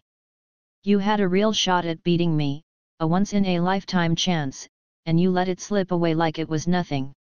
Meanwhile, you're just standing there cool as a cucumber. Goldie grinds his teeth. You should be mad. You should be grieving. You should be scratching and clawing to try and win. The fact that you aren't is basically an act of blasphemy against me. Mundane just listens to Goldie in silence. Did you not even notice what you just missed? If that's the case, then I guess I can't blame you. That's power level 33 for you. Goldie tries and fails to stifle a laugh. But hell if I'm gonna let myself lose face to a nobody like you. I'm gonna come at you with everything I've got. So don't come complaining to me if you die. Capis. Goldie readies his sword, then begins gathering magic in its blade. The air vibrates as the magic accumulates. A murmur runs through the crowd. Here's a fact you can take with you to the grave, my power level's 4300. And in one fluid motion, Goldie closes the distance between them and strikes. Demonic Golden Dragon. Fatality Strike. The wave of golden magic seems to take the form of a golden dragon, devouring Mundane whole. Or at least, it's supposed to. Suddenly, an achoo rings out, and the dragon vanishes. Blarg. And as it does, Goldie gets sent spinning through the air. The crowd stops murmuring. Instead, they gape, dumbfounded, as Goldie crashes to the ground and stops moving. The winner is Mundane Man. As Mundane turns to leave, they're chanting his name in the stands. That Goldie-gilded guy wasn't no pushover. That's the first thing to leave Quinton's mouth post-match. After hearing Anaros's description of the man, Quinton's opinion of him had been low. He hadn't expected Goldie to be capable of materializing his magic to that extent. That final attack of Goldie's had enough power that it wouldn't have been surprising if he'd advanced to the finals. He was definitely more powerful than I thought. If he'd been aiming for the top and actually took on stronger opponents, he could have made an outstanding Dark Knight. So what did Mundane do at the end there? Anne Rose crosses her arms, sighing. If I'm not mistaken, he sneezed. What? The golden dragon must not have been too bright. When he sneezed, he brought his sword down, and Goldie ran right into it. No, that doesn't make any sense. You're saying a sneeze beat a dragon? It certainly seems that way. Goldie said Mundane missed a golden opportunity, but maybe Mundane didn't see it as one. He could have taken Goldie down whenever he wanted. In other words, he didn't need to seize every opening. Or maybe to Mundane, Goldie was never not defenseless. Just considering this sends shivers down Anaros's spine. It's impossible. At the end of the day, it is only a theory. She assumes she must simply be wildly overthinking things. This is nonsense. Quinton scoffs, then aggressively abandons his seat. But hey, it was my bad for taking you seriously. I ain't never gonna believe in that kid. Even if he keeps winning, he's gonna run into me in the prelim finals. I'll show everyone what a poser he really is. Quinton casts one last glare at the Mundane free arena, then leaves. Anne Rose, on the other hand, stays seated and recalls Mundane's movements. Would I be able to pull off the same moves? Still sitting, she cracks her neck and sneezes. She tries it again and again, each time faster and with fewer wasted movements. Crack, achoo, crack achoo crack. Achoo. Then, conscious of the strange looks she's getting from the people around her, she goes bright red and flees. The unbeaten legend has finally been broken. News of his defeat spreads among the tournament fanatics like wildfire. Even though it's still just the prelims, Goldie the unbeaten legend is a Dark Knight to whom people pay attention. They are astonished to hear he's lost to some nobody named Mundane, but their shock dwindles when they are told how the fight went down. Oh, sounds like he just won by some fluke. That is more or less how most of the fanatics see it. However, a few of them along with some of the people who have actually been watching the match have doubts about how Mundane is being assessed. Because of that, they decide to attend Mundane's matches and judge his strength firsthand. What's this? Quinton is down. And he's not getting back up. Mundane wins another match with a single blow. The B block finals for the preliminary rounds end with Mundane's victory. Another one-hit win. The fanatics can't figure out what to make of him. That day's victory qualifies him for the primary rounds, but nobody is quite sure how he's actually done it. There's no way he could have won so many times off pure luck, so he has to have at least some skill. In fact, his opponent in the prelim finals, Quinton, was a Dark Knight held in high estimation by the enthusiastic crowd. The fact that Quinton lost to Mundane without being able to put up a fight leaves the fanatics with little choice but to acknowledge Mundane's strength. However, because they can't figure out how he won, they can't really pin down his true strength. He's probably stronger than Quinton, but is he really fit to stand atop the main stage? He might be strong, but can he really stack up against the historic winners of the Bushin Festival? Arguments on the topic are heated. In the end, most people decide he's probably on the weaker end among the combatants scheduled to appear in the primaries. Considering his lack of history, that's to be expected. Everyone else has earned his or her reputation in tournaments or on the battlefield, but Mundane has no notches in his belt to compare against theirs. Objectively speaking, Mundane has nothing that proves his worth. So, of course, expectations for him are low. Still, a couple of the fanatics think he's a dark horse. Given the list of contestants this time around, it's pretty much a guarantee that Iris is going to take the Bushin festival this year, but if anyone can upset her, it's probably the miracle boy whose strength is yet unknown. Such are the expectations being foisted upon Mundane as he leaves the arena. The primaries start the following week. Round 1 is Mundane Man vs Anne Rose. 90% of people expect Anne Rose to take the match. As I leave the stage, I think how the older guy I fought today seemed oddly feisty. His name was Key, something or other. I could literally feel the hostility emanating from him. It was kinda invigorating. Now I've qualified for the primary rounds that start next week. The crowd's been pretty unimpressed with me so far, but next week is when I'm gonna show off my true strength, so I need to run through some scenarios in the interim. As I walk down the long hallway to the player's entrance and think about my regimen for the coming week, a woman with pale blue hair steps in front of me. I'm pretty sure she's named Anne Rose. Can I help you? I never imagined you'd make it to the primaries. Good work. Her firm gaze bores into me. It was a foregone conclusion. I see I misjudged your strength, but that's it. I have one warning for you. Yet. I've seen through your movements. Don't expect to be able to beat me the same way. A confident smile crosses Anne Rose's face. Hat. The corner of my mouth curls upward, and I pass by her indifferently, as though to say there's nothing more to discuss. I scream internally. Please call after me. What's so funny? Anne Rose glares at me. You're the best. I look back over my shoulder and cast a glance at her. I've got a warning for you, too. With that, I take off the wristband I've been wearing in the hopes that something like this would happen. I toss it at Anne Rose's feet. Thud. The band makes a hefty noise as it crashes to the floor. Those are. No way. You mean you had all these weights on you when you were fighting? These were the chains holding me back. But now, playtime is over. Thud. Thud. Thud. I remove the weights from my other wrist and both ankles, then start walking off again. Wait. This time, I don't stop. Wait, I said.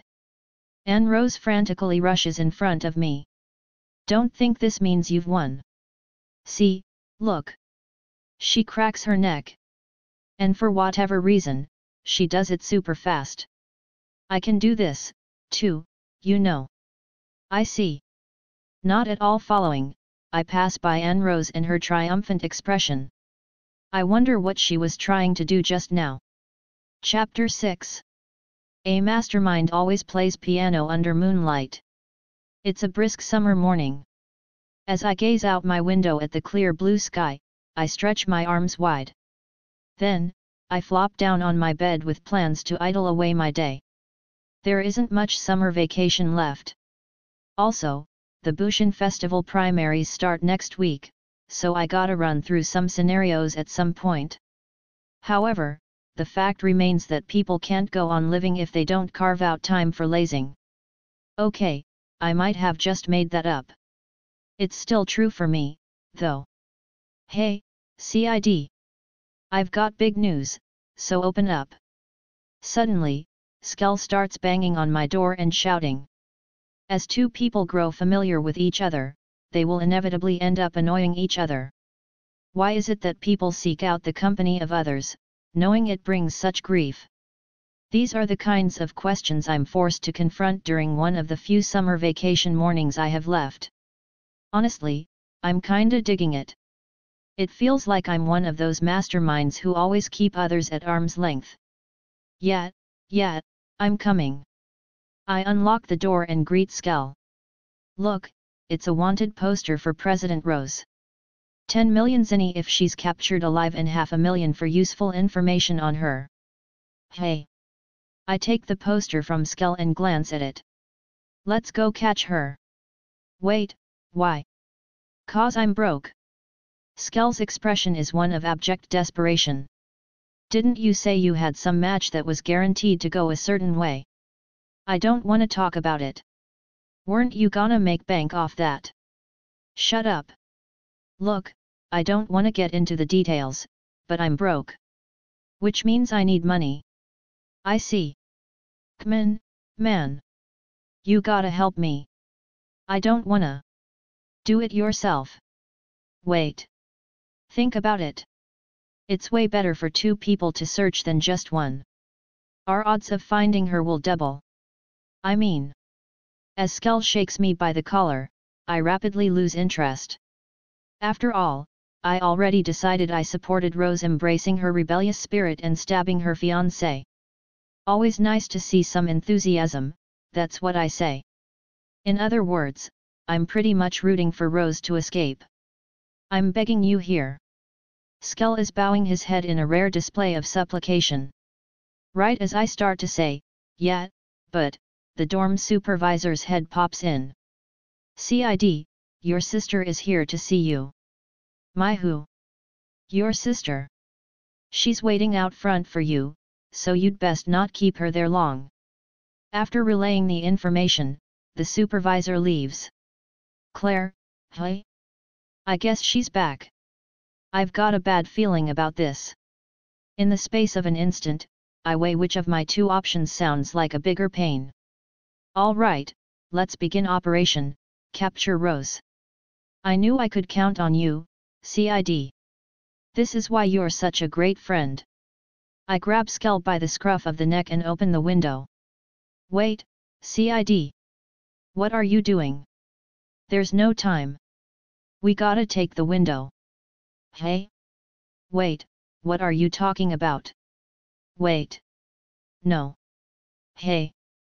Onward." And with that, I leap. "Iris says she's grateful for your information and she looks forward to working with you again." "It's an honor," says Beta as she watches Alexia walk in front of her. Alexia carries a magic lamp, and the two of them descend a dark set of spiral stairs. They've already come a decent way down. The air is damp and nippy, reminding them that they're underground. "It's probably safe to assume that Perv Asshat is connected to the cult," says Alexia. "Agreed," replies Beta. "The problem is we don't have any proof that it is.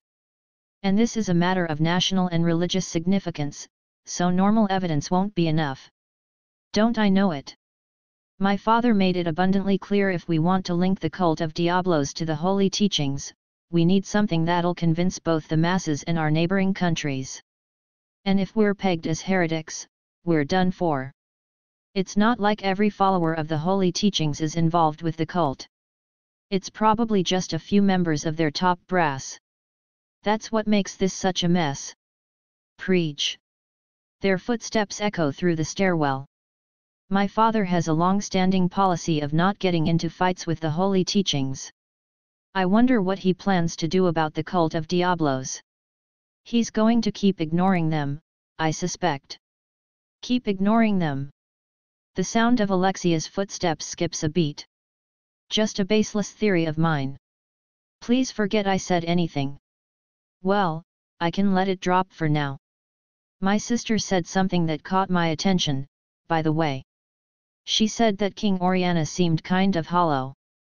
Hollow? Hey. It was my first time meeting him, so I wouldn't know the difference. He also smelled sort of sweet, though. A sweet aroma. Beta knows exactly what drug can cause that.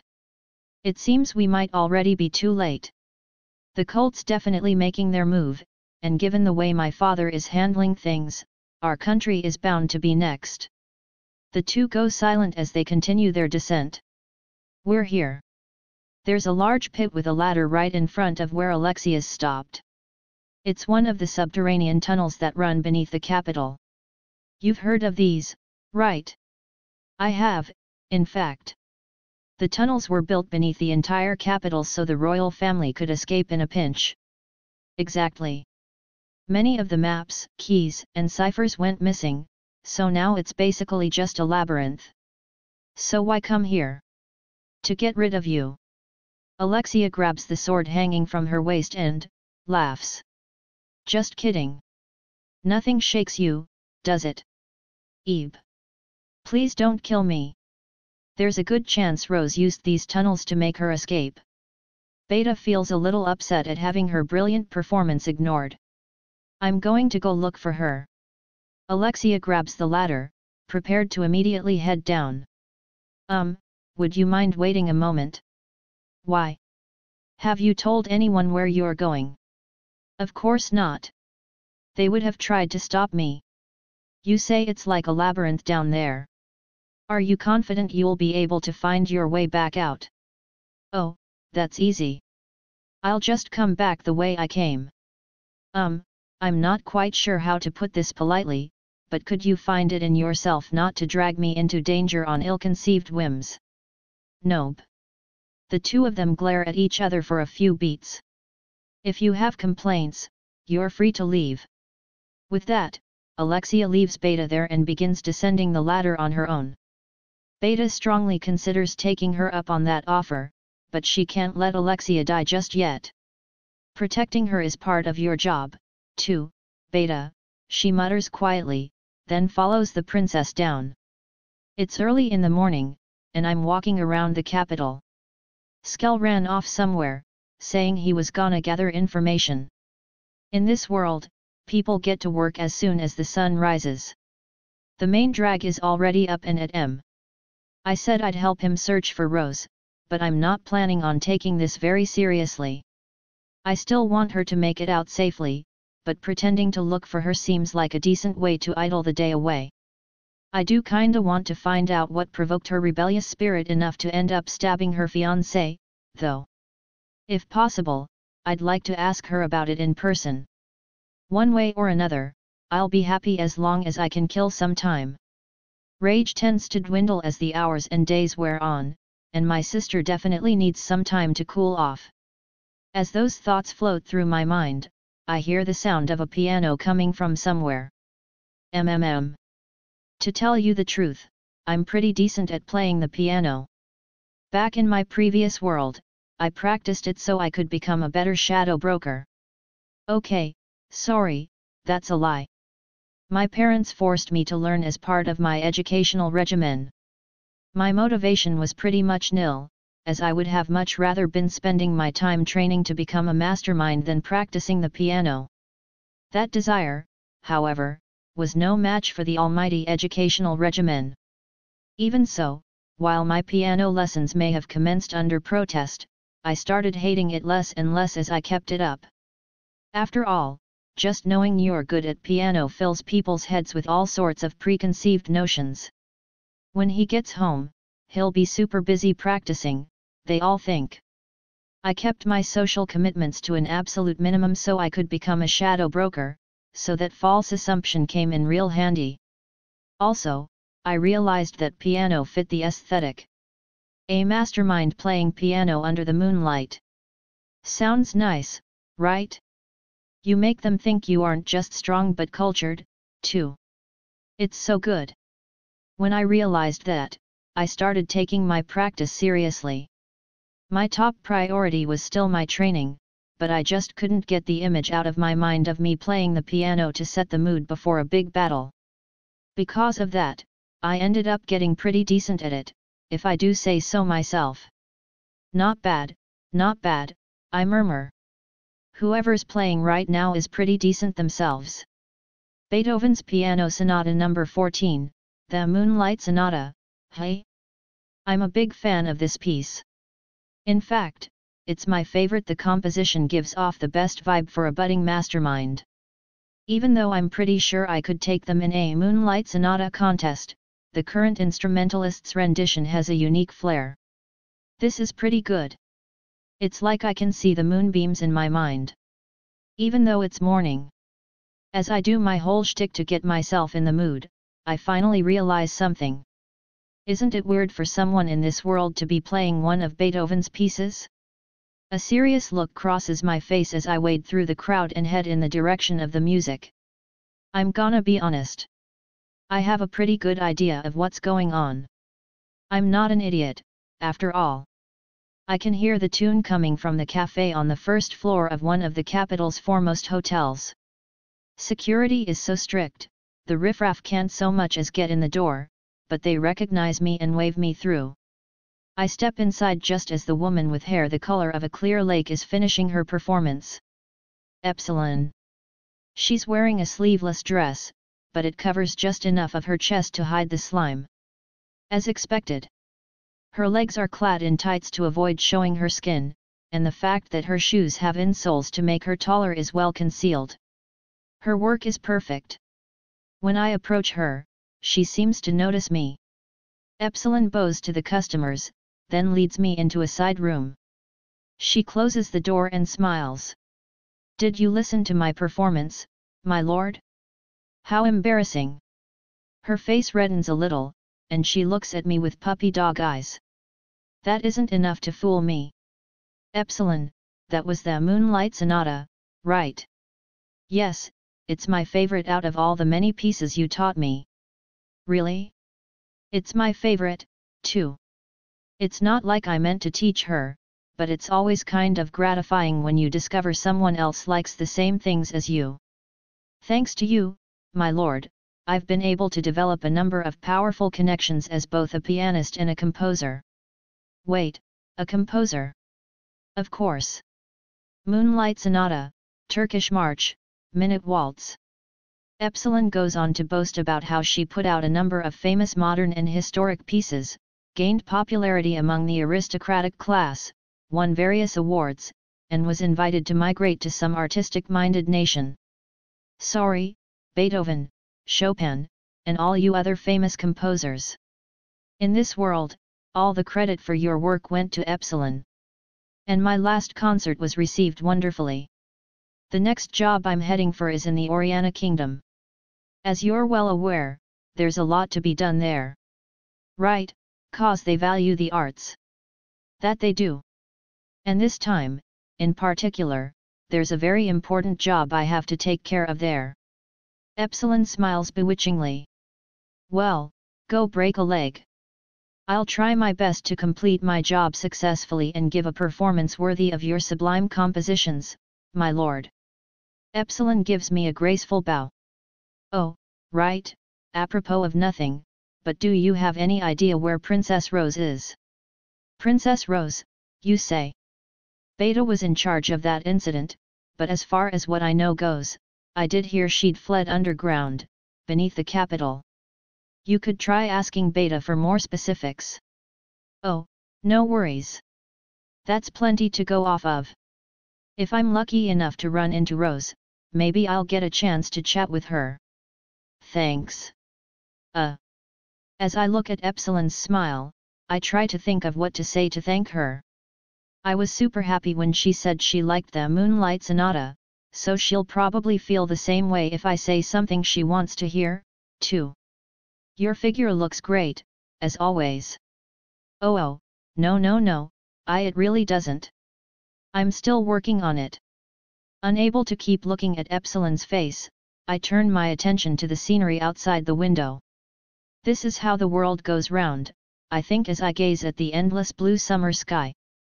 Rose walks down the dark underground tunnel. Blood is still trickling from the wound she sustained on her back during her escape. The cut isn't deep, but it definitely isn't shallow, either. It should have been treated immediately, but Rose's pursuers haven't given her time to indulge in such luxuries. Instead, she's focusing her magic on the wound to prevent it from getting any worse. As time presses on, though, the pain grows and her stamina dwindles. Her breathing is shallow. As she keeps an eye out for her assailants, her mind keeps racing. What had been the right thing for her to do? What would have brought about the best outcome? The questions spiral around in her mind, but no answers seem forthcoming. Stabbing Perv, her fiancé, had been a spur-of-the-moment decision. She hadn't done it impulsively, though. She'd used the limited time she had to figure out her best option, then acted on it, or at least, she'd tried to. But she'd failed. Perv had survived, and she had to flee. However, it was only a failure in hindsight. She'd misjudged Perv's skill, but the choice to eliminate him hadn't been wrong in and of itself. In fact, she'd had no choice. The moment she'd seen her father's King Oriana's lifeless eyes, she knew she had to get rid of Perv. In her estimation, all the rumors Perv's connection to the cult and the empty puppet that was left of her father had changed to fact. That was why she'd drawn her blade. Had she been overly impulsive? Had she acted in haste? Could she really say she hadn't been spurred on by impatience and rage? Rose had thought she was making the rational choice. She hadn't wanted to rely on Alexia and Natsum. After all, the Oriana kingdom had to resolve the matter internally. That had only been a hunch, but Rose had been confident in it. And politically, at least, she'd been right. Her gambit had ended in failure because of it, but it was still Rose's mistake and the Oriana kingdom's problem. The Midgar kingdom still hadn't gotten wrapped up in the mess. She'd subconsciously dodged the worst-case scenario. It was just a matter of time, though, before that came to pass, too. The words Perv yelled after her as she'd fled echo within her ears. "Turn yourself in before the Bushin festival ends. Or I'll make King Oriana kill one of the other guests of honor." If King Oriana really did kill another dignitary like Perv said, it would mean war. Rose isn't sure how serious he was about that, but it's possible the cult only sees King Oriana as a minor pawn. And if that's the case... Rose grinds her teeth. Her face contorts in anguish. Her father is no brilliant leader, and Oriana is no vast kingdom. To her, though, they're the only father and motherland she has. All she wanted was to protect them. But that desire led to impatience. Rose slams her fist against the tunnel wall. At the end of the day, she let her emotions get the better of her and acted impulsively. She'd thought she could just kill Perv and fix everything, but that had been naive. Perv was nothing more than a sacrificial pawn. She should have realized how deep the cult's roots ran throughout Oriana and that killing him wouldn't accomplish anything. There has to be some other option, some magical action she can take that would fix everything. Rose slumps onto the damp ground. Implausible scenarios dance through her mind, taunting her. If only she'd done something cleverer and everything had lined up neatly. But now, it's all over. She isn't even sure why she's fleeing. What good would escaping do her? What would it change? Shouldn't she turn herself in? Yeah, that'd be for the best. I see. All I have to do is turn myself in. She still doesn't know what the optimal course had been then. However, her best option now is simple. By turning herself in, she can at least prevent a war. Thinking that makes her feel a little better. At the same time, she's assailed with sorrow and grief, as though she's lost something precious to her. Rose pulls the Tuna King wrapper from her pocket. She ate the sandwich long ago, but it still smells faintly of bread. It reminds her of a certain boy with black hair. He's almost certainly heard what's happened by now. She wonders what he thinks of it. Is he worried about her? Does he still believe in her? Is he perhaps searching for her himself? If she'd been able to kill Perv and bring the king back to his senses. If a future existed where everything had gone right. Would she have been able to marry him and live out her life by his side? That is, no doubt, what she's been dreaming of. I'm sorry, Rose chokes out the words. A single tear rolls down her cheek. Her actions had shattered that picturesque dream into pieces. Rose delicately folds up the Tuna King wrapper and puts it in her skirt pocket. She thinks of it almost as her dream's last remaining fragment. Ow! A sharp pain runs through her chest. When she parts her clothes to look at it, she finds a series of dark bruises. It's a symptom of the possession. The bruises only appeared recently. Rose hangs her head and lets out an empty laugh. Her dream was never destined to come to fruition. Suddenly, a small noise reaches Rose's ears. Is it her pursuer's footsteps? No, it's too gentle, too lovely to be footsteps. When she strains her ear, she recognizes it as a piano. Moonlight Sonata. She's well versed in music, so she's familiar with the piece. The composition received unusually high praise, even in Oriana, a kingdom of the arts, and now she can hear it coming from the end of the tunnel. It's beautiful. It's as though the Moonlight Sonata is all there is. The performance is polished to a profound degree of perfection, almost as though the pianist's entire life was spent building up to this one piece. Rose follows the music toward the source as if a ray of moonlight is beckoning her. The tunnels are referred to as the capital's underground labyrinth, but they feel less like a labyrinth and more like ruins. The walls are made of sturdy stone and covered in carvings and ancient glyphs. Each has a number of doors in it, but the majority of them don't open. Maybe they need keys, or perhaps some mechanism inside the ruins is stuck. Rose can hear herself getting closer to the piano. When she turns the corner, she discovers a massive, dilapidated door. The noise is coming from beyond it.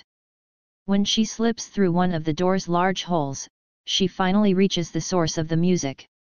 She's in a cathedral filled with fantastical light. On the wall, there's a set of stained glass windows depicting the heroes and a dismembered demon. Light rains down from beyond the stained glass. It's all centered on a grand piano. Shadow. He's the one playing Moonlight Sonata in the abandoned cathedral. Rose closes her eyes and takes in the beautiful melody. Shadow's Moonlight Sonata is different from all the other renditions Rose has ever heard. The composition is the same, but thanks to the instrumentalist, the tone is different. Shadow's Moonlight Sonata is one of darkness. The deep, permeating darkness of the night with a single ray of light shining through it. Perhaps that ray is coming from the moon, or perhaps.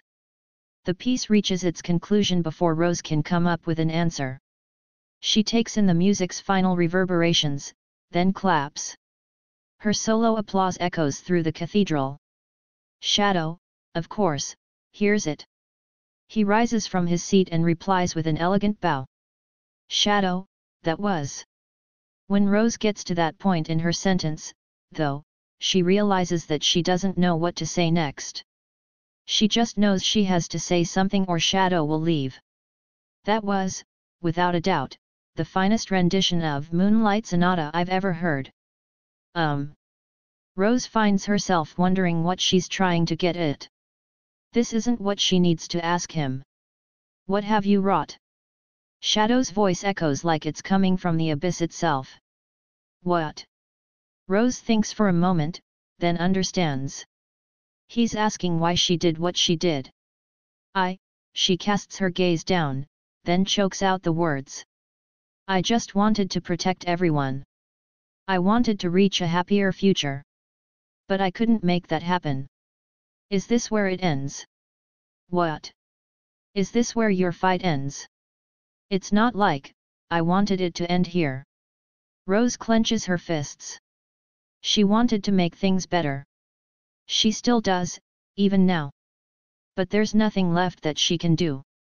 If you have the will to fight, then I shall bestow it upon you, says Shadow. Bluish-purple magic gathers atop his palm. I shall grant you power. Power. The bluish-purple magic flares, casting its radiance over the entire cathedral. The air trembles from the magic's density. Will I be able to change the future, with your powers? That depends on you. Rose suddenly realizes she's drawn to the magic. If she was as strong as Shadow, she'd be able to change everything. If she had power, then there were things she'd still be able to do. Things that, as a princess of the Oriana Kingdom, she had to do. Light returns to her eyes. I want it. I want power. Very well. And the bluish-purple magic bursts. It makes a beeline for Rose, then plunges into her chest and body. The power's warmth suppresses her raging magic and settles it. It was heavy and uncontrollable a moment ago, but now she can command it with ease. It's amazing. Her voice is full of sincerity. So this is Shadow's magic. This is the world he sees. Revolt. And prove to me, that you have the strength to fight alongside me. She suddenly realizes she can't see where Shadow's gone. His voice is the only thing left of him still in the cathedral. Remember. True strength comes not from power but from the way you live your life. And with that, Shadow's presence vanishes completely. Rose finds herself alone in the cathedral. She can hear her pursuer's footsteps. She can sense the subtle movements in the air. Unprecedented amounts of magic are churning within her body. She had been prepared to let them catch her, but with this power, she still has a hand to play. Rose draws her rapier and stares at the broken door. A group clad all in black bursts through it, and blood fills the air. They die before they can even perceive Rose's blade. Having drenched the cathedral in blood, Rose stows her rapier and closes her eyes. This must be how Shadow has fought against the cult. Unseen and unceasing. Rose is reminded of Shadow's rendition of Moonlight Sonata. She feels as though she finally understands what the sole ray of light amid the darkness means. Perhaps the light is Shadow himself. He isn't the darkness but the light standing against it. That's how Rose sees it, at least. If we keep rolling out this string, we'll be able to find our way back just fine. Alexia strides forward through the underground labyrinth. I can only hope you're right about that, replies Beta from behind her. She yawns. Wait, did you just yawn? Why would I do that? I will say, though, it's already been more than half a day. Would you consider turning back? It seems most unlikely that she's even down here. Maybe you're right. I was pretty confident in my source, though. Once we get back, we can try digging around for information again. Their footsteps echo through the lamplit tunnel. It continues on monotonously. Suddenly, Beta senses a powerful burst of magic and stops in her tracks. Alexia stops a beat slower and whirls around. Just now, someone was using magic. And a lot of it. It could have been Princess Rose. Wait, did you notice it before I did? Only by chance. And the only magic I can perform myself is defensive. Well, if you say so. We should hurry. The two of them rush toward the magic. After passing through a massive, broken door, they find themselves in an old cathedral. Rose. Rose is standing there with her eyes closed. Strewn at her feet are a group of corpses all clad in black. Seeing that Rose is clearly different than normal, Alexia stops in her tracks. Alexia, is that you? Rose slowly opens her eyes. What is with your magic? I've obtained power, and now, I have to follow through on my beliefs. With that, Rose strides past Alexia. Wait. What's going on? Why did you stab your fiancé? Rose looks over her shoulder. Alexia, I'm sorry. I don't want to get you wrapped up in this. She gazes at her as though something is too bright. Please tell me why. At the very least. If you don't, I won't know what's going on. If I tell you, you'll be part of it.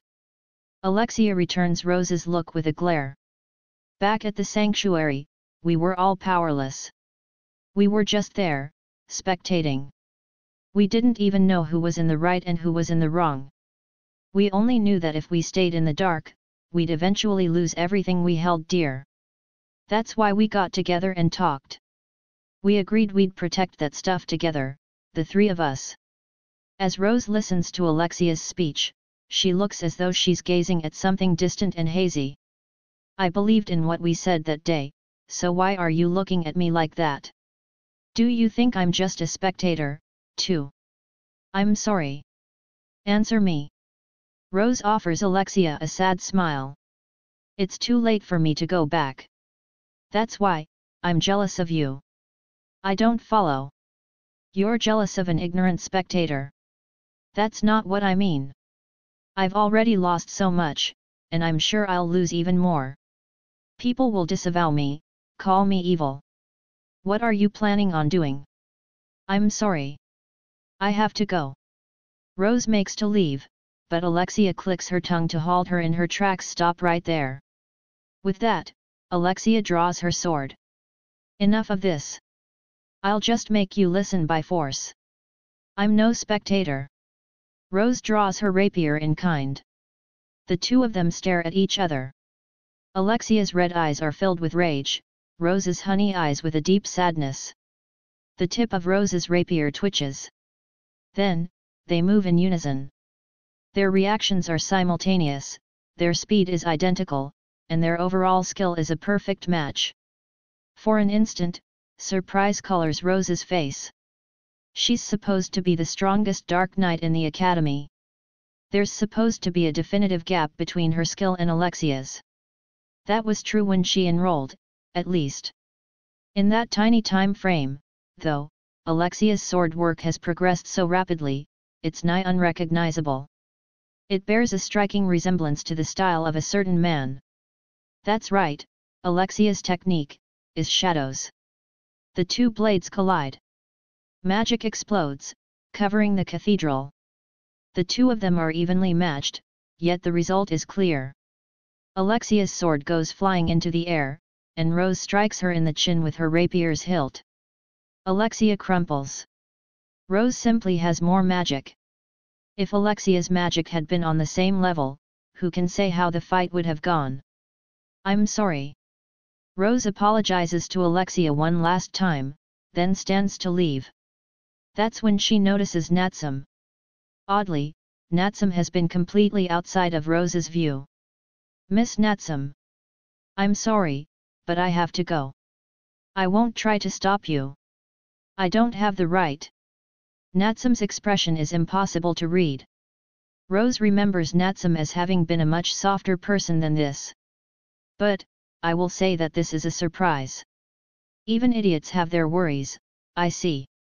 We may have come from different countries, belonged to different organizations, possessed different dispositions, and held different beliefs. Nevertheless, we were all working toward the same goal. Maybe this alliance of ours wasn't so bad after all. Miss Natsum. Godspeed. Someday, our paths will cross again. Until then, I have a little more babysitting to do.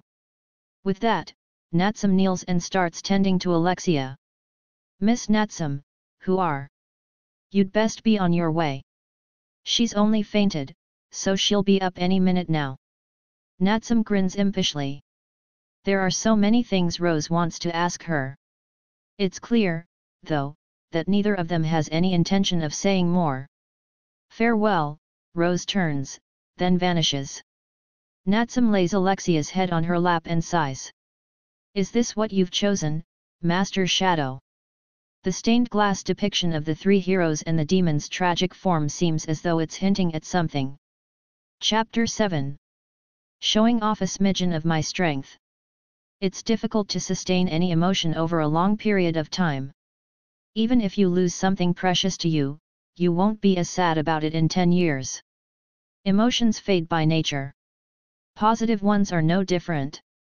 It's impossible to make a single moment of joy or happiness last for a decade, either. Even anger diminishes with time. And thus, I have a theory I'd like to propose. Most interpersonal problems will solve themselves given enough time, which means it's fine to ignore them. Do you know what I was thinking as I waited for you outside your dorm? Nope. I answer the intruder's Claire's question honestly in my room. It seems one day wasn't enough. I guess my sister needed longer to cool off. I visualized beating you to a pulp. In my mind, I could see myself hitting you over and over and over and over. But my anger still doubled every second you kept me waiting. I see. Discovering there's a type of anger that grows with time has been a valuable learning experience for me. But people eventually die. Even though my sister is furious, she won't be able to sustain those feelings to the grave. In other words, time is still the ultimate solution. But you probably don't even care. What? No. That's not true. I gaze up at the ceiling of my dorm room as my sister sits atop my chest and strangles me. Her red eyes and black hair flicker in and out of my vision. One test to see how long someone can survive without air. When you strangle someone, they pass out because you are cutting off the blood flow through their carotid artery. Air doesn't have anything to do with it. Oh, I see. Well, whatever. Her grip tightens. Actually, this is great. I can just go limp and take a nap. You're thinking of going limp and taking a nap, aren't you? Oh, of course not. It's written all over your face. I'm sure you're just imagining things. The next time you break a promise to me, I'll make you pay. Understood. I will do my best to become a man who upholds his promises. Now, would you mind getting off? Claire removes her hands from my neck, but she's still sitting astride me. They say you're supposed to sit on your dogs when you're teaching them who's boss. Oh, I see. Don't worry. I'm well aware of the pecking order here. Nope. I don't like your attitude. With that, Claire drops a piece of paper on my face. What is this? I look at it and discover it's a ticket. A reserved seat for the Bushin festival. You can't get your hands on them anywhere. Hey. I'm giving it to you so you can go watch the fights and learn something. I think there's hope for you. I dunno. I see promise in you, and that's why I'm going to help you practice. If you put in the work, you're sure to see something come out of it. And I'm ordering you to put in the work. No, I can't. You can. Are we clear? And you're coming and watching the festival. Okay, okay. Excellent. Claire stands up, still looking a little displeased. Oh, right. You aren't participating this year, right? Excuse me. Claire glares at me with murder in her eyes. I'm entering as Princess Rose's replacement as the Academy representative. Don't tell me you didn't know that your own sister was participating. Oh, of course I knew. I was just double-check. Claire reaches out with her right hand and grabs my neck in a claw grip. Then, she leans in and glares at me. You know, that thing delinquents do when they're trying to intimidate someone. By the way, you remember my birthday, right? Oh, of course. I would hope so. And you've memorized all my tournament results. Oh, of course. And the day I won my first tournament. Why yet? Good. There are some things you should really make sure not to forget. Things you'll want to remember, if you want to live a long and happy life. I bob my head up and down. Claire gives my head a good rap, then releases me. I'm going to take the trophy this year, so you'd better make sure you're there. Yeah, absolutely. As she leaves my room, she continues glaring at me until she rounds the corner. Man, I'm tired. The primary rounds finally start tomorrow. Guess I should get some visualization exercises in. With that, I close my eyes. It's the start of a new week, and the Bushin Festival primaries are here. Apparently, Claire went to the venue ahead of me. I hold the ticket I got from her and search for my seat. The ticket in question is covered in extravagant gold leaf, so it definitely has that reserved seat feel to it. After following the directions on its back, I find myself in front of a room guarded by an ostentatious door. For some odd reason, it's segregated from the general spectator area. This can't possibly be it, I think. After checking with the staff member standing by the door, though, I find that it can. They lead me inside with utmost politeness, and the moment I enter the room, I immediately want to leave. These aren't just reserved seats. These are the hyper VIP. Everywhere I look, I see the faces of famous aristocrats and their families. The who's who of the Academy is all here, as are the daughter of the current leader of the Dark Knights, who was in Section 1 of Royal Bushin with me, and the hot second son of a duke. Everyone here is notable in some way. When I get to my seat, I find myself sitting next to royalty. Oh, and who might you be? It's a woman with fiery red hair and eyes, Alexia's older sister, Princess Iris Midgar. My name is Cid Kajanu. It would appear I'm sitting in the wrong seat. Please excuse me. I perform a beautiful spin and try to retreat. Oh, Claire's younger brother. I guess that must mean you're the one she gave the ticket to. You know my sister. My escape attempt ends in failure. If a member of the royal family starts talking to me, it's not like I can just ignore her. Alexia being the exception, of course. I do. We became close during my sister's kidnapping. I'm planning on having her join my Crimson Order after she graduates. Do have a seat. Oh, I couldn't. You have the number correct. Please make yourself comfortable. Thank you. Princess Iris's sincere smile pains me.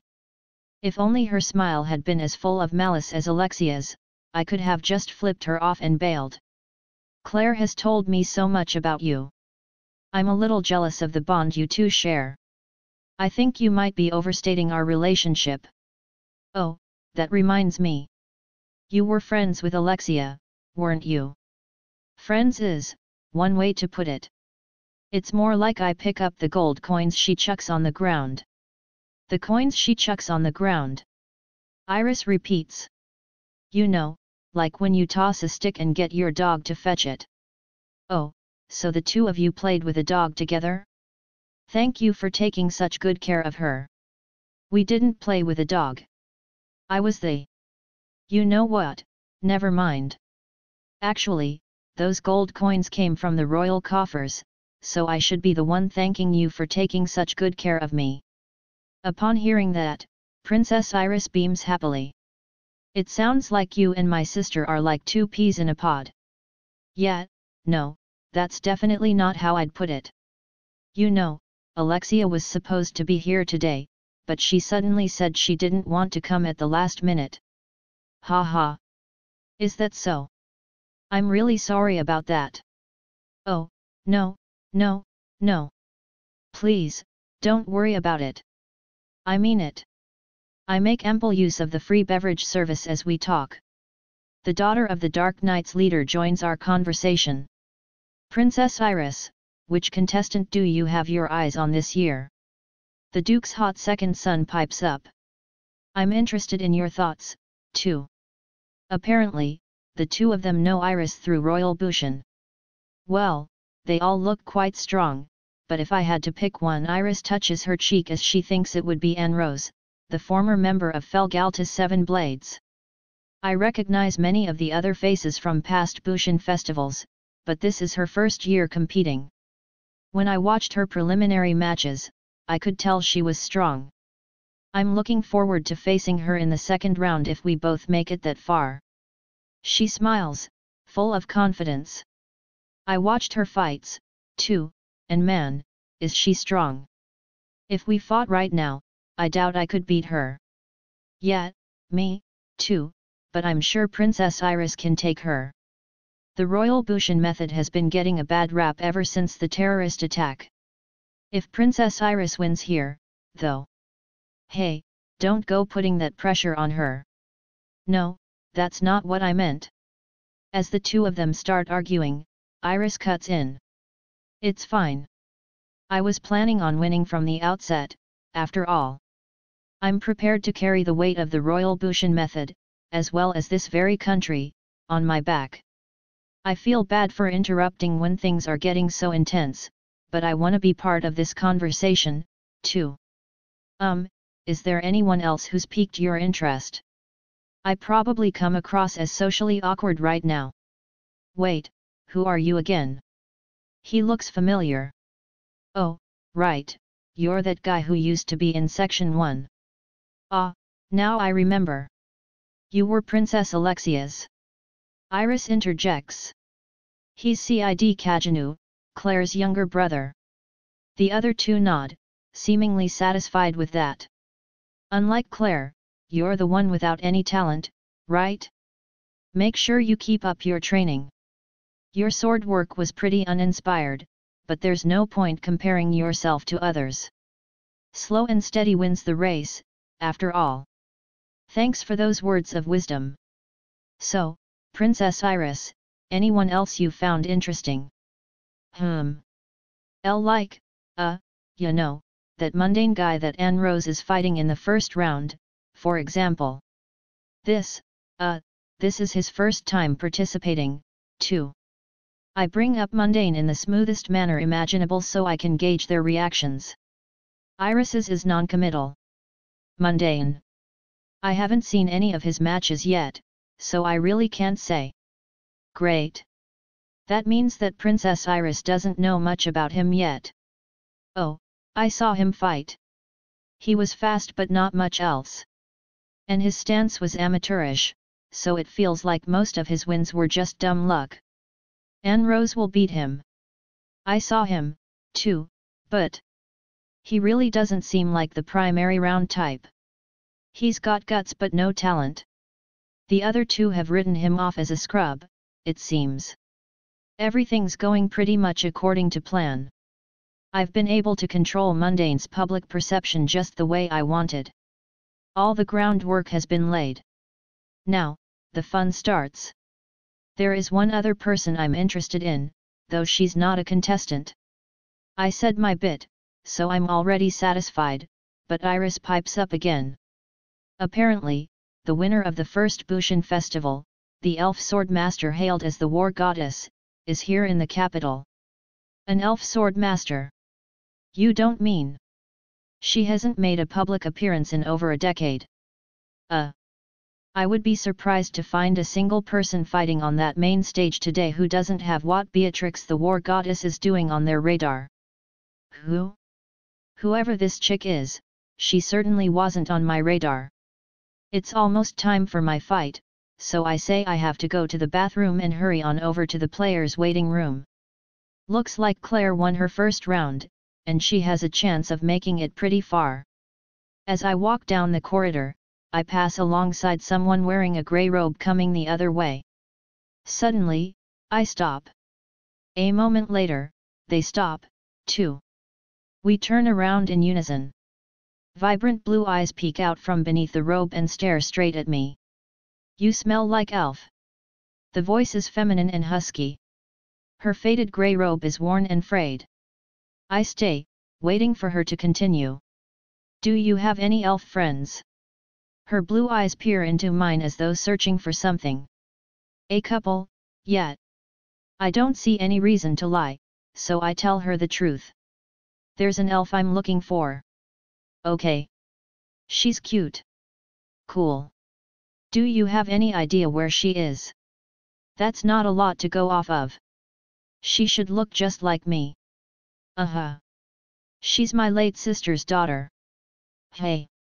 Do you know of any elves who look like me? Do you know of any? Your robe is covering your face. Ah, right. She removes her robe, laying her face bare. I offer no reaction. It's an intentional act on my part. After all, she looks a lot like Alpha. Not ringing any bells. Sorry. Are you sure? Yet. I'll have to ask Alpha about this next time I see her. They aren't 100% identical, but they look similar enough that I wouldn't be surprised if they were related. I see. She shrugs dejectedly.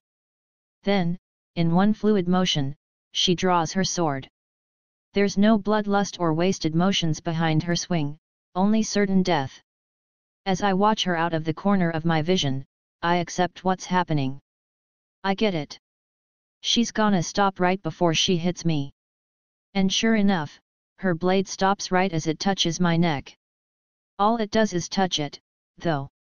She doesn't cut so much as a single layer of my skin. Her timing is exquisite. Whoa. Pretending to go weak in the knees, I collapse to the ground. I think that was believable. She tilts her head to the side and draws back her sword. I was mistaken. Sorry. She gives me a neat bow. I'd thought you were stronger. What's your name? She offers me her hand as she speaks. Ccid Kajanu, I reply, making my voice tremble as I take her hand and rise to my feet. I'm Beatrix. Beatrix doesn't let go of my hand. This is a good hand. I'm sure you'll grow stronger. With that, she flashes me a pretty smile. It resembles Alpha's. I'm sorry for startling you. After apologizing one last time, she turns her back on me and leaves. I watch her recede, then mutter, I bet she's pretty strong, to myself before turning around to leave. Iris sits in her reserved seat and waits for the match to start. She can see the entire stadium from the reserved seating area, and it has a private staircase that leads directly to the arena. The two dark knights are already being called to the ring. One is the woman with pale blue hair whom Iris has set her sights on, Anne Rose. The other is a black-haired man named Mundane Man. It's the first time she's laid eyes on him. Iris's gaze sharpens when she sees the two of them. A man sits down next to her. It looks like it's about to start. He's sitting in Sid's seat. I'm sorry, but that seat is... Iris looks up at his face and goes silent. She whispers a silent apology to Cid. Perv. I trust you're keeping well, Princess Iris. Perv grins gracefully, but the smile doesn't reach his eyes. It's like a dream, watching a match with you. What a flirt. Don't you have a fiancé? She seems to have flown the coop, unfortunately. Don't worry, though. Just a little lover's spat. Perv lets out a light laugh. His looks are handsome for a man around 30, but something about his smile rubs Iris the wrong way. Is King Oriana in good health? Perv answers Iris's question without missing a beat. I'm afraid he wasn't able to make it today. He told me he's confident he'll be able to come tomorrow, though. King Midgar plans to start showing up tomorrow, as well. What a coincidence. Iris tries to scope out what lies behind Perv's unsmiling eyes, but she can't get a read on him. Is that the Anne Rose I've heard so much about? Asks Perv as he gazes down at the arena. The one and only. She's the talk of the town. I hear she left Felgalta and is currently in the middle of her journey of training, but I'd love to be able to invite her back to my country. I agree. I'd love to invite a swordswoman of her caliber to stay here in Midgar. Ha ha. Midgar has plenty of talented dark knights already. Unlike Oriana. That's what our alliance is for. It pains me that we're so reliant on you, though. Is that so? Talking to him is exhausting. Iris sighs internally. It feels like she's trying to have a conversation with a puppet. What about her opponent, Mundane? This is my first time watching him fight. The rumors about him aren't flattering, though, and he doesn't look particularly strong. Then Anaros's victory is all but assured. Iris's tone grows vague. Not necessarily. Something about Mundane seems uncanny. Uncanny. There isn't any other way to put it. He certainly doesn't seem strong, but there's one trait of his that makes it impossible for me to see him as weak. Oh? What might that be? His absolute confidence. As far as I can tell, it's as though he feels certain he'll win. Could it just be hubris? I'm not sure. But there's no hesitation in his eyes. He sees a path toward certain victory. He sees a path, eh? Can you see it, Princess Iris? No. You? Me? Oh, I'm useless with swords. Don't know my points from my hilts. Is that so? As Perv plays dumb, Iris snatches a glance at his well-trained sword arm. He laughs bitterly. I can't hide anything from you, can I? Swordplay is looked down upon in the Oriana Kingdom, so I hope you'll forgive me this little lie. To be frank with you, I'm decent with a blade. Decent, hey. Just decent, yes. Once again, Perv's smile doesn't quite reach his eyes. Now then, why don't you show us how much this absolute confidence of yours is worth? They look down at the arena. Anne Rose versus Mundane Man. The two names are called out. Ready? Begin. And so it does. As soon as the match starts, Anne Rose immediately charges into Mundane's reach. She's well aware of his true skills, and she knows the secret to his strength is his overwhelming speed. He destroys his opponents by moving so fast that not even a former member of Felgalta's Seven Blades can track him. That's the way he fights, and that's what makes him strong. She also knows, however, that in contrast to his speed, his technical skills are lacking. In all his victories so far, he's basically never crossed blades with his opponent. Why is that? One reason is they simply couldn't keep up with him. But Mundane's stance is practically that of an amateur. She finds it hard to imagine he's ever had any proper training. What if the reason is that Mundane himself has avoided doing so? What if he's afraid his clumsy sword work will be exposed? In other words, maybe he's won all his fights without crossing blades to hide his own lack of proficiency. If that's the case, then all she has to do to win is avoid being dazzled by his speed. That's the theory under which Anne Rose is operating. The only thing that worries her is those weights he took off. If removing his shackles lets him move so fast that she can't even react, she could end up losing. As the fight begins, Anne Rose makes sure to crush that tiny fear of hers. She's fighting an enemy who wins with speed, so all she has to do is restrain his movements. If she can do that, victory is hers. Having closed the gap in a mere instant, Anne Rose lets out a battle cry and slashes at Mundane. There's no way he sees this coming. Even so, he blocks the blow. He's fast, all right. It shouldn't have been possible for him to block the attack in time, but Mundane manages to pull it off. Because he's blocking her attack, though, his legs are pinned in place. And those are what Anne Rose has been aiming for. Urag. While Mundane's legs are still immobile, Anne Rose strikes at him again. He blocks this attack, too, but Anne Rose's tempestuous flurry leaves him no room to take advantage of his speed. Anne Rose wears down Mundane's guard a third time, then a fourth, then a fifth, and eventually his stance breaks. She's won. Certain of her victory, Anne Rose launches a thrust at her opponent's chest. It pierces him, or does it? Hey! His skin offers her blade no resistance. In fact, his entire body vanishes lazily from her sight. That was my afterimage. She can hear his voice coming from behind her. A shiver runs across her shoulders. Calm down. She carefully turns around. She's trembling but commands her body not to let it show. You're even faster than I thought. Her voice is steady. At least, she thinks it is. As she trains her sight on Mundane, she thinks. What should I do? His speed far surpasses what she can react to. What can she do to overcome it? Think of something. Anything. Anything at all. What? Before she knows what's happened, Mundane is gone again. Anne Rose's body responds faster than her mind. Her ability to react to the subtle shift in the air isn't birthed from skill or experience but dumb luck. KSCHHHHH. She feels a terrifying impact and finds herself launched backward.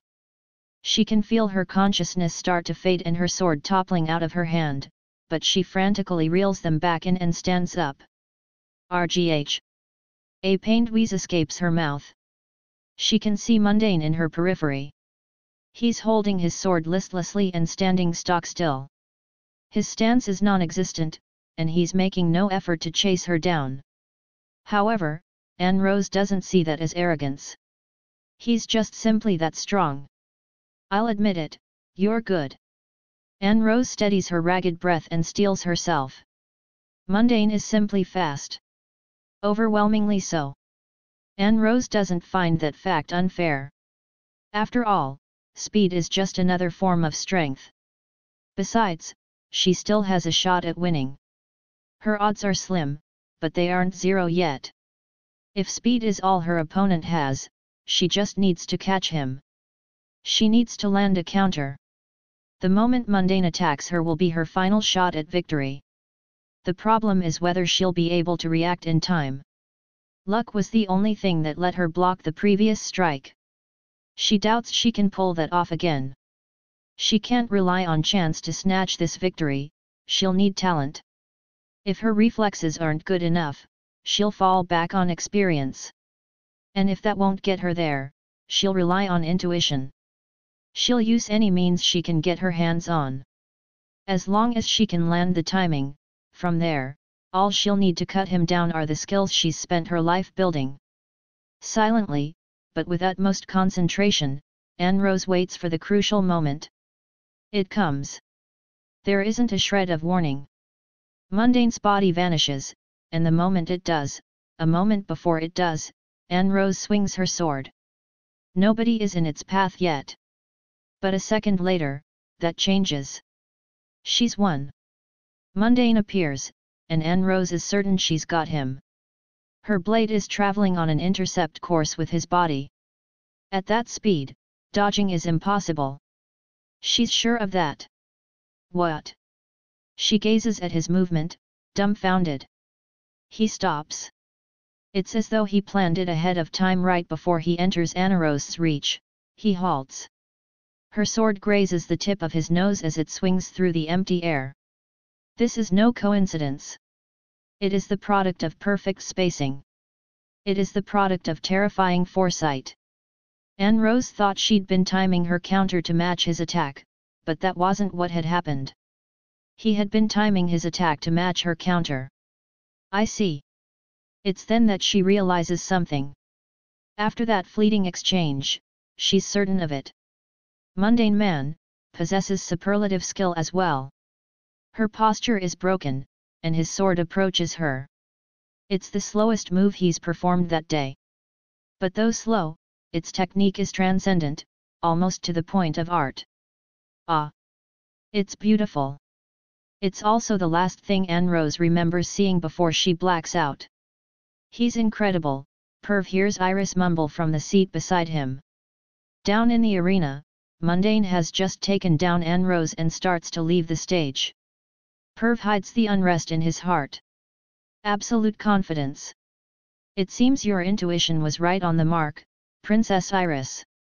I never imagined he'd be that good. I find it nigh impossible to believe a dark knight of his skill has gone unnoticed for this long. I concur. Mundane man. I'd never even heard his name. And I've never seen that technique, either. It was sharp yet beautiful beyond compare. It doesn't come from any established style, right? Perv has never seen a sword move so elegantly in his life. He doubts Iris has, either. Does this mean a practitioner of an underground style just made his first public appearance? Not that I know of, although there's no way to know for sure without asking him directly. The surprises never end, it seems. Iris leans back in her seat, then lets out a sigh as though trying to relieve tension. Nobody saw this result coming, so the reserved seating area is abuzz. Everyone's attention has shifted from Anne Rose to Mundane, and the conversation is centered around his next opponent. Princess Iris, you're up against Mundane in the second round, right? Iris smiles. I am. You sound confident. I do plan on winning. Oh. Mundane's sword work was fast, sharp, and of unparalleled beauty. Sadly, mine doesn't measure up to his in that regard. Looks, however, aren't what decide matches. If his fight just now is the best he can do, then he's still no match for me. I agree. Perv nods, then adds a silent addendum.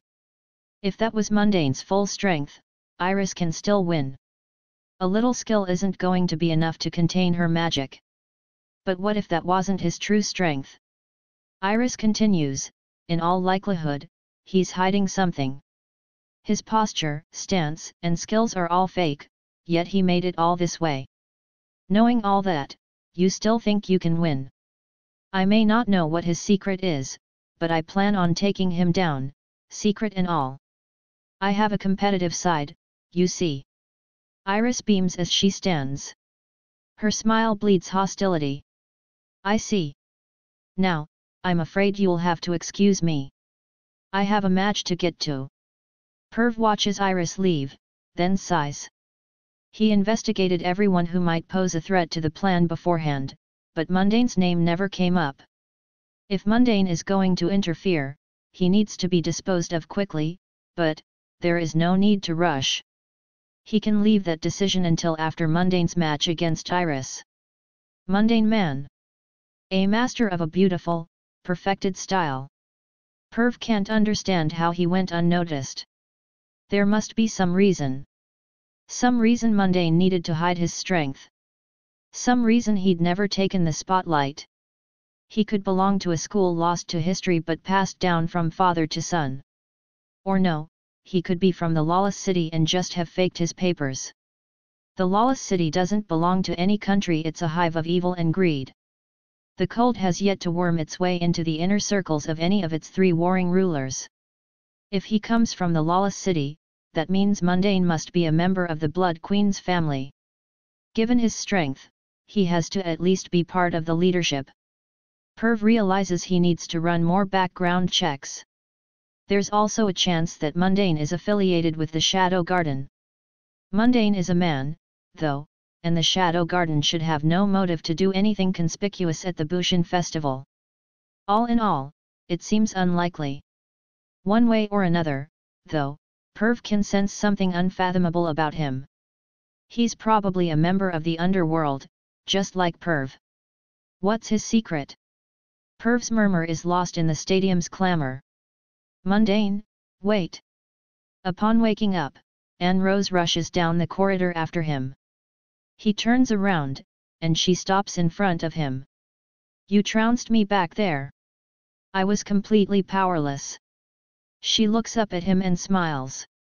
I left my homeland to become stronger, and I like to think I've done so. It seems I got a little conceited, too.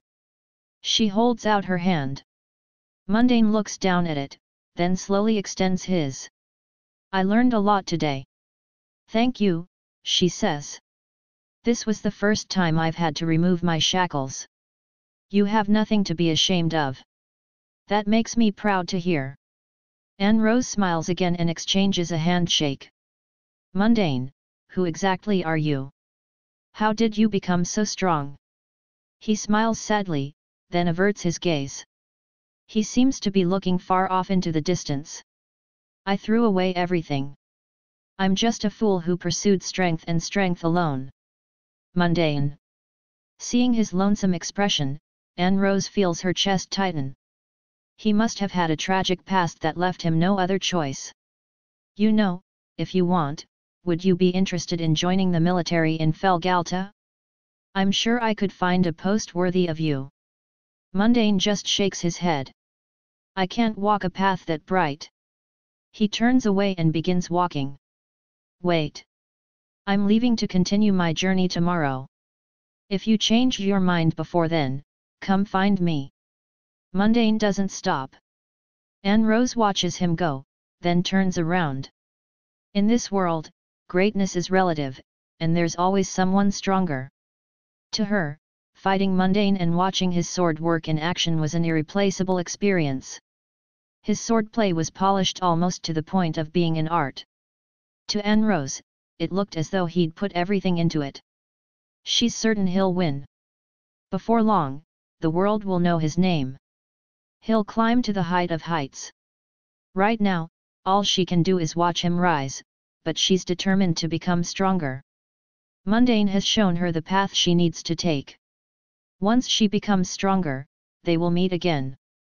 Until that happens, she pledges to keep fighting. That went well. Pretty darn well. I was able to focus on making my performance as elegant as possible. There was a time in my training to become a mastermind when I pursued a fancy brand of swordplay. It was a little bit too graceful, so I don't use it these days as shadow, but I'm glad the work I put in back then is finally paying off. Thanks to Anne Rose, I'm able to check off about 70% of my goals for this Bushin festival. All that's left is figuring out how I'm gonna drop out. There are a bunch of choices, though, so I'm at an impasse. The simplest route would be to just win the whole thing, but looking at the tournament holistically, this next match against Iris is the best place to stage the climax. One option is defeating Iris and then just vanishing. That one has a badass feel to it. It's the scene where the mastermind defeats someone widely acknowledged as strong, then disappears, leaving them with a simple "my work here is done." I'm digging it. Also, if I defeat Iris and vanish, my sister has a decent shot of winning the whole tournament. But a scenario where I go evil is pretty appealing, too. Halfway through my match with Iris, I can go, I'm an assassin from the Assassin's Guild, and now your life is mine. And start ignoring the rules to go all out. That scenario gets bonus points for giving me an elegant reason to exit stage right. Still, winning the whole thing really would give me the biggest sense of accomplishment. There are plenty of other exciting options to pick from, too. I need to give this some good, hard thought. As my various choices fill my mind, I make my way back to the deluxe suite. When I get there, I find some guy I don't know sitting in my seat, so I decide to bail. Claire's match is over already, so whatever. After heading back to the dorm, I start running through scenarios.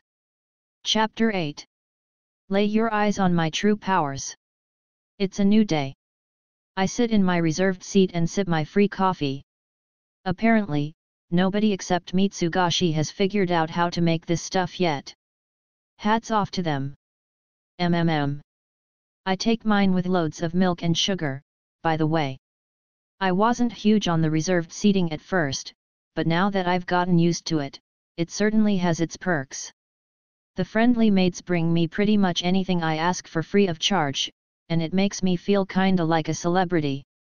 As I'm basking in the stadium's energy, Princess Iris makes her appearance. Good morning. Morning. Is that coffee I see? It's been trendy lately. I enjoy the smell, but the bitterness is a bit much for me. You could always just make it into coffee milk with loads of sugar. Coffee milk. Iris calls over one of the maids and orders one. She really is a woman of action. Oh, this is nice. Right? It's like a magic trick you can use to make every cup of coffee taste the same. I follow her lead and order myself a fine banquet of toast and eggs. If only this world had social media. The only way to make this meal better would be if I could upload a smug selfie with the caption "Eating breakfast in the deluxe suite with royalty." I finish eating right as various socialites begin trickling in. As the name would suggest, their advent brings with it the beginning of the socializing. Being the lowly son of a baron, I am completely left out of the conversation. It's fine, though I'd just as soon stay out. So please, Princess Iris, stop trying to be nice enough to include me. Things end up getting kind of awkward, but eventually, the second round of the primaries gets underway. The socialites take their seats, but right as things start settling down, the door opens up. I turn around and see a woman in a faded robe. It conceals her face like it did before, but I can tell it's Beatrix. She notices me and gives me a little wave, and I reply with a nod and a smile. We meet again. However, the rest of the socialites' gazes are cold. I can practically hear them all thinking. Who is this woman wearing a filthy robe? Remove her at once. The silence is stifling. Ma'am, I'm sorry, but you can't, one of the maids calls out to her but gets interrupted. It's fine. She's with me. Please come on in, beckons Iris as she invites Beatrix in. Beatrix comes and sits 2 seats down from me. Iris is between us. Apparently, that was going to be Alexia's seat, if she was here. Princess Iris, who is she? Beatrix, the war goddess. Iris's answer sends a stir through the socialites. Is she really? She said she's the war goddess. The legendary sword master. Hey, this is cool. I wanna hear someone say that's the legendary Shadow, at some point. It's been a while since you appeared in public. It has. I'm looking for someone. Beatrix nods as she answers the socialite's question. My niece. She looks just like me. Making sure not to repeat the mistake she made with me, she takes off her hood. Damn, you're fine. Do any of you recognize my face? I heard this country had sightings of an elf bearing my visage. In this country, hey? If I saw an elf as fair as you, Beatrix, I'd never forget it. Have any of you seen her? Sorry. The socialites all shake their heads. I see, disappointed, she puts her hood back up. Iris apologizes to her. I'm so sorry. Everyone here is well connected, so I thought you might have some luck asking them. It's fine. I'm an elf, so I have time. By the way, did you watch any of the Bushin festival? Not much. Oh. Well, based on what you've seen, did any of the contestants catch your interest? My interest? She glances around as she thinks. Cid. She points at me. Beatrix. Cid caught my interest. Someday, he'll be strong. I instantly deny it. Oh, no, I definitely won't. I can feel everyone staring at me. That boy's going to become strong. It's true he was in the same class as me, but his fundamentals were kinda, He is Claire's little brother, but he doesn't take to it the way she does. Finally, Iris cuts through the strained atmosphere, and that's the end of that. If that's what you think, Beatrix, then I'm certain you're right. Still, though, the socialites eye Beatrix skeptically. I can see them glancing at one another, as though asking themselves, is she the real deal? To them, she probably just looks like a dirty wanderer. The way I see it, though, she carries herself naturally in the best sense of the word. Her form, her personality, her bearing, and her strength as a whole are all so unembellished that nobody realizes her real power. Now, would you mind if I was forward enough to ask you to point out anything interesting you noticed during the matches?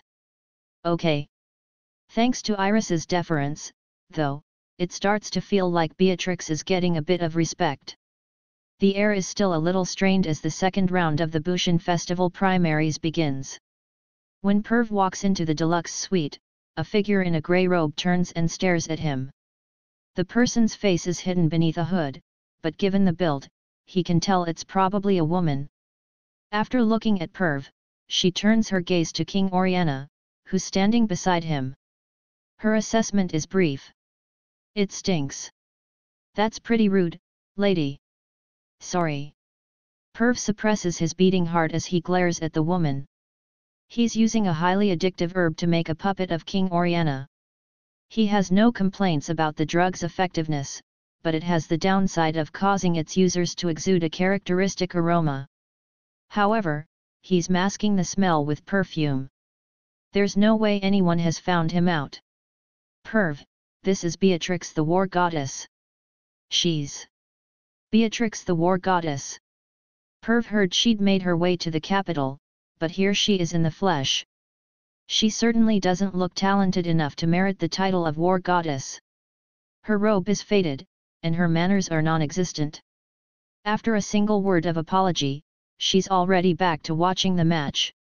But even though she doesn't look strong, if she's as talented as the rumors say, there's a chance he just can't perceive her strength. Given that Princess Iris acknowledges her as the real thing, he should assume she's right. He knows that the war goddess's face looks reminiscent of the great hero Oliver's.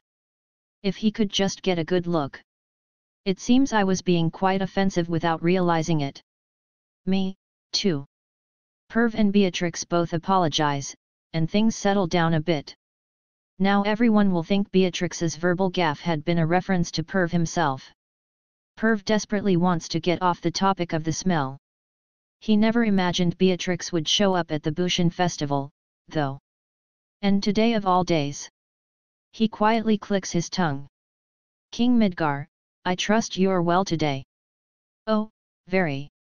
Perv changes his tone and offers salutations to King Midgar, who's sitting atop a large throne placed among the deluxe suite seats. After exchanging a set of standard greetings, King Oriana sits down beside King Midgar. Perv takes the next seat down and turns his attention to covering King Oriana's conversational back. The king can answer simple questions, but anything more complex will give him trouble. Perv has no choice but to guide the conversation and prevent King Oriana from screwing up. That said, everything has gone according to plan so far. His primary objective is securing Rose. During their last encounter, she was already starting to show symptoms. Her blood would undoubtedly prove a valuable asset to the cult. In order to ensure he gets her, he made a point of properly incentivizing her. Specifically, he threatened to have King Oriana kill King Midgar if Rose doesn't show up at the Bushan festival. It was just a threat, of course, but Perv wouldn't particularly mind following through with it. King Midgar's death would incite a war, and the Oriana kingdom would be finished. However, they already had plans underway to install a puppet leader in Midgar afterward. If all went well, everything would fall into his lap. There was a risk of abject failure, sure, but the potential rewards were worth it.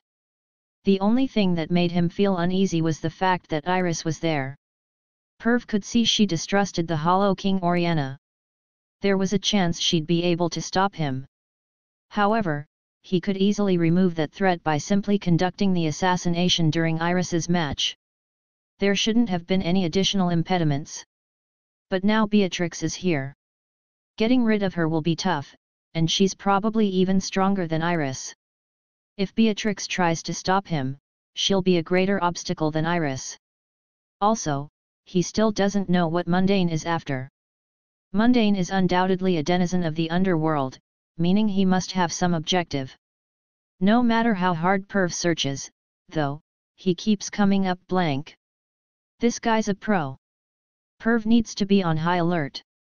He lets out a heavy sigh. Everything's going according to plan, but there are too many variables. He doesn't feel remotely at ease. Still, if Rose just shows up, everything's golden. He won't need to take any risks. And she's sure to. She can't just abandon her homeland and her father.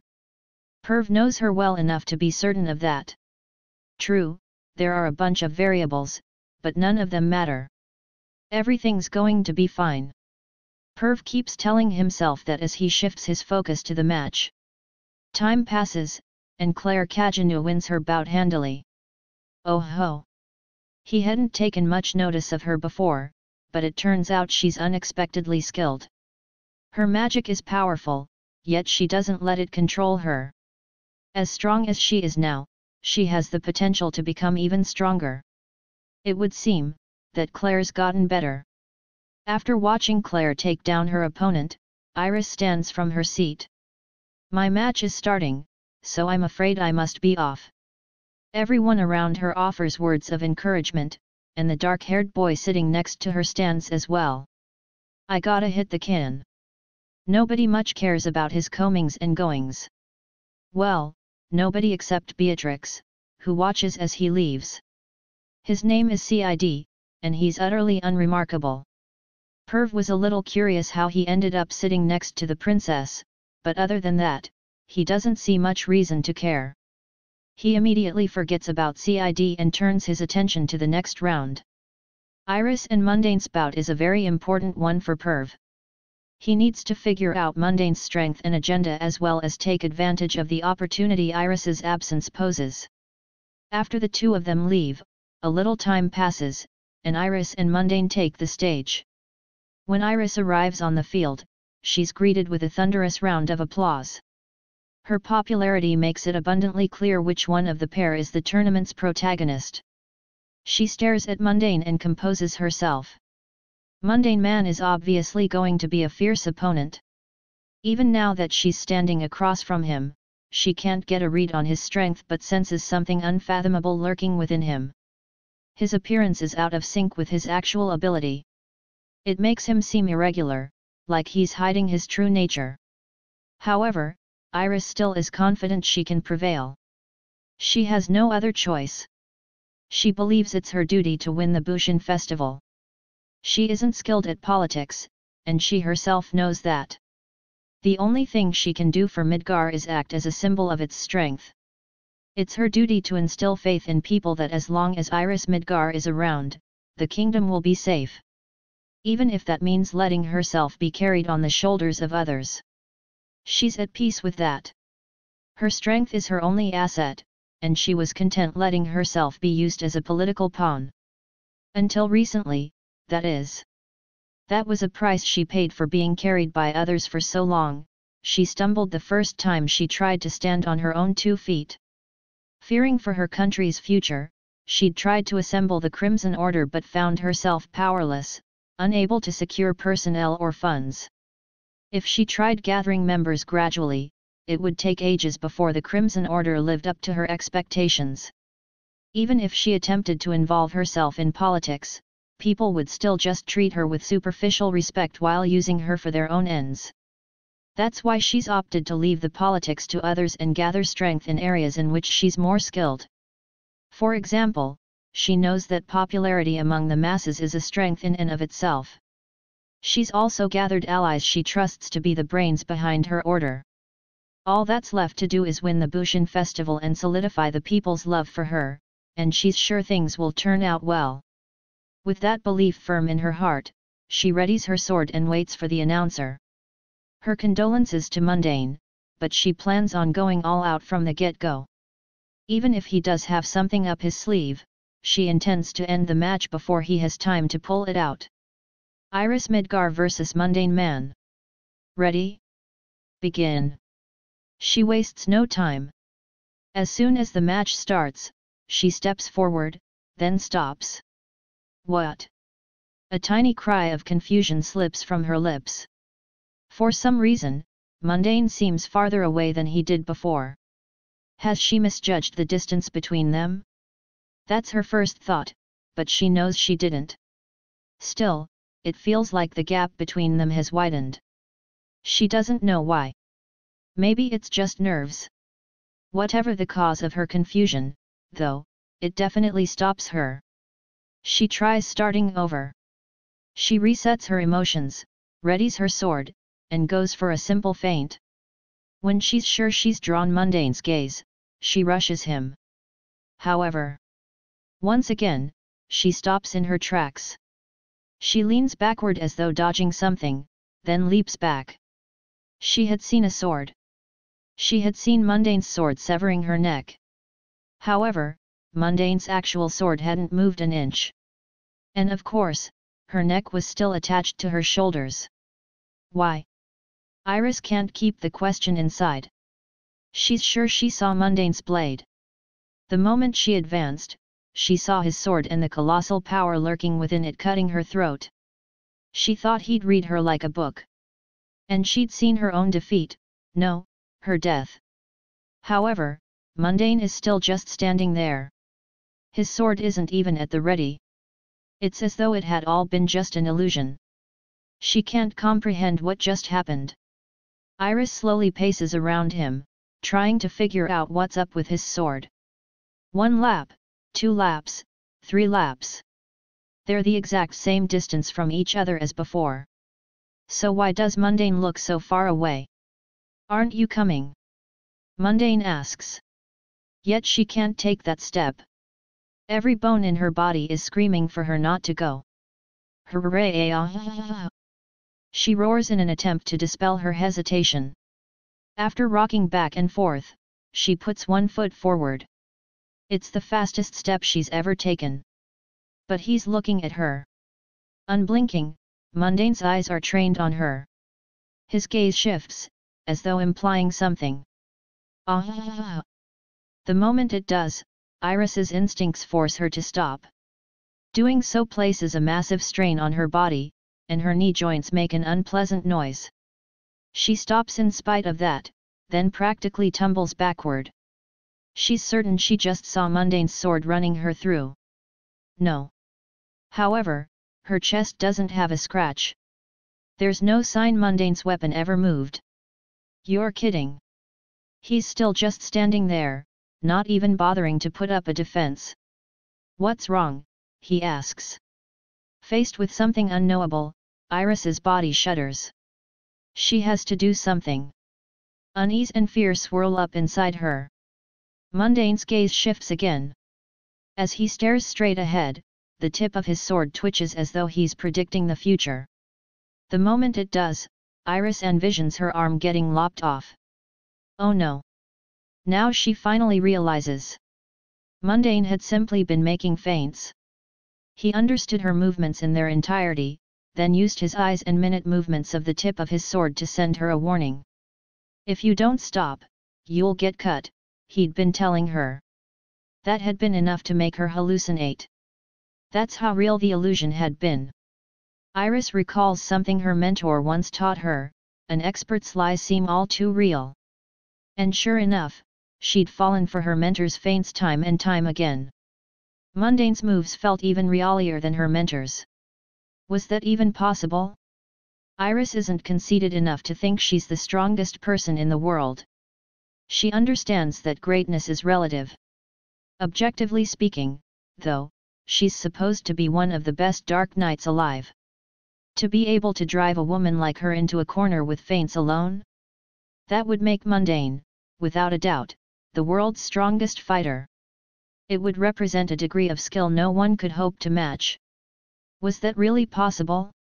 Like hell it was. Iris forces herself to believe that. Don't get rattled. He hasn't even raised his sword yet. Don't go deciding the match on mere speculation. Don't stop me, Iris quietly instructs her instincts. After steeling her resolve not to stop, she takes that one step forward. Something whizzes through the air. A second passes. Then, a fierce impact rocks Iris's body.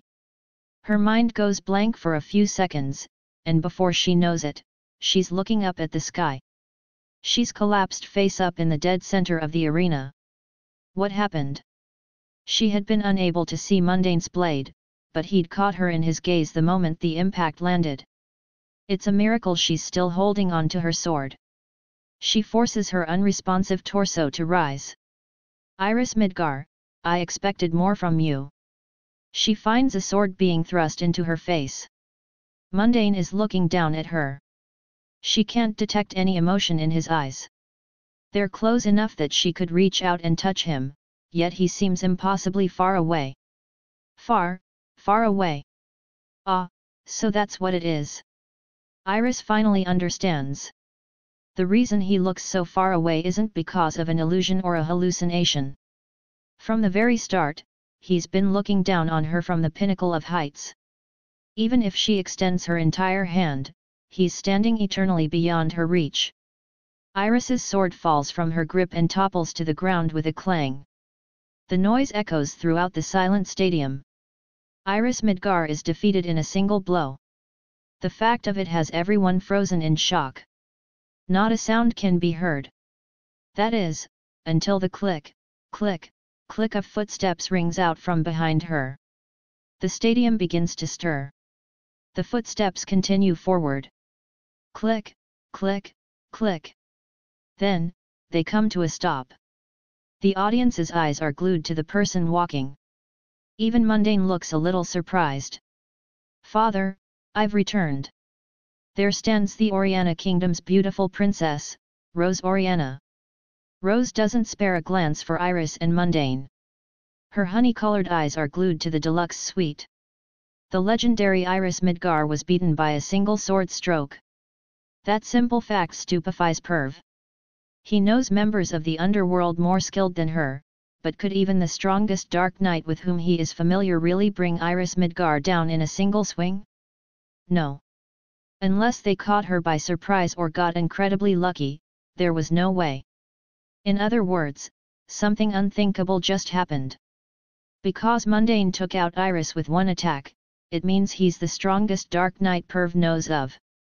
But he's practically a child. Nothing wounds Perv's pride as much as getting overtaken by someone he considered below him.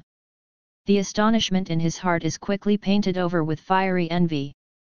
His brain races to reject Mundane. Mundane's one-hit takedown of Iris must have been dumb luck.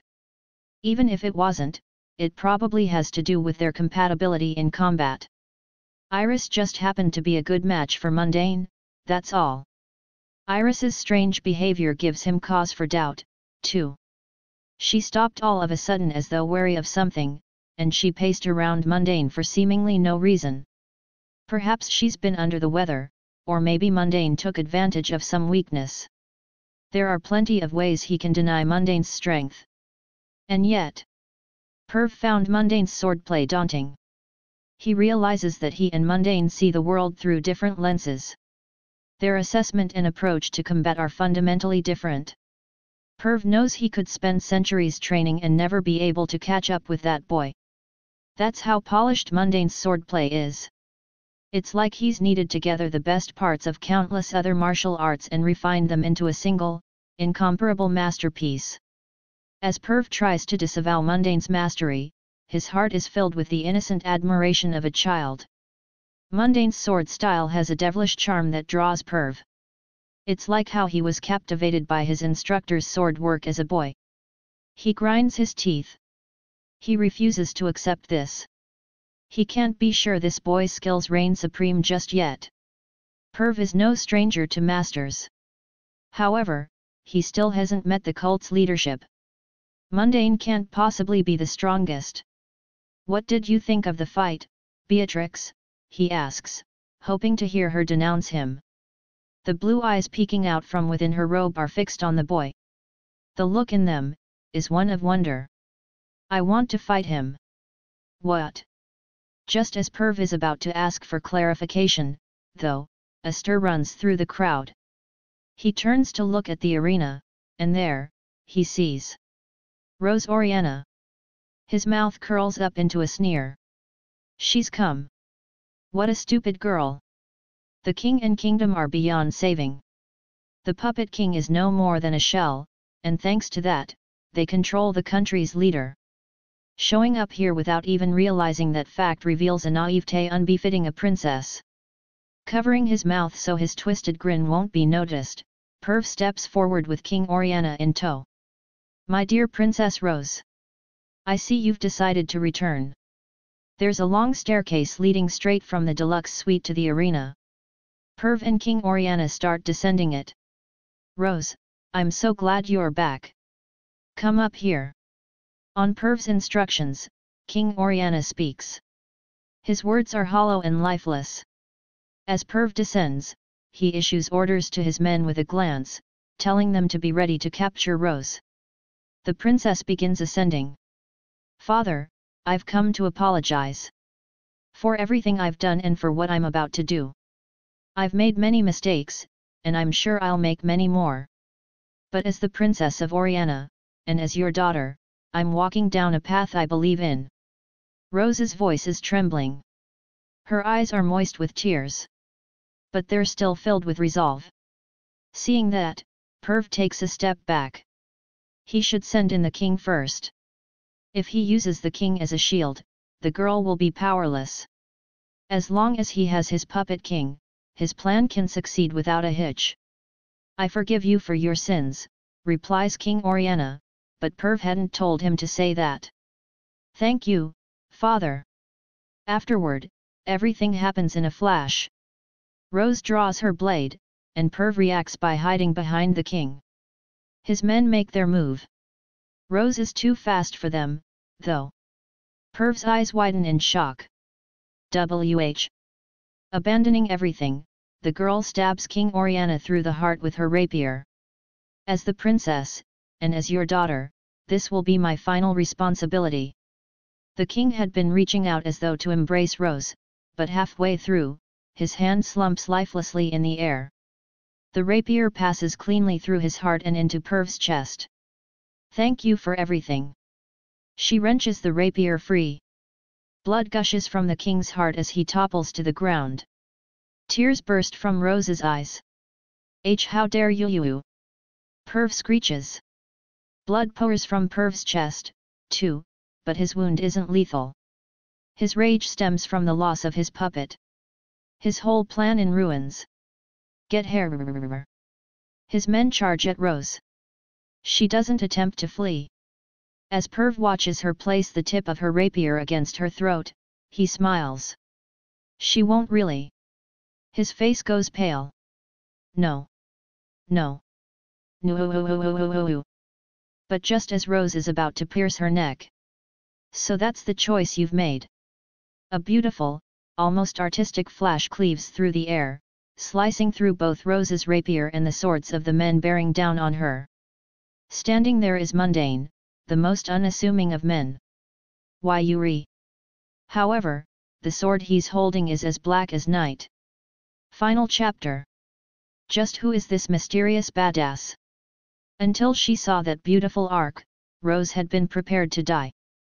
If she was captured and turned into a pawn, her father's death would have been in vain. She wasn't going to let that happen. Death is petrifying. However, it was the only option she had left. She'd been allowed her indulgences as a princess, but she still intended to carry out her royal duties. This was to be her final task. She'd been prepared for that. Why Yuri? However, the instant she sees that boy beautifully cleave through everything, she's reminded of a memory from her childhood. The time for lies is over. And with that, Mundane rips off his face. The crowd stirs. Beneath Mundane's skin sits an all too familiar mask. Black liquid swirls and spirals around him. When the spiral subsides, it leaves a man wearing a jet black long coat in its wake. Shadow, someone murmurs. But to Rose, he isn't Shadow. He's the man who made her want to take up the sword. The one whose blade embodies beauty. Shadow, are you? Are you the Slayer? The memories flash through Rose's mind. Once, long ago, Rose was kidnapped. Her father had official business to attend to in Midgar, and she'd secretly snuck out of there and to play outside. As she was playing with the commoner kids, though, everything suddenly went black. Then, she passed out. When she came to her senses, she found herself confined in a small, dark room. Her hands and legs were bound with rope, and there was a gag stuffed in her mouth. Although she was outwardly free of injury, her body trembled from worry and fear. She could hear bandits talking in the room next door. Man, I knew her clothes looked nice, but we got us the princess here. They'd probably figured it out from her personal effects. Now they knew who she was. You did it again, boss. We hit the jackpot. This wasn't luck, dumbass. This was all skill. Crude laughter echoed out. Terrified for her safety, Rose fell into despair. The bandits had two options: they could either use her as a hostage to bargain with Oriana, or they could sell her to someone who knew what she was worth. She was certain they'd pick the latter. Although she was valuable as a hostage, mere bandits would be hard-pressed to use her right. By selling her, they could make some easy gold. Then, she would end up falling into the hands of political enemies. That prospect terrified her. She twisted her body to try and undo the ropes. She shouted through her gag. But her efforts were for nothing. Hey, sounds like the princess is up. Go check on her, then. She could hear footsteps drawing closer. Her muffled shouts turned to screams as tears began running down her cheeks. But just as the door was about to open. Yahoo! Gimme all your money. She heard a child's voice saying some rather unchildish things. Who the hell is this kid? He just showed up out of nowhere. Kill his ass. See Mir, you. Something made a sound as if it had sliced through the air. A scream rang out. Who the hell is this? He's too strong. What? He took out 3 people at once. You guys can help me practice my fancy swordplay. Something ripped through the air again. Rose could smell blood. She timidly peeked through the crack in the door. Outside, there was a boy wearing a sack over his head and a group of bandits fleeing. If you run, you're just bandits. But if you don't, that means you're trained bandits. Please. The sack-clad boy swung his sword. The arc was so beautiful that Rose forgot what was going on and simply stared at it. She didn't know much about swords, but that technique was far more beautiful than any work of art. The blade sliced skillfully through the bandits' necks, and the screaming stopped. Dumbfounded, Rose just gazed at the boy with the sack. Man, I came all the way out here, and they don't have any gold. Hey? Oh, there's more of them. Noticing Rose's gaze, the boy in the sack opened up the door. Light streamed into the room as their eyes met. Ah, a kidnapped kid. Rough day for you, hey. The sack boy swung his sword. Rose was captivated by the elegance of his sword work. Bye now. Take care on your way home. The sack boy began briskly walking off. Before she noticed, Rose's bindings had been cut. She called out to him in desperation. Wait. The boy stopped and turned back toward her. Who are you? Me? I'm still in the middle of my training, so, just think of me as a fancy bandit slayer who happened to pass by. The fancy bandit slayer.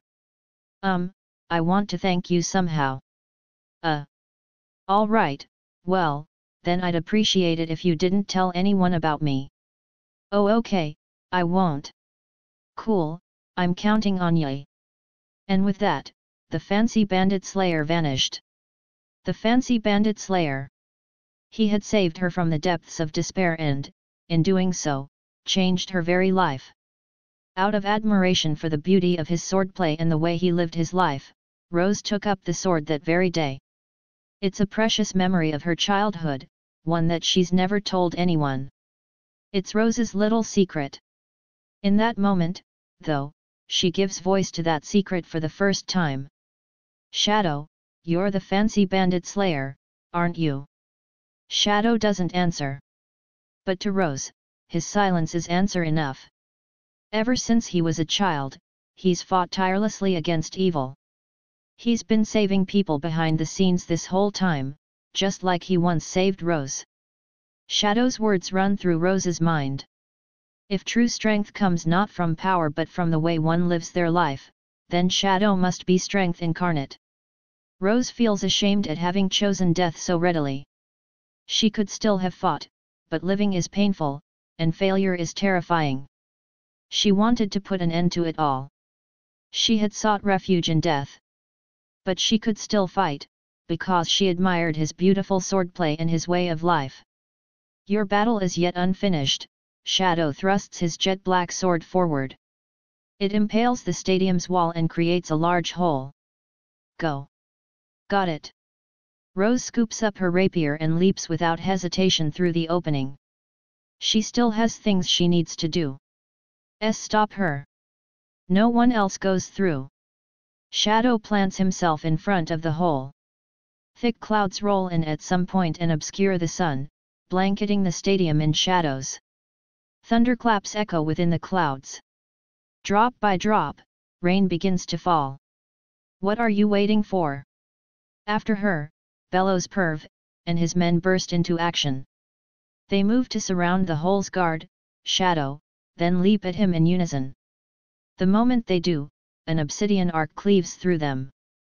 A single blow is all it takes to send all of Perv's hand-picked dark knights flying. This can't. So this is Shadow. True to the rumors Perv heard, he cannot be contained by the riffraff. He presses down on his bleeding gut and falls back. Help! Is there anyone? Anyone who can take him down, he cries. The only response he hears is the sound of the rain. The knights of Midgar surround Shadow from a distance, but that's all.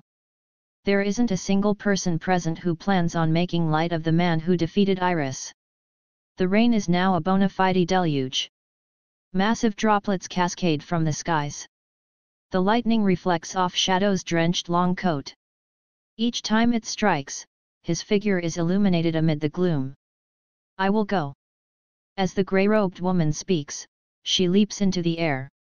She casts her robe off while airborne and lands with her long sword drawn. Beatrix the war goddess, someone murmurs. The beautiful blonde elf readies her blade in the rain. She's wearing nothing more than a loincloth and a breastplate, and the lightning makes her pale, drenched skin flash.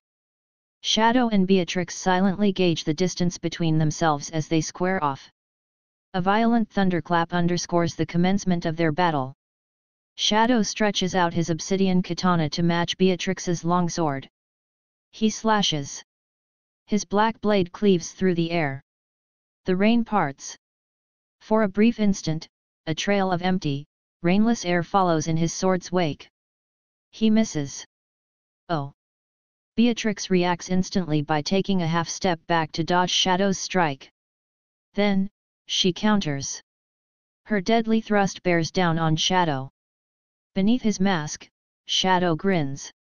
He evades the attack by leaning to the side, then swings his sword as he pulls back upright. But she recovers quickly, too.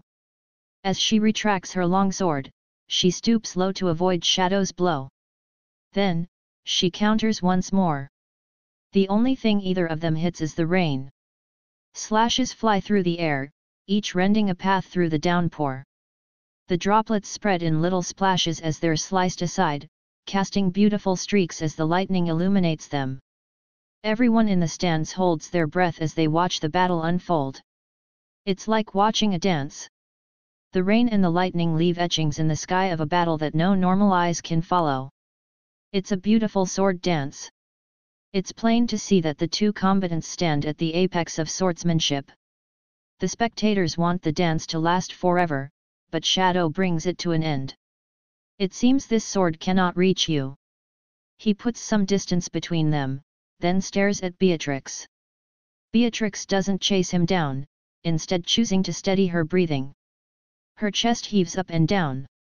Incredible, she lets out the word of admiration as one would a sigh. Her blue eyes are fixed on Shadow. For a moment, they just stare at each other. Allow me to show you my true blade. With that, Shadow returns his black sword to its original length. This is his preferred distance. Here I come. As soon as he speaks, he instantly steps forward. The field between them vanishes. Then the impact. The moment he closes the gap, Beatrix immediately abandons attacking and shifts all her focus to defense. However, she can't even see his sword. It's not just her. Nobody can. And his assault doesn't cut so much as a single raindrop. RGH. The impact sends her flying, and she collapses in the rain. She can't see the blow but manages to block it on instinct alone. But only barely.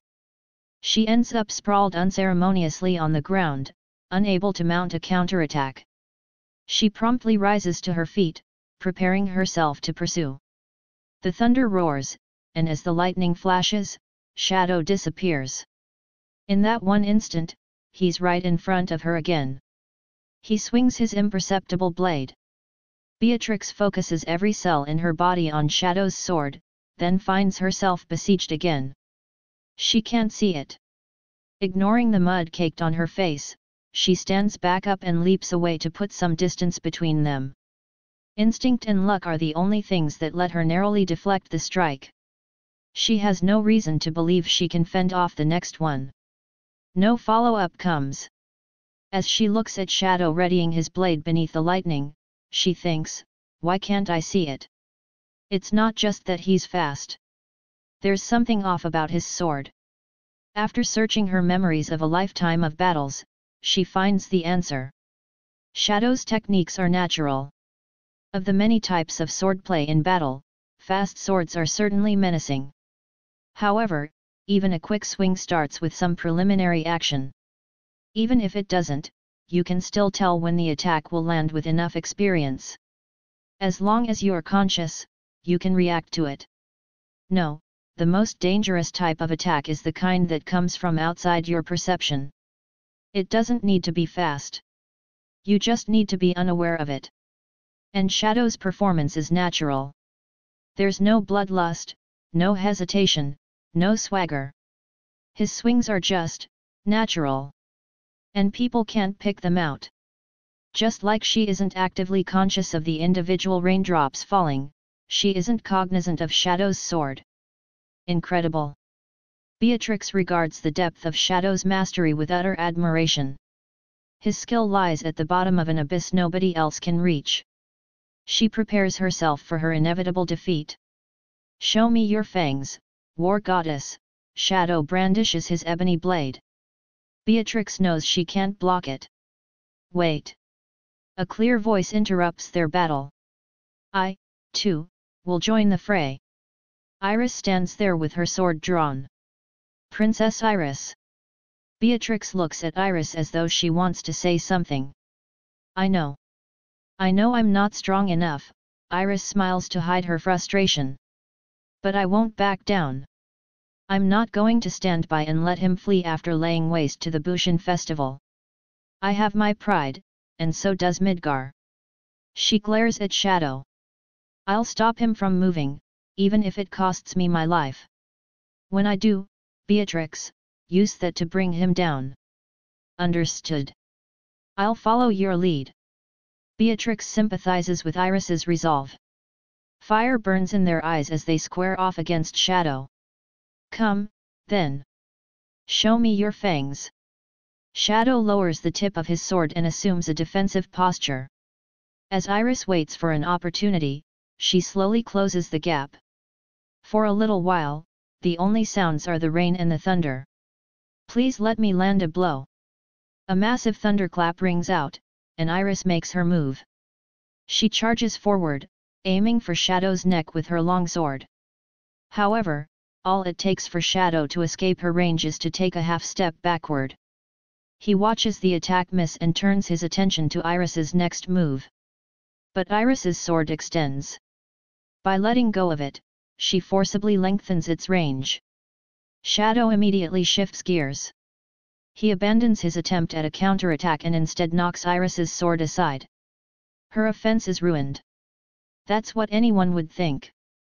However, she stoops down and uses the momentum from her charge to grab Shadow's torso and grapple him. It's a valiant move, one designed to restrain his movements in exchange for her own life. He won't be able to evade in time. Bravo! Shadow's knee smashes into Iris's face. There's no way she could have known, but hand-to-hand combat is Shadow's specialty. Iris crumples to the ground. However, she still achieves her mission. When he lashes out with his knee, there is a brief moment when Shadow becomes immobile. That one moment is all she needs. Hi-ya! Beatrix's slash bears down on him. She pours all her strength into her long sword and slams it into his ebony blade.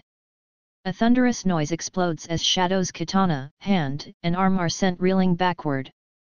His posture is shot. This is her chance. Beatrix's follow-up is impossibly fast. But Shadow releases his sword faster. He makes the split-second decision to cast aside his weapon, then vanishes. He's outside Beatrix's vision. Is he below me? After leaning forward so low he's practically crawling, he grabs Beatrix by the waist. However, his movements are miles more polished and flowing than when Iris attempted the same move. He's too close for her long sword to connect. Shadow hoists Beatrix up with ease, then slams her into the ground. Gah! The stone floor shatters. The air in her lungs is forcibly expelled. But in that split second, she has a chance to use her sword. As her consciousness wavers, she swings it. Shadow pays her no heed, instead lifting her up and slamming her down again, but halfway through, he lets go. Beatrix's sword meets empty air, and she crashes hard into the stadium wall. A sickening noise resounds as her body is embedded in it. Then, a slice cuts through the air as something pitches down from the sky. Shadow reaches out and grabs at his ebony sword. It's as though he planned it all out. Lightning illuminates the bodies of the two downed women. Even together, Beatrix and Iris are helpless. The shock of that overwhelms the spectators with confusion and fear. It's over. Shadow looks down at his two opponents, then turns to leave. Stop right there. He hears a voice and stops. I can still fight. Iris staggers to her feet. Beatrix follows her lead, brushing away the debris from the wall as she rises in turn. As can I. The two swordswomen rise. However, Shadow merely casts a glance at them before walking off again. Stop right there. Are you going to flee? Hearing Iris, Shadow stops. Flee, he repeats. Bluish-purple light fills the stadium. It's a torrent of magic, whirling as it floods out of Shadow's body. Swallowed up by the magic, the rain stops. This can't. Is this even real? This is impossible. The unimaginable force stops Iris and Beatrix in their tracks. With power like this, annihilating the entire stadium would have been trivial for him. Iris, Beatrix, and the spectators are all equally helpless in the face of such might. Why would I need to flee? Nobody can possibly stop him. They have no choice but to acknowledge that. Why? Asks Iris, her voice shaking. If you had all that power, you could have killed us whenever you wanted. I achieved my objective. I have no interest in your lives.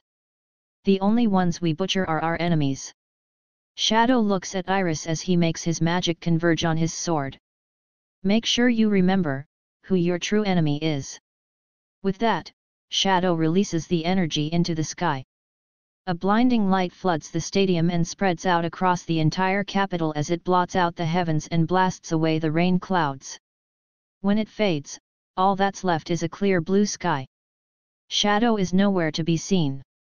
The clouds, the rain, the lightning, and Shadow himself. It's like they were never even there. Remember who my true enemy is? Shadow. Who are you? Iris gazes up at the cloudless sky as she ruminates on the words with which Shadow left her. What was his objective? Who was her true enemy? Far up above, a massive rainbow stretches across the firmament. Rose runs through the rain. She has no destination in mind. She just keeps running, and before she notices, the rain stops. She's in a forest.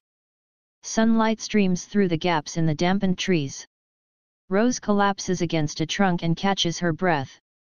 All sorts of thoughts are racing through her head. She thinks about her father, about her homeland, about what's going to happen to her now. All of those worries and more get tangled up inside her, sending her heart into disarray. She may have had her reasons, but that doesn't change the fact that she's now a criminal guilty of murdering a king. She isn't going to deny that, and she has no intention of seeking death to flee responsibility. She fully intends to shoulder the burden of committing patricide alongside her duties as a princess. But it's all too much for her. The more she thinks, the more the anxiety makes her shiver. The weight of her responsibilities is crushing her resolve. She can still fight. She has to fight. But what can a frail 17-year-old girl really hope to accomplish? She buries her head in her knees. Then, she curls into a ball and trembles. She stays that way until the sunlight takes on the vermilion hue of twilight. At that point, she tells herself it's time to go and stands. She doesn't know where she's going, but she knows she has to press on. Right when she faces forward and starts walking, a lovely voice calls out from behind her. You have two choices you can make. Rose whirls around and finds an elf wearing a jet black dress. She has blonde hair, blue eyes, and features so elegant they could have been chiseled from stone. You're Alpha. Alpha crosses her arms and smiles mysteriously. You can fight alone, or you can fight with us. But you have to choose. With you. Rose's enemy and the Shadow Garden's enemy are one and the same. However, having the same foe is no guarantee they'll be able to work together. Still, it's true she's short on options. People will be after her soon. If she's going to fight alone, she needs somewhere to hide. For now, her only option on that front is taking refuge in the mountains. Well, she could also head for the lawless city, she supposes. But in this moment, she's the criminal who murdered King Oriana. If she goes to the lawless city, people will come seeking the bounty on her head. Can you save the Oriana kingdom? That depends on you. Right now, we have no reason to act on your behalf. If you want to save your country, you'll need to prove your worth. My worth. Your worth, and the Oriana kingdom's worth. And if I prove those, can you save it? It's within our means. Alpha's reply is succinct. All she's doing is presenting Rose with her choices. She's neither giving Rose advice nor offering her aid. The decision is Rose's to make. Is the Slayer, Shadow, the leader of your organization? He is. An image of the boy who saved her as a child and tirelessly fought evil flashes through her mind. She decides to believe in him. Then my blade is yours. I see. Welcome aboard. Now follow me. There's no emotion in Alpha's voice as she leads Rose deeper into the forest.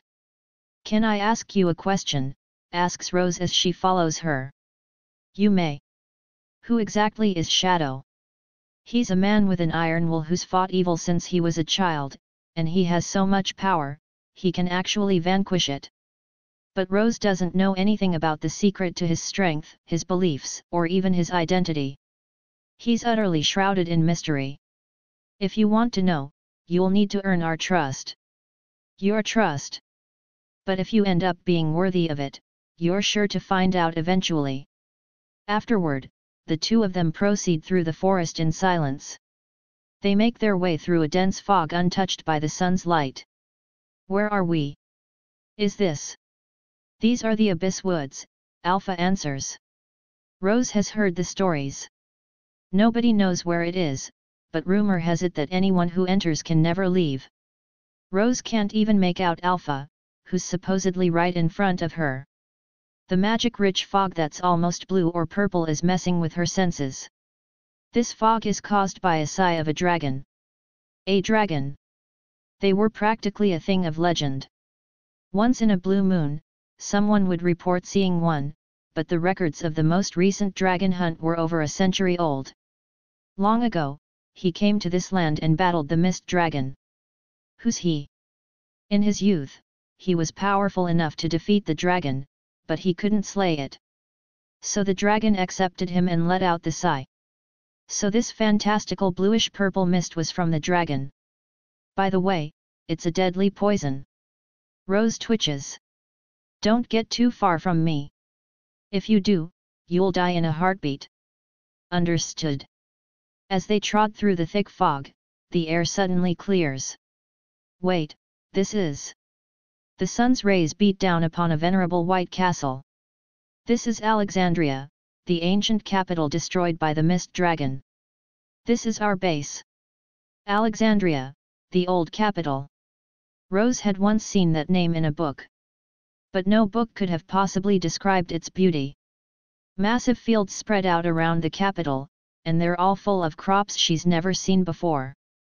Women are enthusiastically harvesting the produce. That one there is a cocoa field. It's the main ingredient in chocolate. We may have you working in it at some point. Wait, chocolate?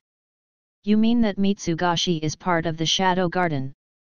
Alpha only smiles. Currently, Mitsugashi remains the only place that sells chocolate.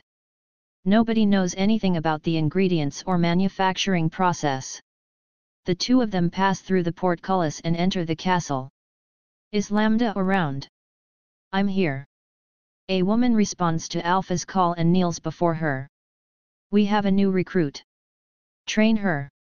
As you wish. Start by showing us your strength. I'm sure you'll be able to forge your path quickly. After speaking to Rose, Alpha takes her leave.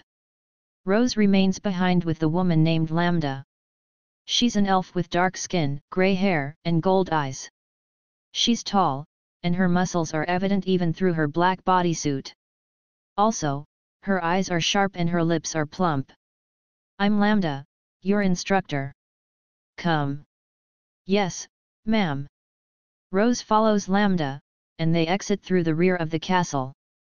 Many girls are fervently training here. Wow! All it takes is a single glance for Rose to realize every single one of them is powerful. Number 664, number 665. Present, ma'am. Yes, ma'am.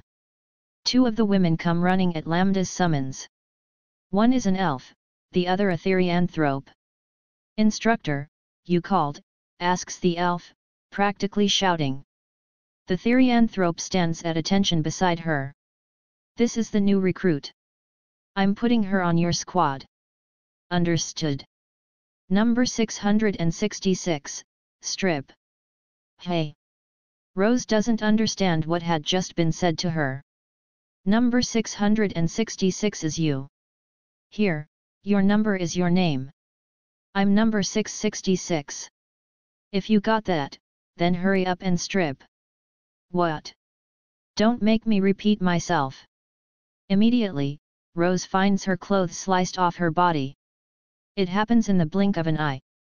Now she's buck naked. What are you doing? Rose squats down in an attempt to cover herself. From today on, you're the scum of the world. You're nobody. Discard your name. Abandon your clothes. Throw away everything so you can become the perfect soldier. Lambda throws a dark lump at Rose's feet. It's a springy black slime. Number 664, teach the worm how to use it. Yes, ma'am. What is this?